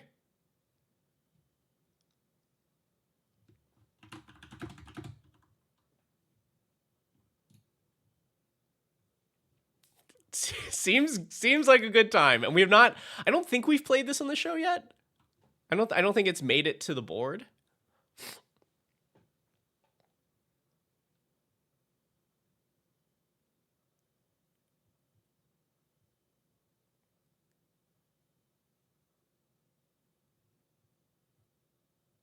All Fates Scroll. Is it what, draw for every different land?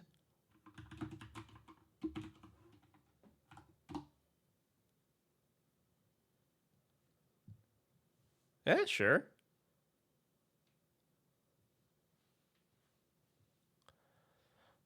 I'm just like going through my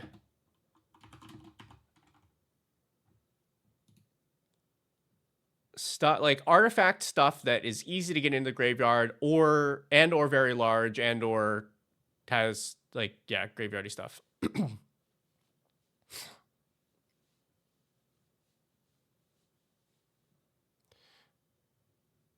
Cool but rude. I don't know that we're doing a discard forward synergy. It's probably a secondary thing.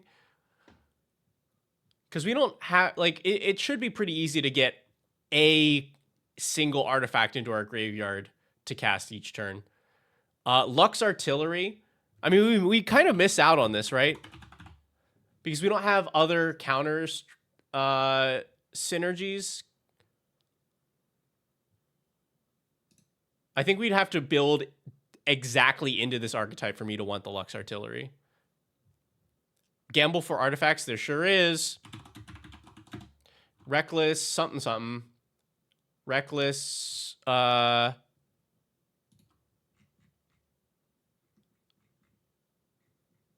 reckless handling.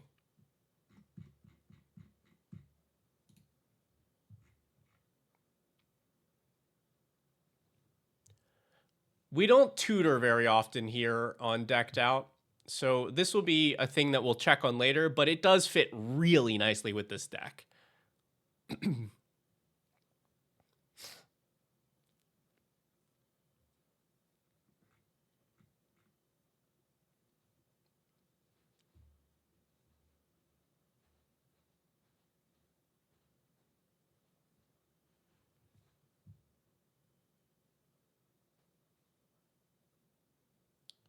Escape Tunnel. Save all the lands till last, just because I like to see the number.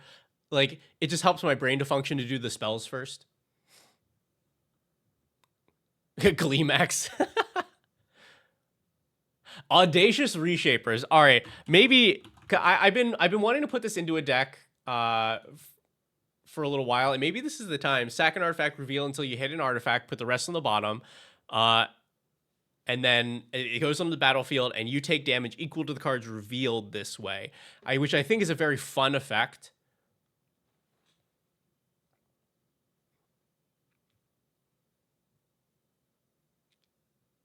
Man,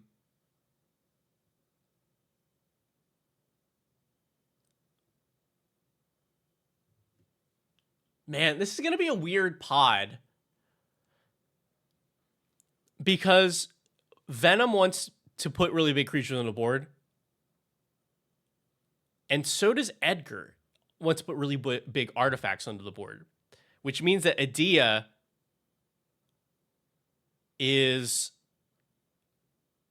a lot out of... Like, Adia has a natural advantage because two of the decks want to put single big creatures onto the board.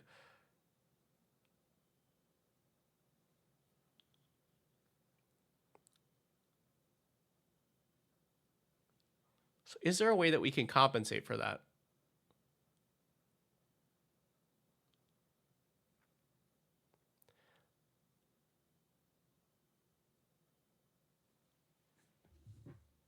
No, yeah, no Nullstone Gargoyle. It's...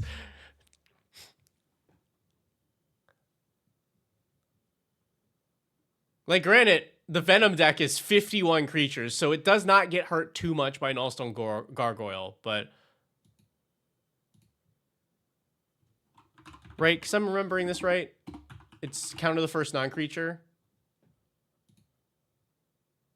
Yeah. But, nah.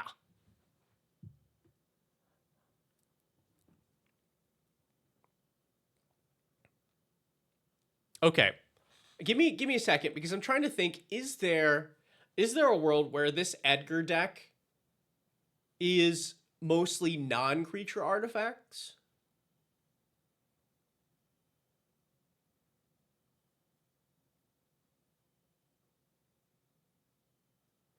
Like, what do we do with this? Is there a way to do it that doesn't totally feed the Adia deck? Could do vehicles.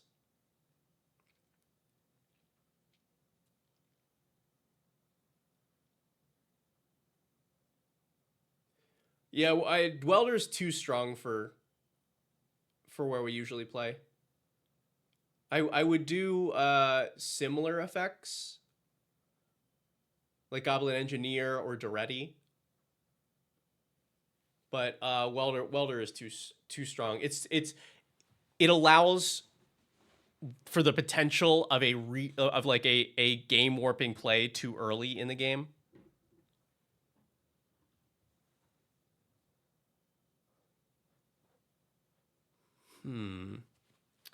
I don't know if it's worth it. We might just be okay with the Idea deck getting a natural buff, since we did hold it back a good bit.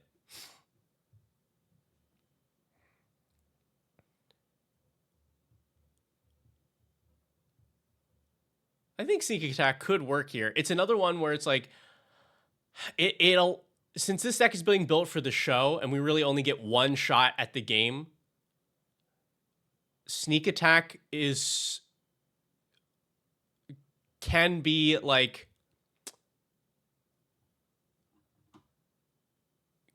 problematic in a lot of situations. Yeah, and I think we're going to avoid Staxy stuff. There was a request for the lobster, right? So this gives us a way to sacrifice our artifacts to be able to recast them with Edgar.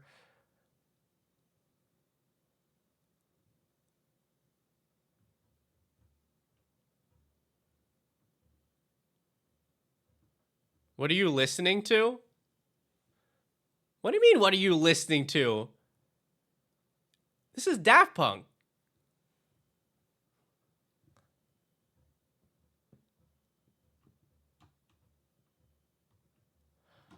Oh, you know what? Yeah, Sneak Attack could be a problem, but I like the idea of maybe doing a little sneaky stuff. What about Tanic?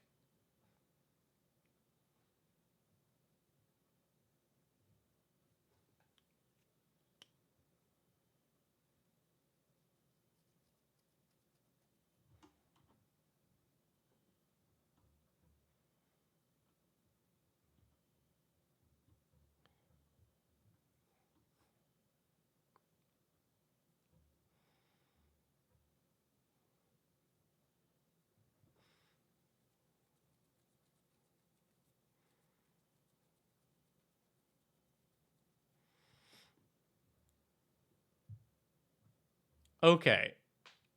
How do you feel about Blightsteel? Nope. I don't know. I don't know if we've ever done Blightsteel on the show, because that's also one that's tough for content, because Blightsteel is very good at eliminating one player. And so if the deck cannot use it efficiently to end the game quickly, then you end up with one player who does not play Magic for a while. And that's no fun.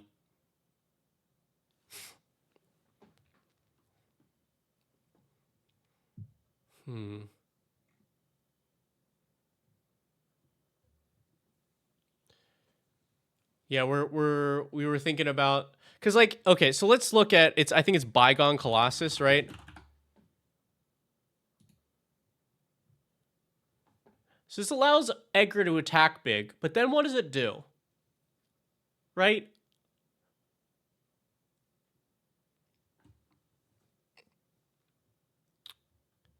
Like, what does this deck want to do?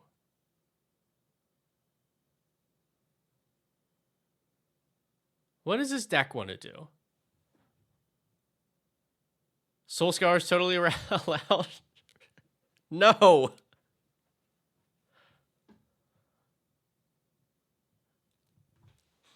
So maybe we really lean into this idea and we make it. Can we make a fair Sneak Attack themed deck for this?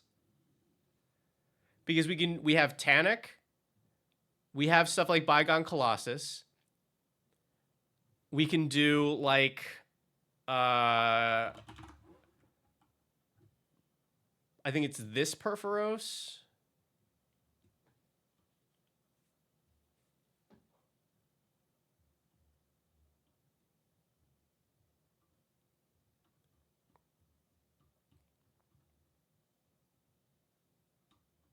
because this also helps to balance the pot a little bit more, since Adia will have a much tougher time stealing the big things that Edgar is putting into play if they are temporary.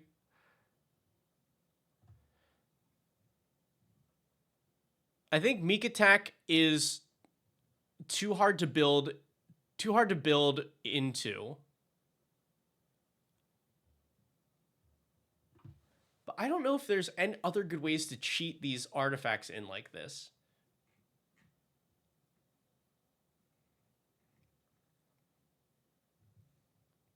Oh, I know one that we probably do need to.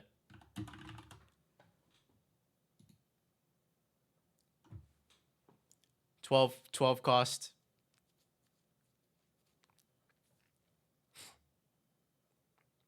Sammy, now you're talking. Now you're talking. That's what we want.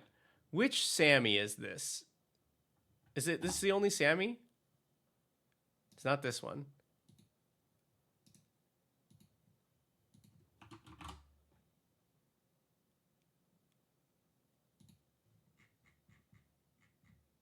Here we go. Wildcat Captain. Yeah, suppose you have affinity for artifacts. Oh yeah, Ancient Stone. Now, yeah. Yeah, we definitely want that.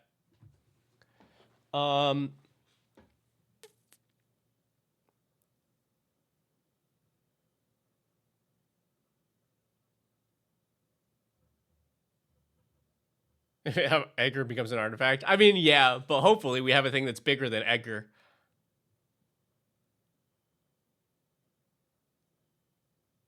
Is this an affinity deck?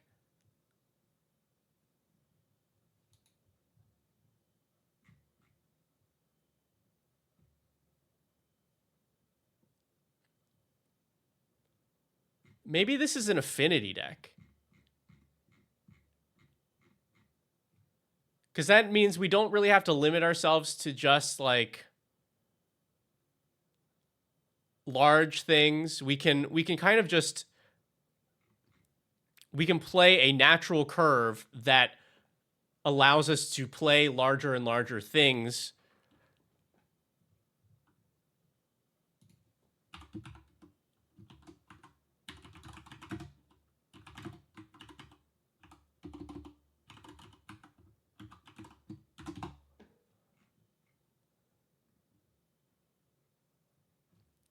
Yeah, what if we just dump all of this stuff in? What does this deck look like? Not Furnace Dragon.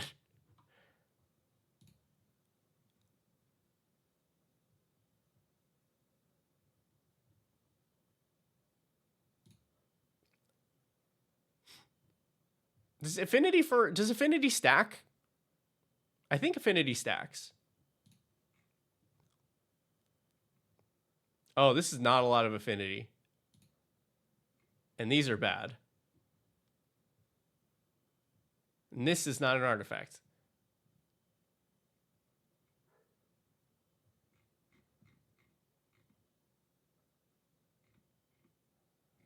Huh. All right, well, that helps to solve that, I guess.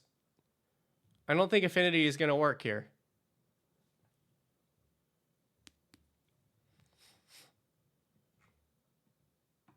Like, we probably still include them, but that's not the way that we build it.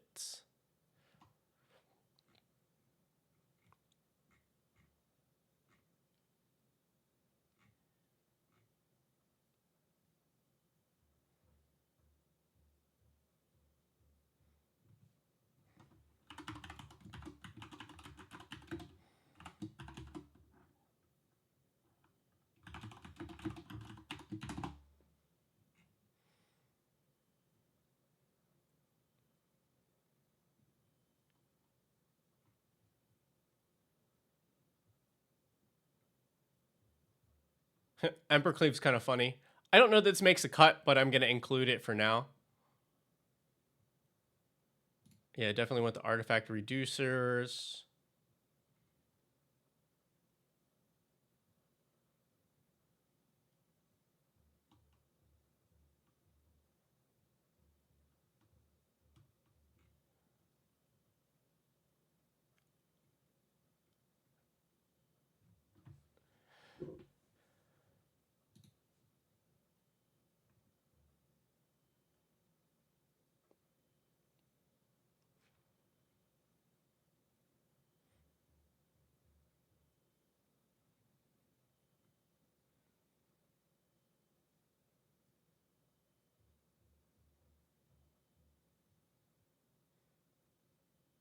Oh, this is cute. One less for each creature attacking you.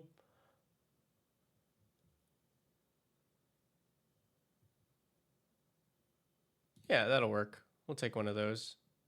We're not doing a lot with energy, but it does stuff on its own.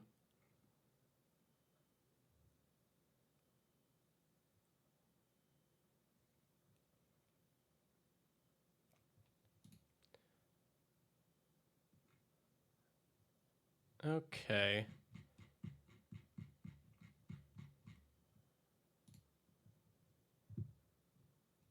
Hello, PBFP.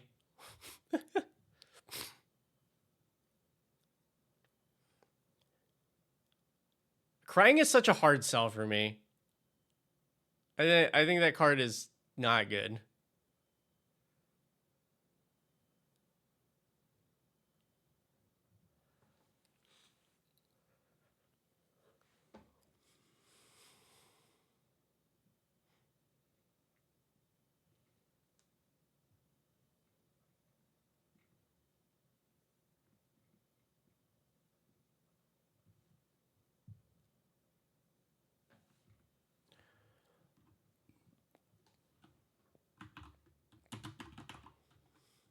Right, we had Wayfarer's Bauble, little action. Oh yeah, we'll definitely be looking to hit people with Edgar. It'll be just deciding which things are the best for that.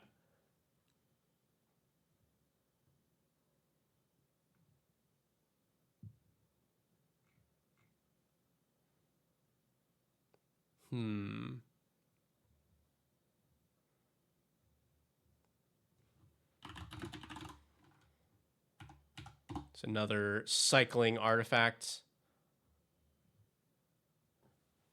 A Chroma's Memorial, a Cauldron Complete. I could see that.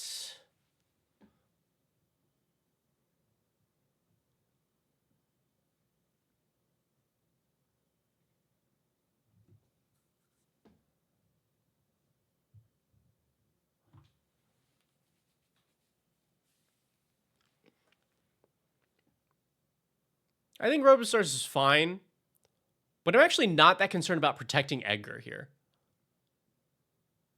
I think the deck has a strong central game plan that Edgar just like accentuates.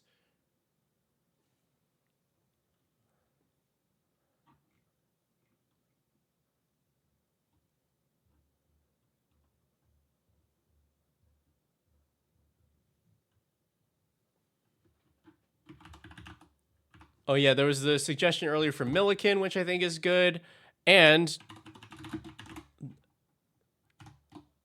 Milliken's new big brother, the Warring Triad.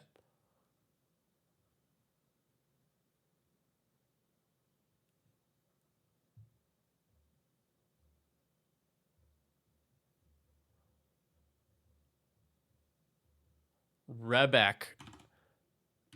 I don't know that I remember what Rebek does. Artifacts of protection from each converted mana cost among artifacts you control. Huh.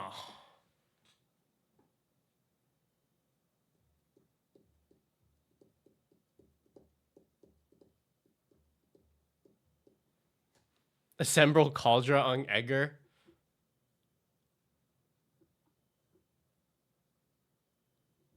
It's not the worst.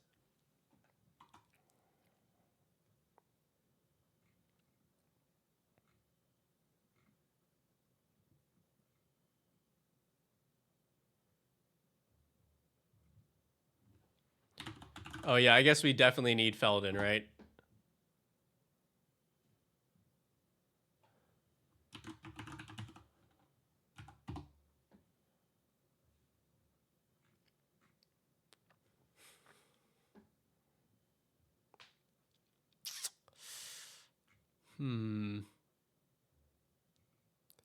I'm still like this deck is fine, but there's like I need something that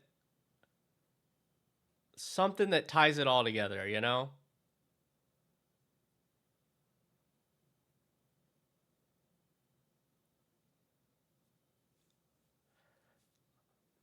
Look, I love me a Dan Lewis.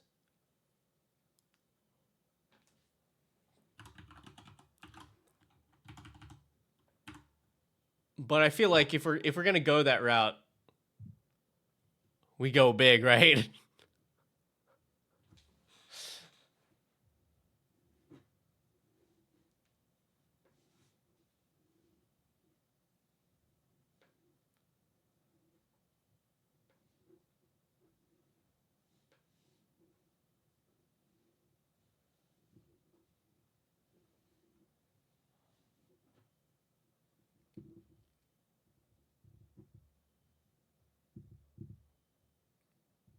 Hmm. I don't know that this is it, but like I don't think we've ever played Bludgeon Brawl on the show either, and the card is very very silly.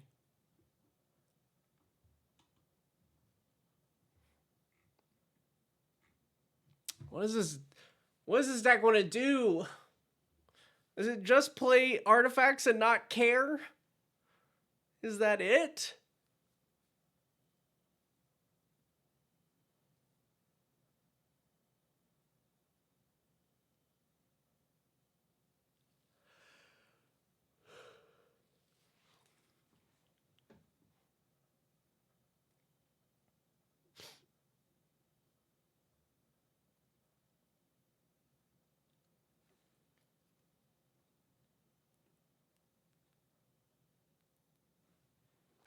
Any artifacts we want to sack? I don't.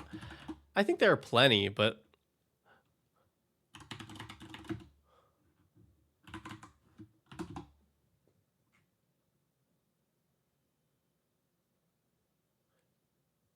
I guess yeah, this already is pretty good for this deck.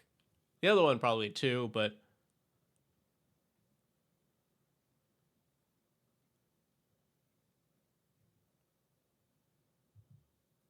also this Karn.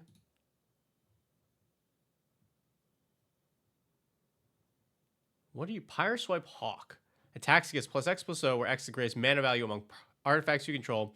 When you expend 6, gain control of up to 1 target artifact for as long as you control Pyre Swipe Hawk.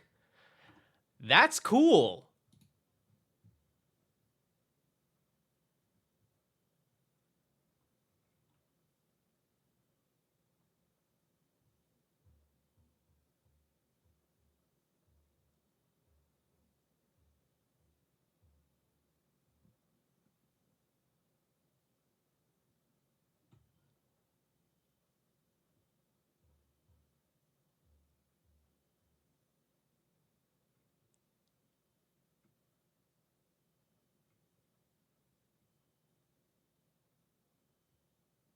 Okay, yeah.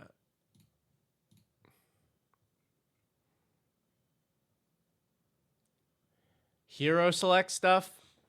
Yeah.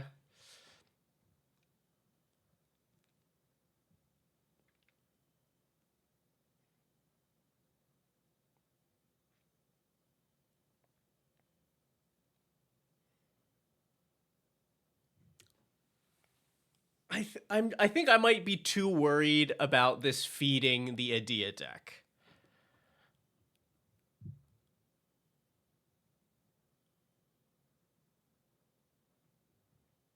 I think it might just be okay.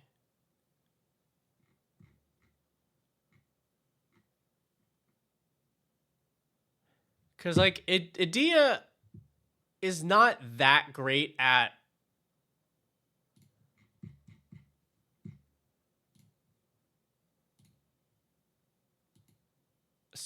like for the most part, unless she finds like mass mutiny or mob rule or something, she's not stealing a lot of things. Like she definitely has to work for it.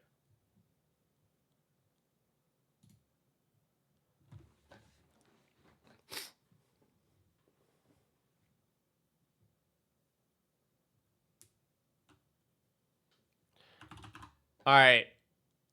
Bosch, yeah. Man, I don't remember the last time I saw a Bosch in a deck. We're totally doing that.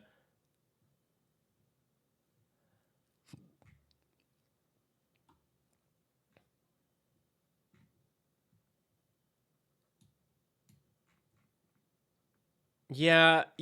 I think this is just like, I think this is just go big artifacts, and we kind of,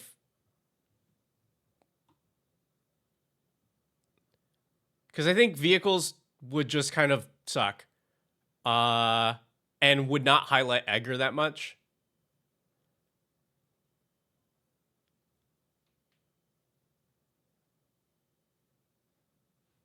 Yeah, I think we just make it. We put some stuff in the way of Adia stealing. So like, there's what's the bronze something that gives your stuff, bronze guardian, right? Yeah, other artifacts you control have ward 2. Like, I don't want to straight up attack against Adia, but I want to put some stuff in, like, with that in mind.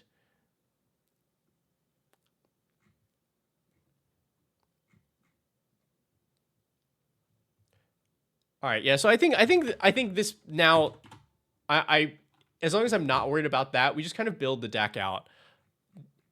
Um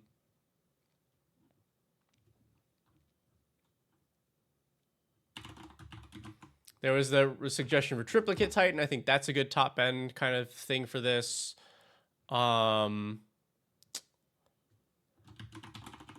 I think Duretti Planeswalker is good for this.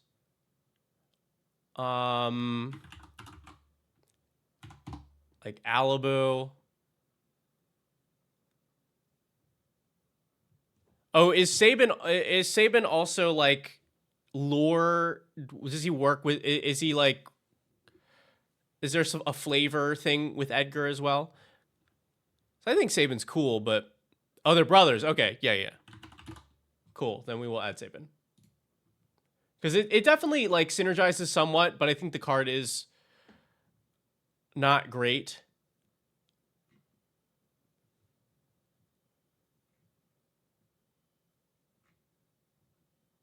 Okay.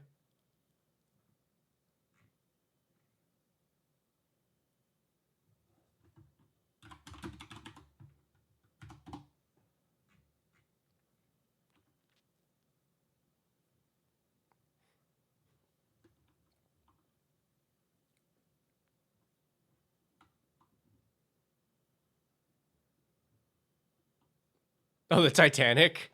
That's true. You can replay the Titanic.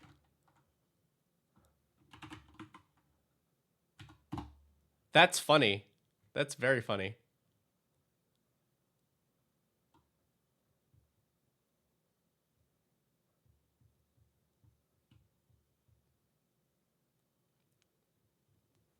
That's very funny.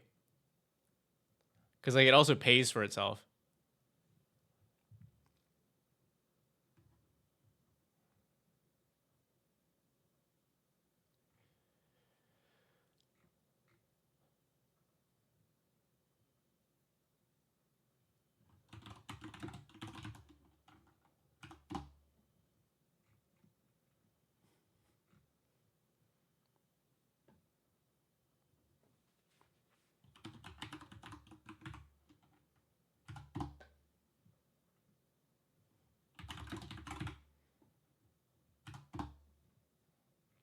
All right. Um.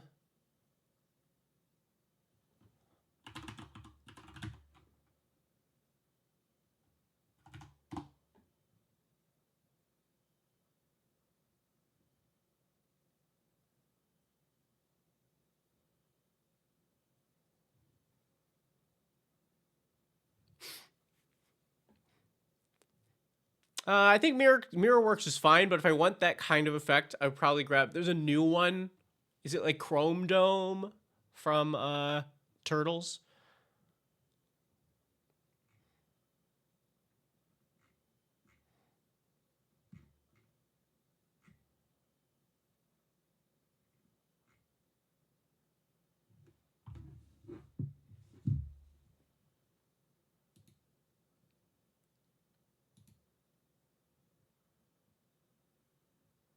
Oh, I've just checked my DMs because of Nerd Girl.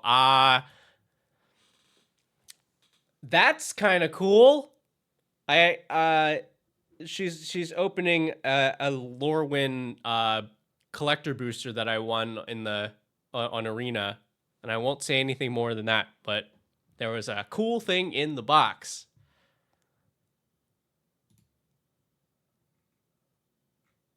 Nice.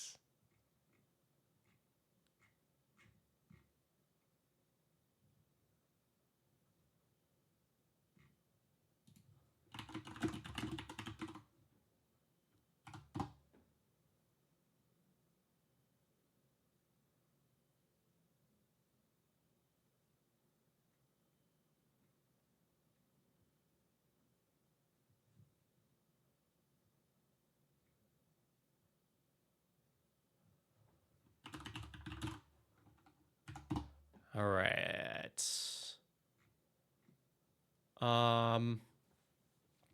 Oh God. Right. I guess I can. Yeah. Wake the past. Return all of our artifacts. Navigation orb. Bleh.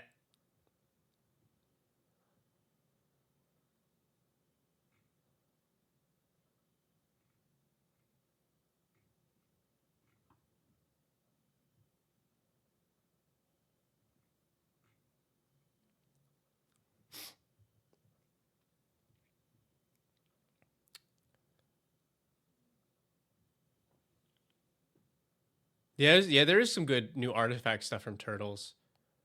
Oh, I just really like this. I like Adaptive Omni Tool. I think it's very strong. +1 for each artifact you can control, and it digs for more artifacts.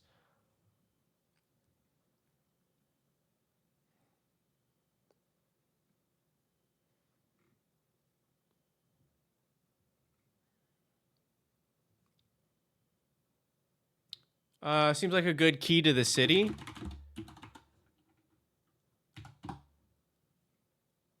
Discards cards, makes Edgar unblockable.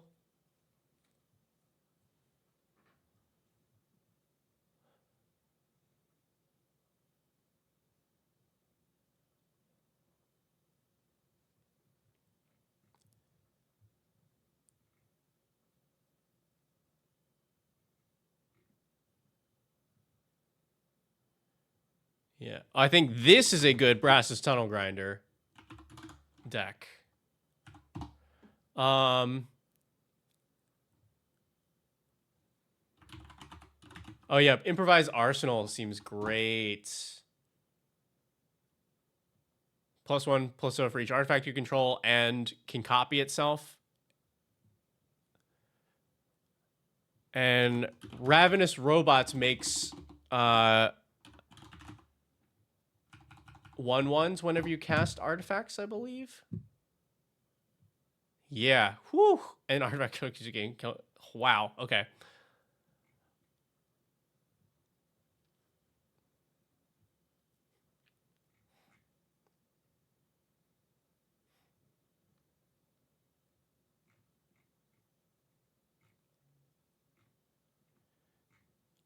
All right. So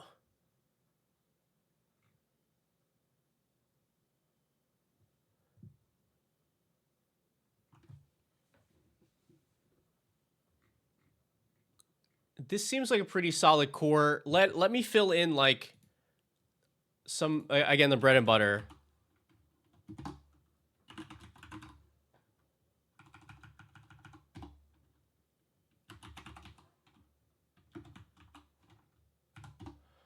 Let's see, what else does this deck want to do?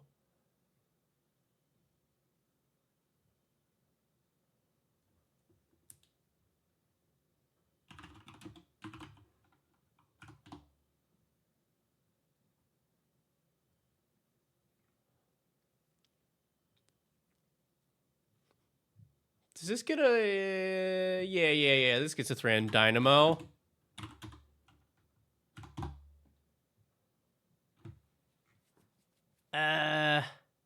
We have like we will have to cut some stuff for like removal and things. Yeah, we're not bludgeon brawling. We're not bludgeon brawling.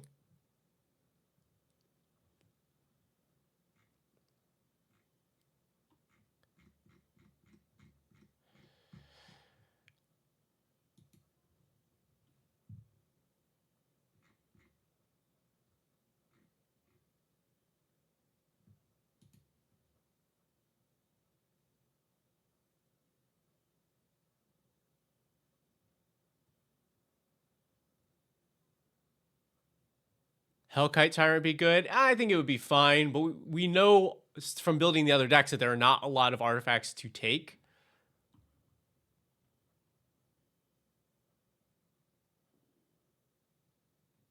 But I think, because I'm already at the point where I'm like, oh, we need to cut some stuff.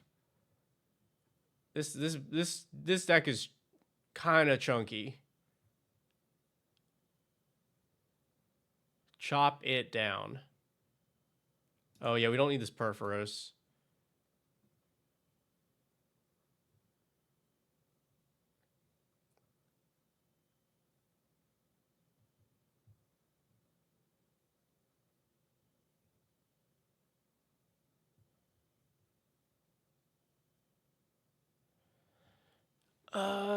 Artifact creatures spells you play have affinity for artifacts. Yeah, that's cool. That's cool. We leave that. We leave that. I am gonna have to figure out how to put like actual removal in this deck.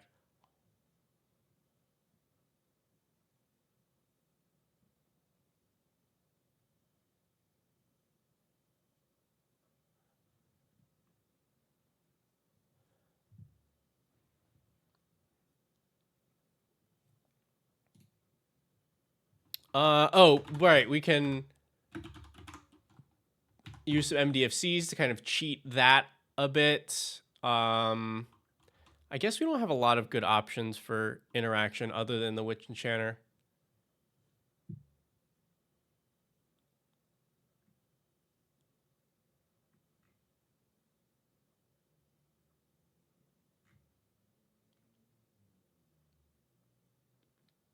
Kazul's Fury. Yeah, but I the tap lands I generally count as the spell first and the land second, and the MH3 untapped lands I count as the land first.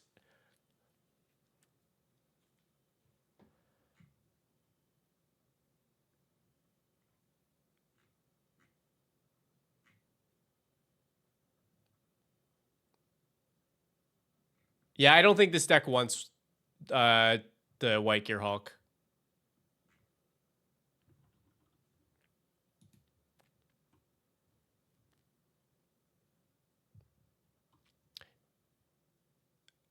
Yeah, Hope of Gearpor would be pretty good, but it's again the problem that it's like it's a content problem. Like it kind of shuts down one deck and has almost no impact on the 51 creature deck.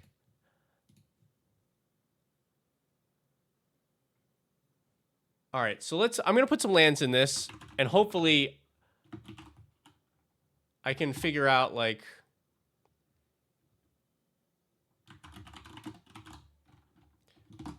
what I want to cut.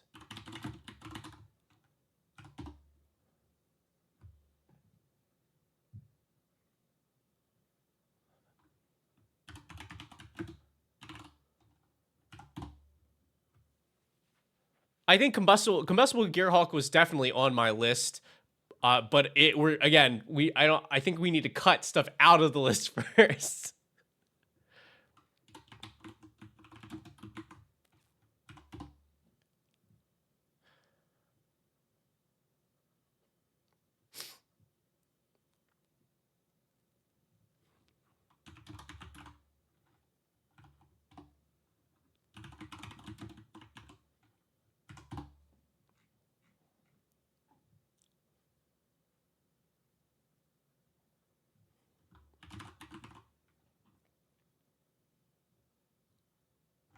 We don't need. I don't think we need Ishgard because we don't care about returning, like, incidentally returning creature or artifacts from graveyard to hand since our commander just lets us cast them.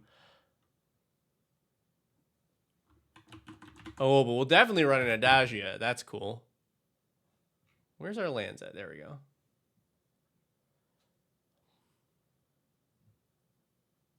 Oh, right. Cecil's escape tunnel.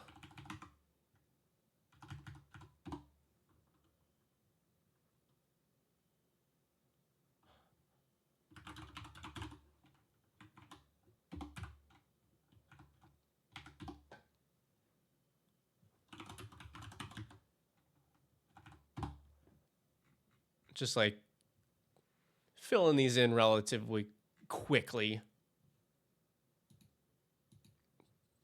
Let's see.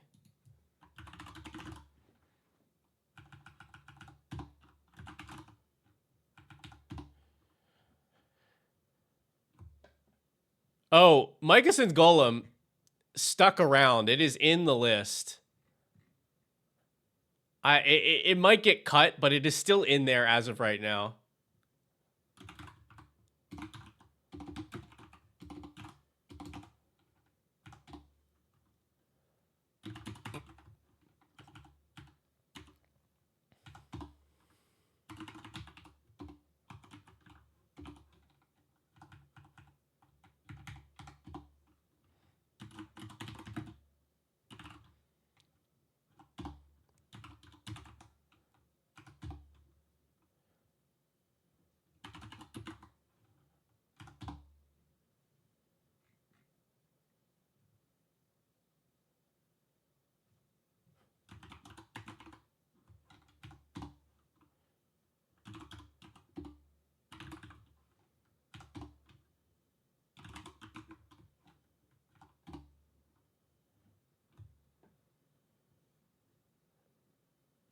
Right. Yeah, just the fact that it is an 11 cost with affinity might make it worth running anyway.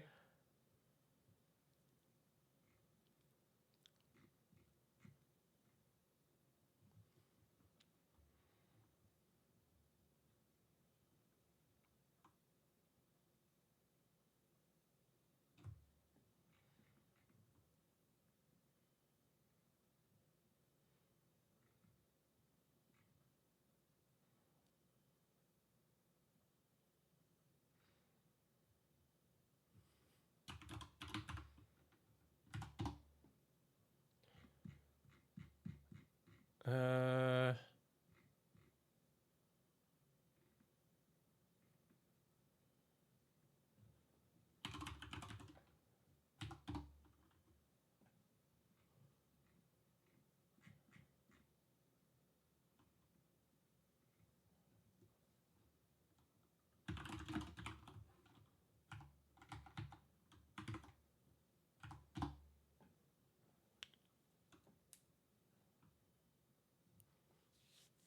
I still put the artifact lands in because of affinity. But yeah, Edgar cannot replay them out of the graveyard.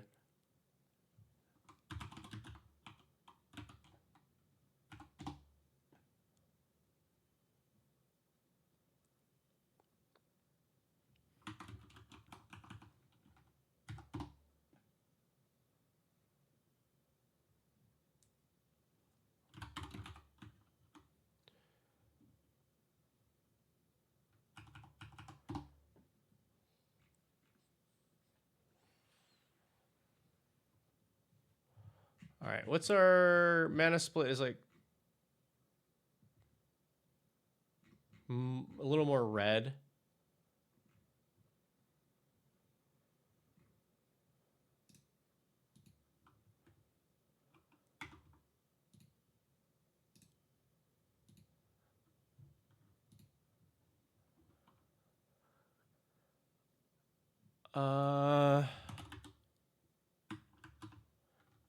Ganjo is some not great interaction that we can put into the mana base. Mycosynth Gardens, we got, yeah. Scene of the Crime, it being a tap land, I don't love. Oh, but you were looking at that for if Edgar could play them. I see, I see.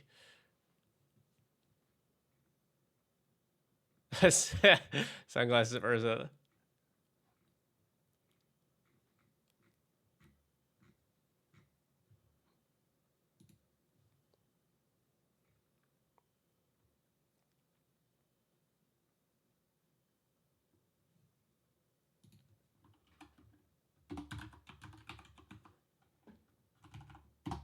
Okay.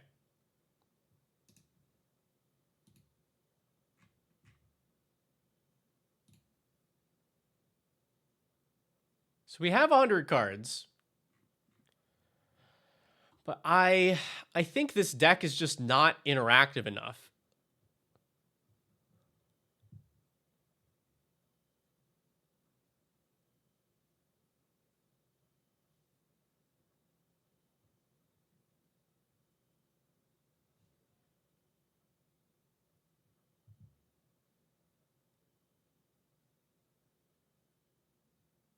Apple of Eden.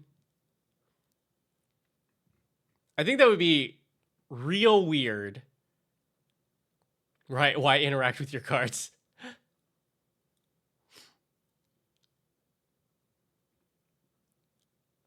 I think that's a hard card to resolve for content, especially multiple times.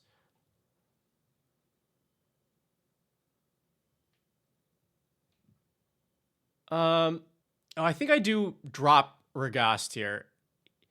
He's cool, but we did not end up with a lot of like small utility artifacts. Like we didn't end up going with like Ichor Wellspring kind of stuff.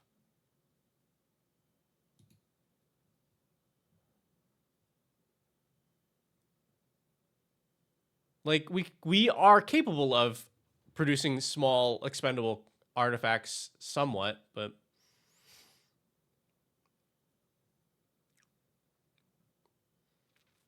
because I want like a blacksmith skill, hexproof and indestructible for something. Don't love Chiscoria here. Top 5, we have so many artifacts though.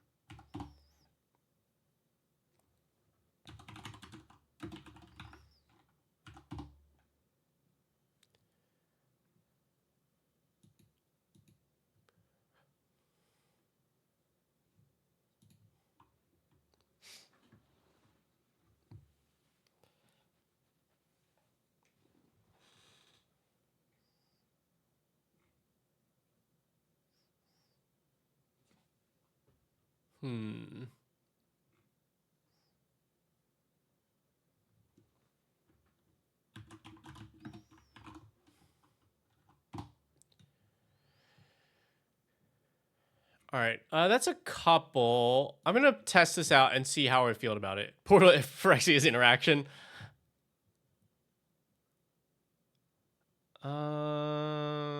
This is I think a little slow.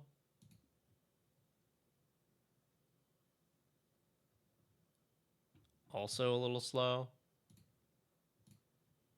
All right, there we go. Draw, escape tunnel, sack it, get a plains. Draw, mountain. I think we actually play the robots first here. Then draw, play a land. We still probably hold off on the signet, right? We go like Warring Triad. Make a robot. Oh, that is not the right robot. Whatever. Draw. We have a land. We have 5 mana.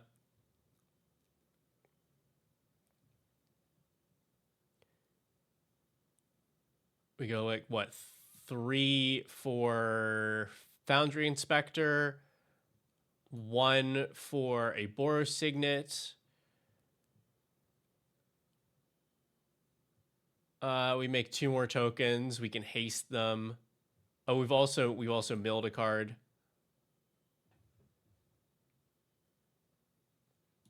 Oh, I guess we spend the last 2 mana on Ruin Grinder. Mountain Cycle.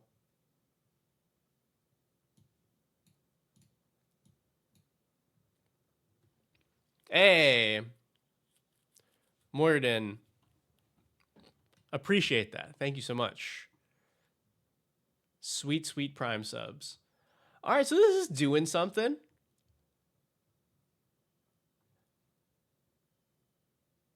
This is doing something because I guess the next one would be play Edgar. 1, 2, 3, 4.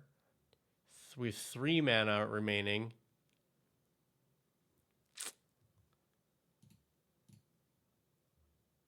Definitely could use like a little better card velocity.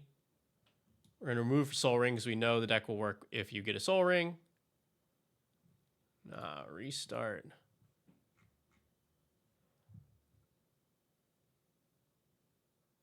It's definitely light on the early plays.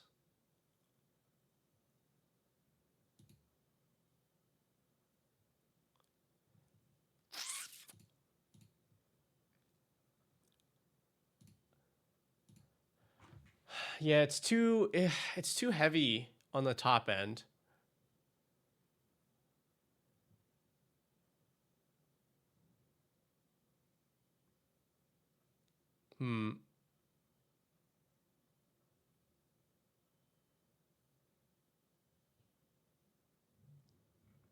You talking about the one from Turtles, the improvised arsenal?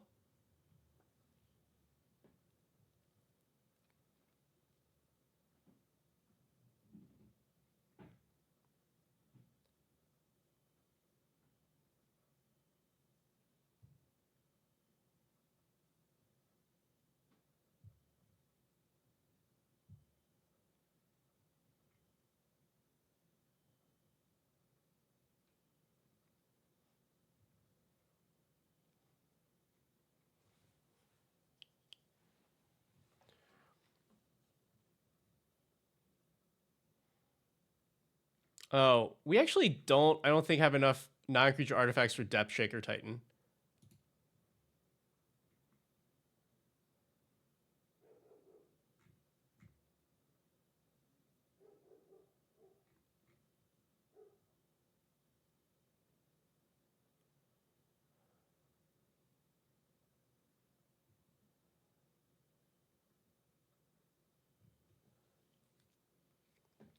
And I think this Frogmite just does not matter.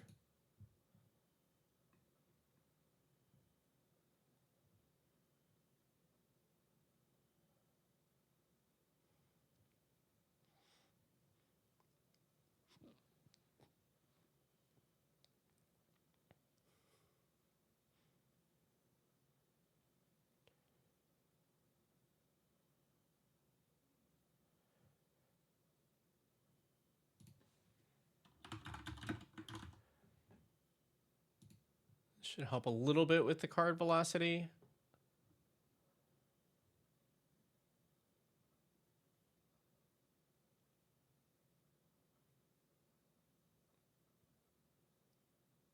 What's the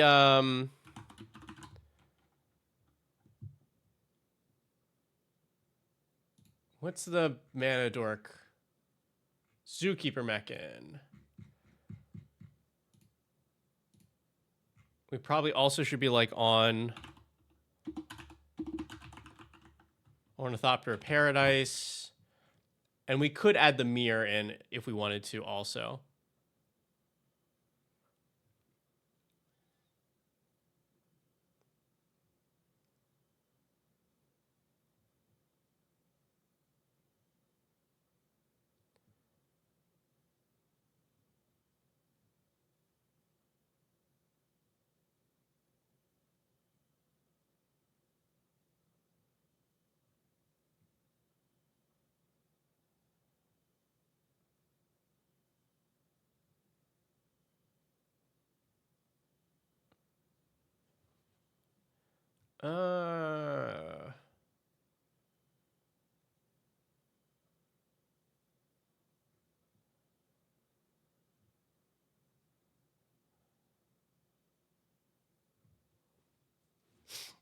Walls of Blasting Say, I think actually gets dropped here because if we want to cheat a thing in, we want it to like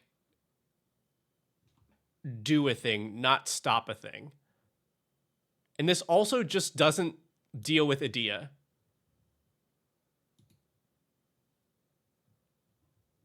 Mystic Forge. Actually, we probably should be on Mystic Forge here.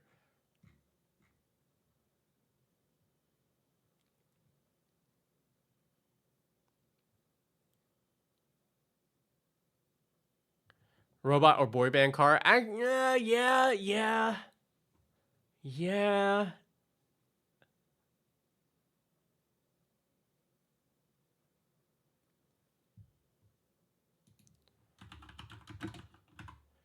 think for sure Sad Robot.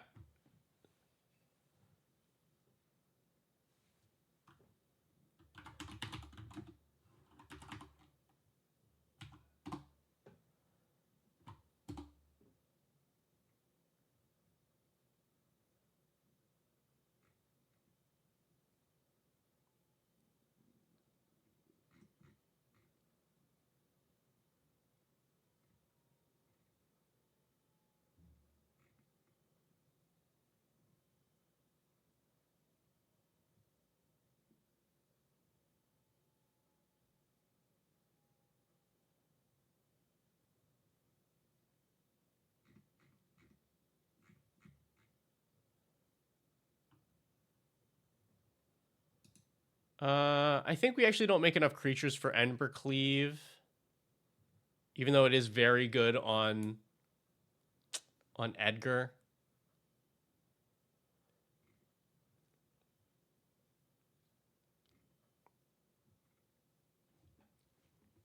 Well, Metalwork is non-creature artifacts, and we did not really lean that way.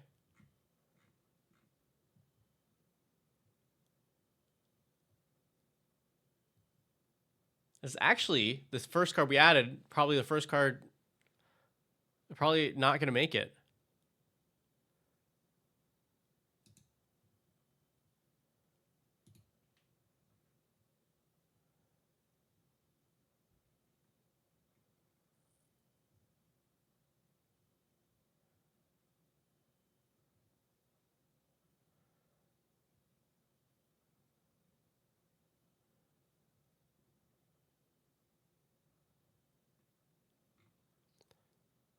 I think I want to say Sammy is also like not quite what we're looking for. Just because of the way that the build went. Okay, so if we keep this hand, we go Clifftop turn 1, Verge turn 2, play a dork turn 3.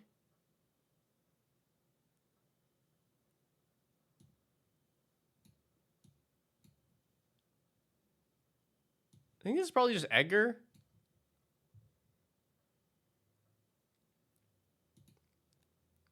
So then turn 4, we can go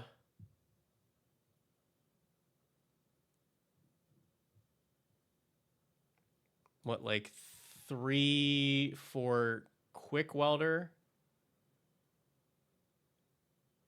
That just doesn't quite work out, does it?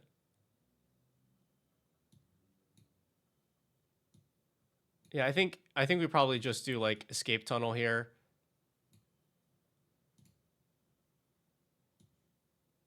Find a tap land. Pay 4 for like Joyrus Familiar. Swing Edgar for 6. And then this turn, this is our turn 5, and this is about where I will stop the test. 3, 6. So it's 2 mana for the Quick Welder. 1, 2, 3, 4 mana. So you can pay 2 for Forge. We look at this. Exile that. Look at this. There's a Soul Ring. Play that for free. Look at this.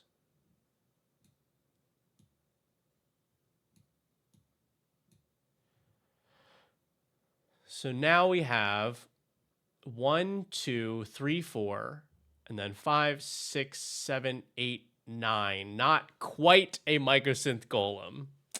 Not quite, but almost.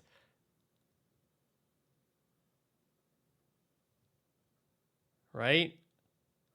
1, 2, 3, 4, 5, 6, 7, 8, 9, 10, 11. No, the reductions. The reductions. This is a Microsynth Golem.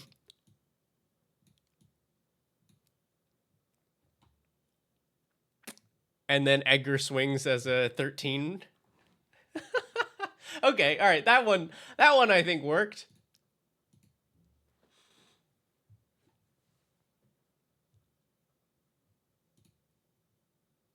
Draw escape tunnel for a mountain. Draw Citadel. Ravenous robots. Draw. I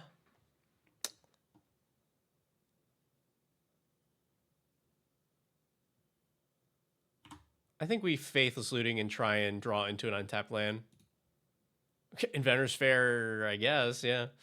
We'll pitch Sabin for sure, since we can cast that from the graveyard, and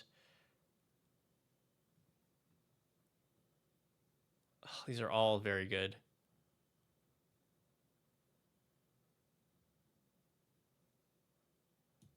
I guess like Pyre Swipe seems that's sad. Play an Inventor's Fair. Play a Key to the City.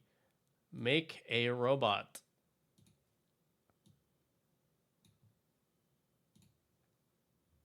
All right. 3 or 4 mana. Yeah, this is probably just play this, play Sad Robot, make another token, finally get a Plains.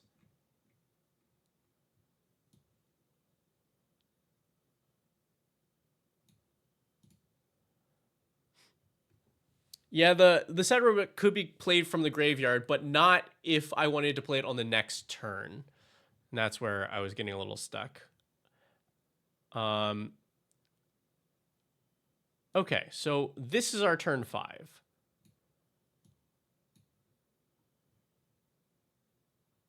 Could play Edgar with 2 mana left.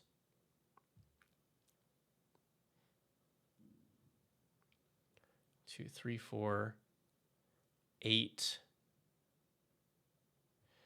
We can go Edgar, Excalibur for free, and equip. Edgar now swings on the next turn, unblockable with Key to the City as a lethal commander. Oh God! All right, yeah, maybe this is working. I do think it needs like a little bit more interaction, but I think this is too cute. I want it to work, but like we have the same thing in the command zone.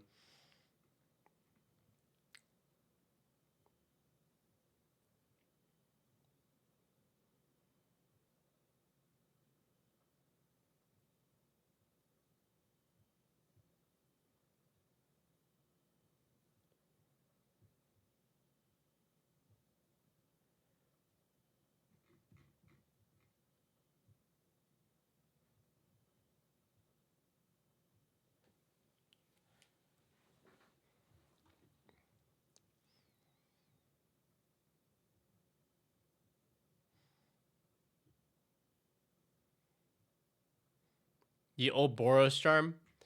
Yeah, that's the thing. Boros Charm also does not stop Idea. And so where you would normally run Boros Charm here, I would rather that interaction either be removal or something that can something to give this deck some play against getting his creature stolen.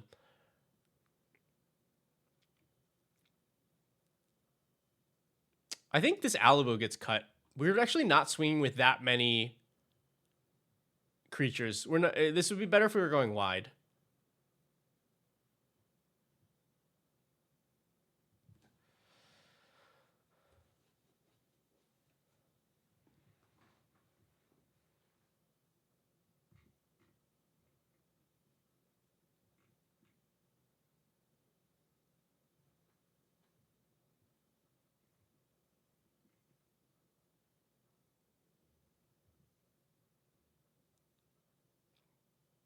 I think also this Brass's Tunnel Grinder is maybe not it. Because we're not consistently descending. We have like some incidental discard and stuff, but it's not like something we need to happen every turn. Like I think it's solid here. I think we're just getting to the point where everything's pretty good.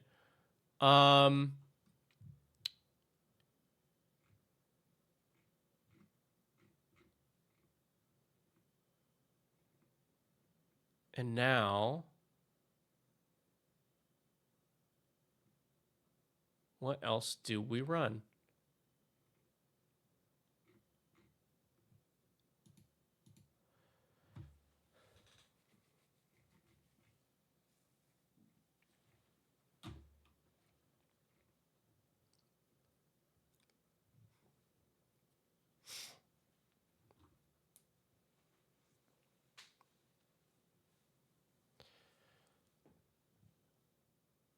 Oh, we could definitely use a board wipe.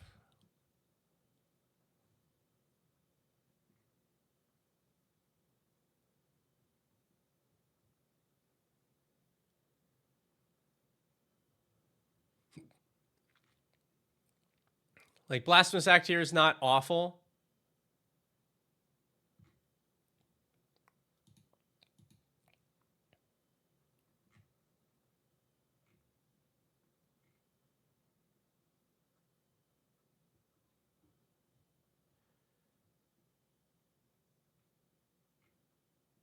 But also, like, a destroy all the small stuff, or I don't know that we cast Organic Extinction that well.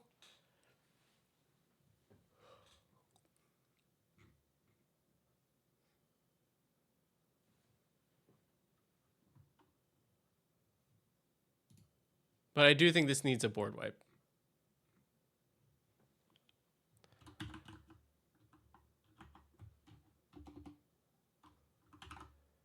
I think we go with the Blasphemous Act.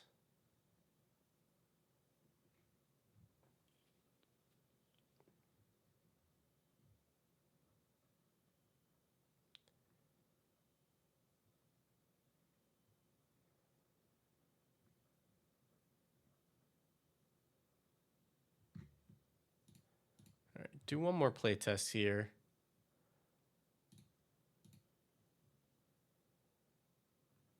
Man, this does not want to give me a normal hand. All right, sure.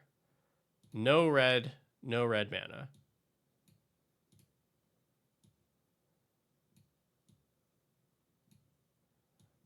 Here's an Ornithopter. Cool. I guess we're plane cycling for our Sacred Foundry.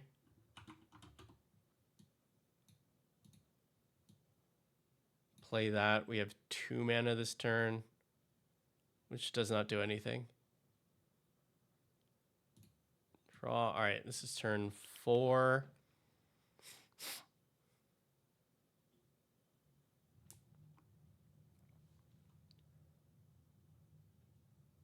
That's a good point, Moradin, but then it gets to the point where this is specific tech to stop one thing, as opposed to like a reasonable card that could go in the deck anyway, that happens to also be the solution that we're looking for.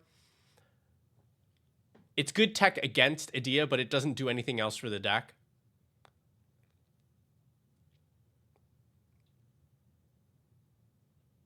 So what this turn could be Quick Welder and Scrap Trawler. Seems good.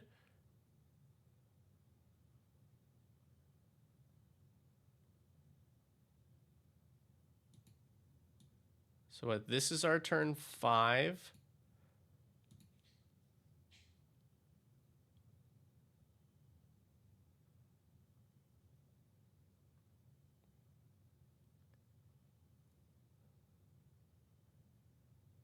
I think we still don't play Edgar here, which is fine because I don't think Edgar is like really the. Yeah, Audacious Reshapers is in this, but that is it. I'd be surprised if that's not a sorcery speed ability.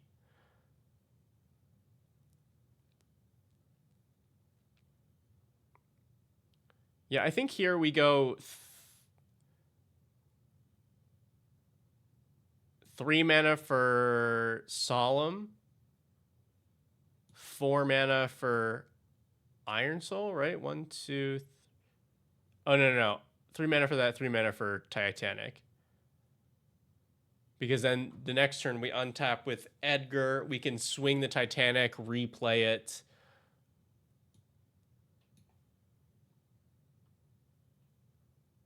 Yeah. Cool. Okay. I think I feel solid about this one. It still might need a tweak or two, but I think we've got the right idea.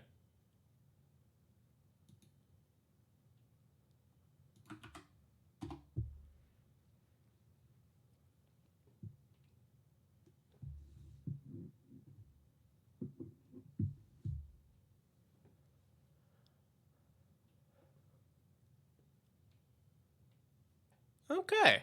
Nice. Audacious is instant? That's sick. Card's cool.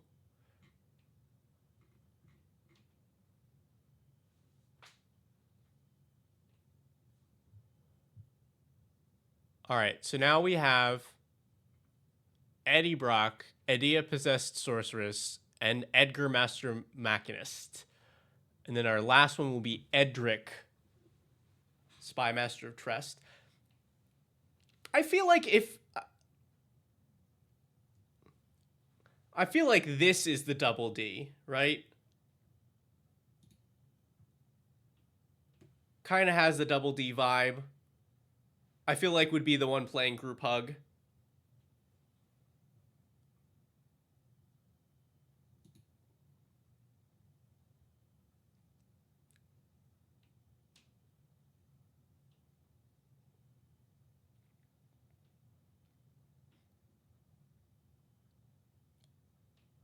And then like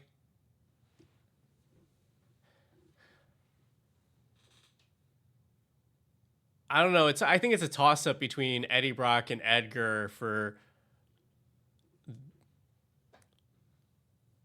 Ed and Eddie. Because I feel like Eddie Brock definitely has an Eddie feel.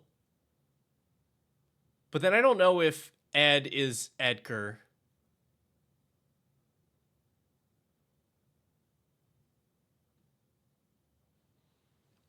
Oh, I mean, Nerd Girl, I am, I've made, I've selected one deck and built two, but have not started the last one and probably would not finish in the, like, 20 minutes that remain.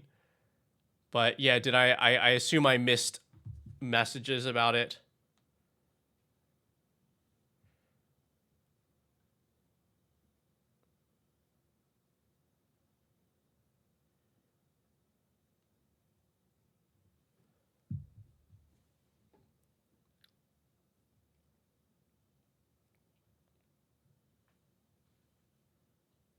I was saying that I probably will not finish. I think it seems unlikely. And I left one that should be pretty easy to make.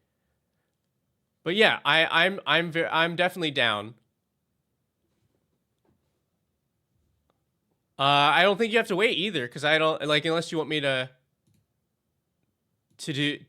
fill time for 20 minutes.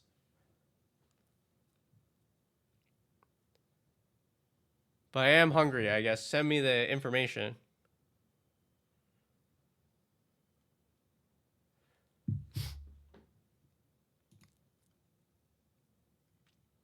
All right, y'all. Well, all I'll say for now is you should follow us on both of our accounts.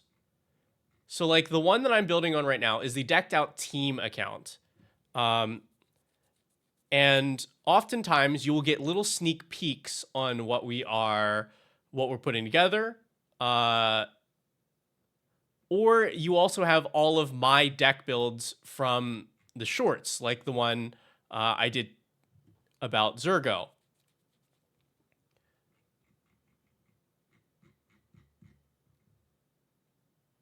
And then the Decked Out Team account, or a Decked Out Show account, is the one with all of the deck lists from the show, which is, you know, very, very useful if you need like a good base for a deck.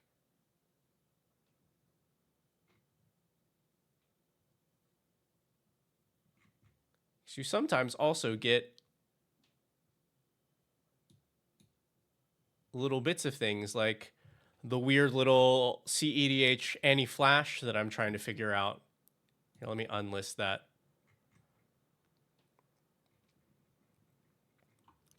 I think this deck is a hot mess.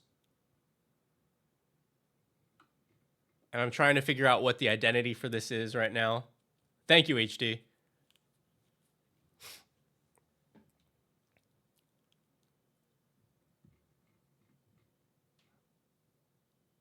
I'm trying. I don't know if this deck is a stacks deck that then grinds out value through the stacks using anti-flash to break parity. I don't know if this is a turbo deck that tries to get anti-flash out as soon as possible and then go infinite using a bunch of stuff. I don't know. Oh yeah, you can absolutely follow people on Moxfield, and in fact, it helps us out because it tells our sponsor Moxfield that people do come to the site because of us. If we are followed by more people, then they are happy and we are happy. So thank you. Yeah, here. I'm gonna put this thing through the playtester because I want to show you all that I might be cooking a little bit. I think we could probably keep this hand. The Avendo hurts. It's really good in the deck, but it coming in tapped hurts. I don't know that we could keep this. It does nothing on turn one. It just curves out really well. All right, yeah, this is definitely much better. Second 7. We go like starting town, wild growth, draw.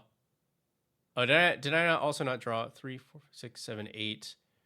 Yeah, I should have had one more last turn. Okay. I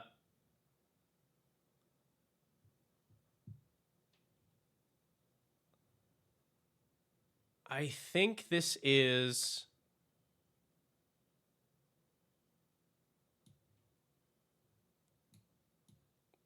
this is probably a good opportunity to get Avendo on the board.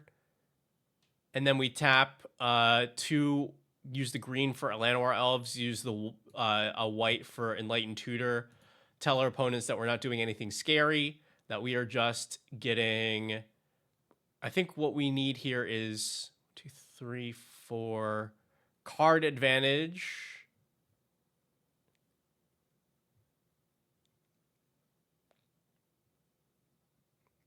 Could grab the Nature's Chosen here.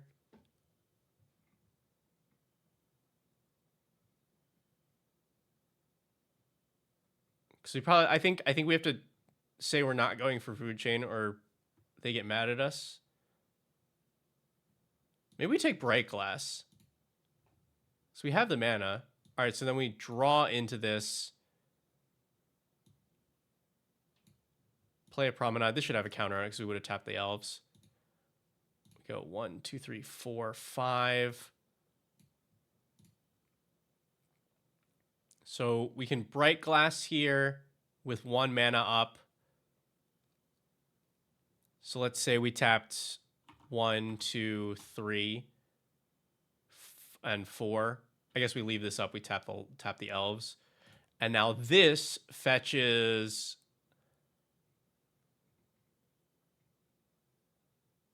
For sure, one of them is Nature's Chosen, which some of you may recognize from a video I did recently. And then what is the other one? We could go for the second combo piece here with and do Meticulous Excavation. Or we could just grab something responsible and take like another Dork.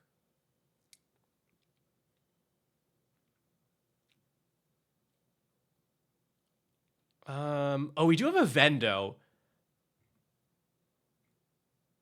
We could take LED.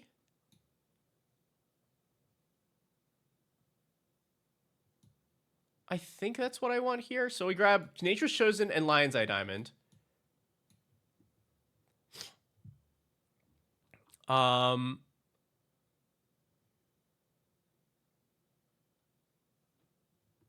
Tap Gearhulk. Add 4 counters to a Vendo.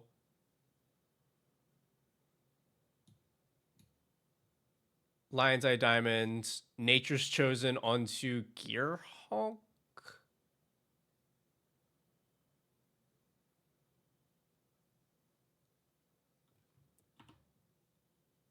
Untap it using Nature's Chosen. Tap it using the other ability. Untap Starting Town.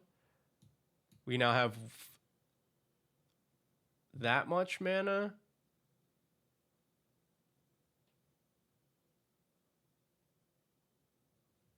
So that means on an opponent's turn, we could go tap Starting Town for 2 mana. Use 1 for Vitalize. So we have 1 floating. Tap Gearhulk. Untap Starting Town. So this is now 3.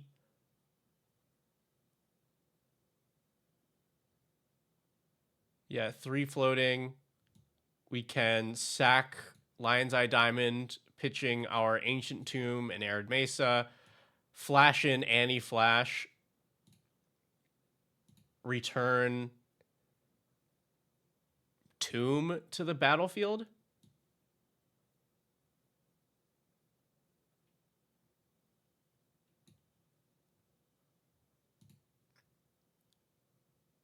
And then if we untap here, I think we win the game. Because Anti-Flash puts Evendo to 9. We exile 2 cards.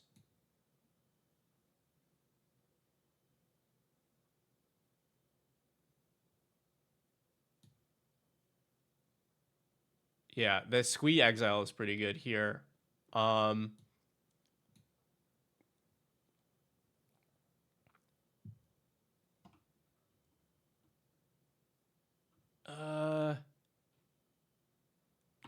So use Bright Glass to put Evendo online. Untap using Nature's Chosen. Tap. Untap Annie, I think.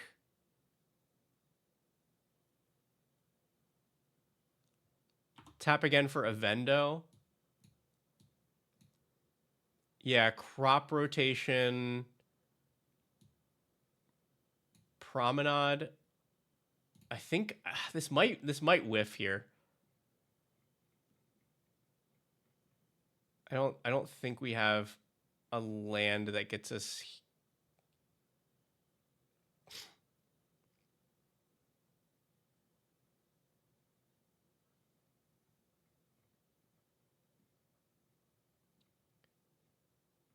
Yeah, okay. So not quite. Like, you know, you can grab a Cradle. If we had one more creature in hand, then Survival of the Fittest ensures the win. But I don't think it quite gets there. But you see what I'm cooking, right?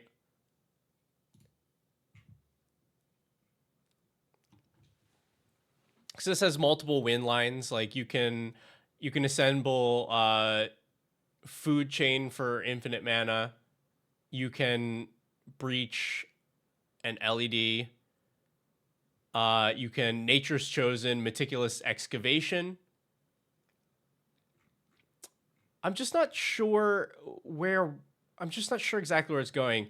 The idea of Monkeyatso comboing with Anti-Flash is also really cool. But I still haven't quite worked that line out. Because if you can target Annie, then it means you recast for 2 mana. But it still counts, it still triggers the first part. So return something that costs 3. Yeah, I don't know.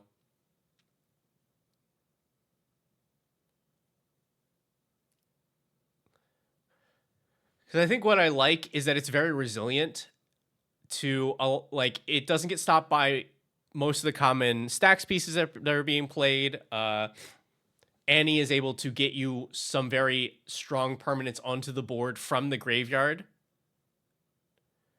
No Wheel of Fortune? Yeah, I probably should be on Wheel. But I need to decide, like, is this what kind of deck is this trying to be?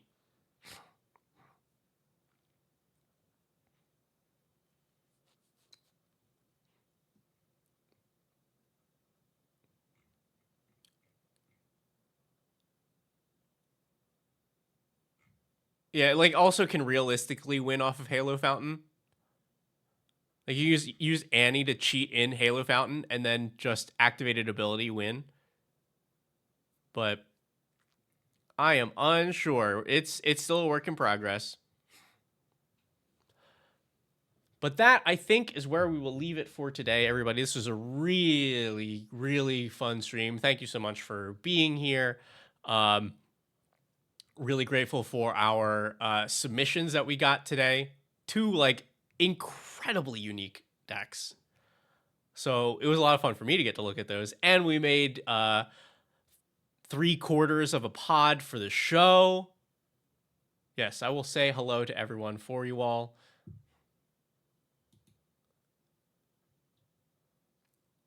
Oh, awesome. Good to hear it, Wendy's. I will be here.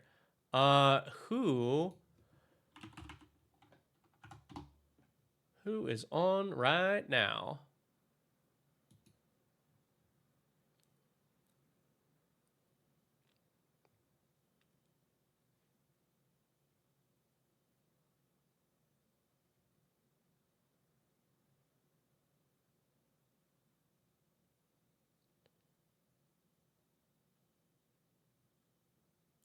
Oh, of course. I'll send you all to Kuro.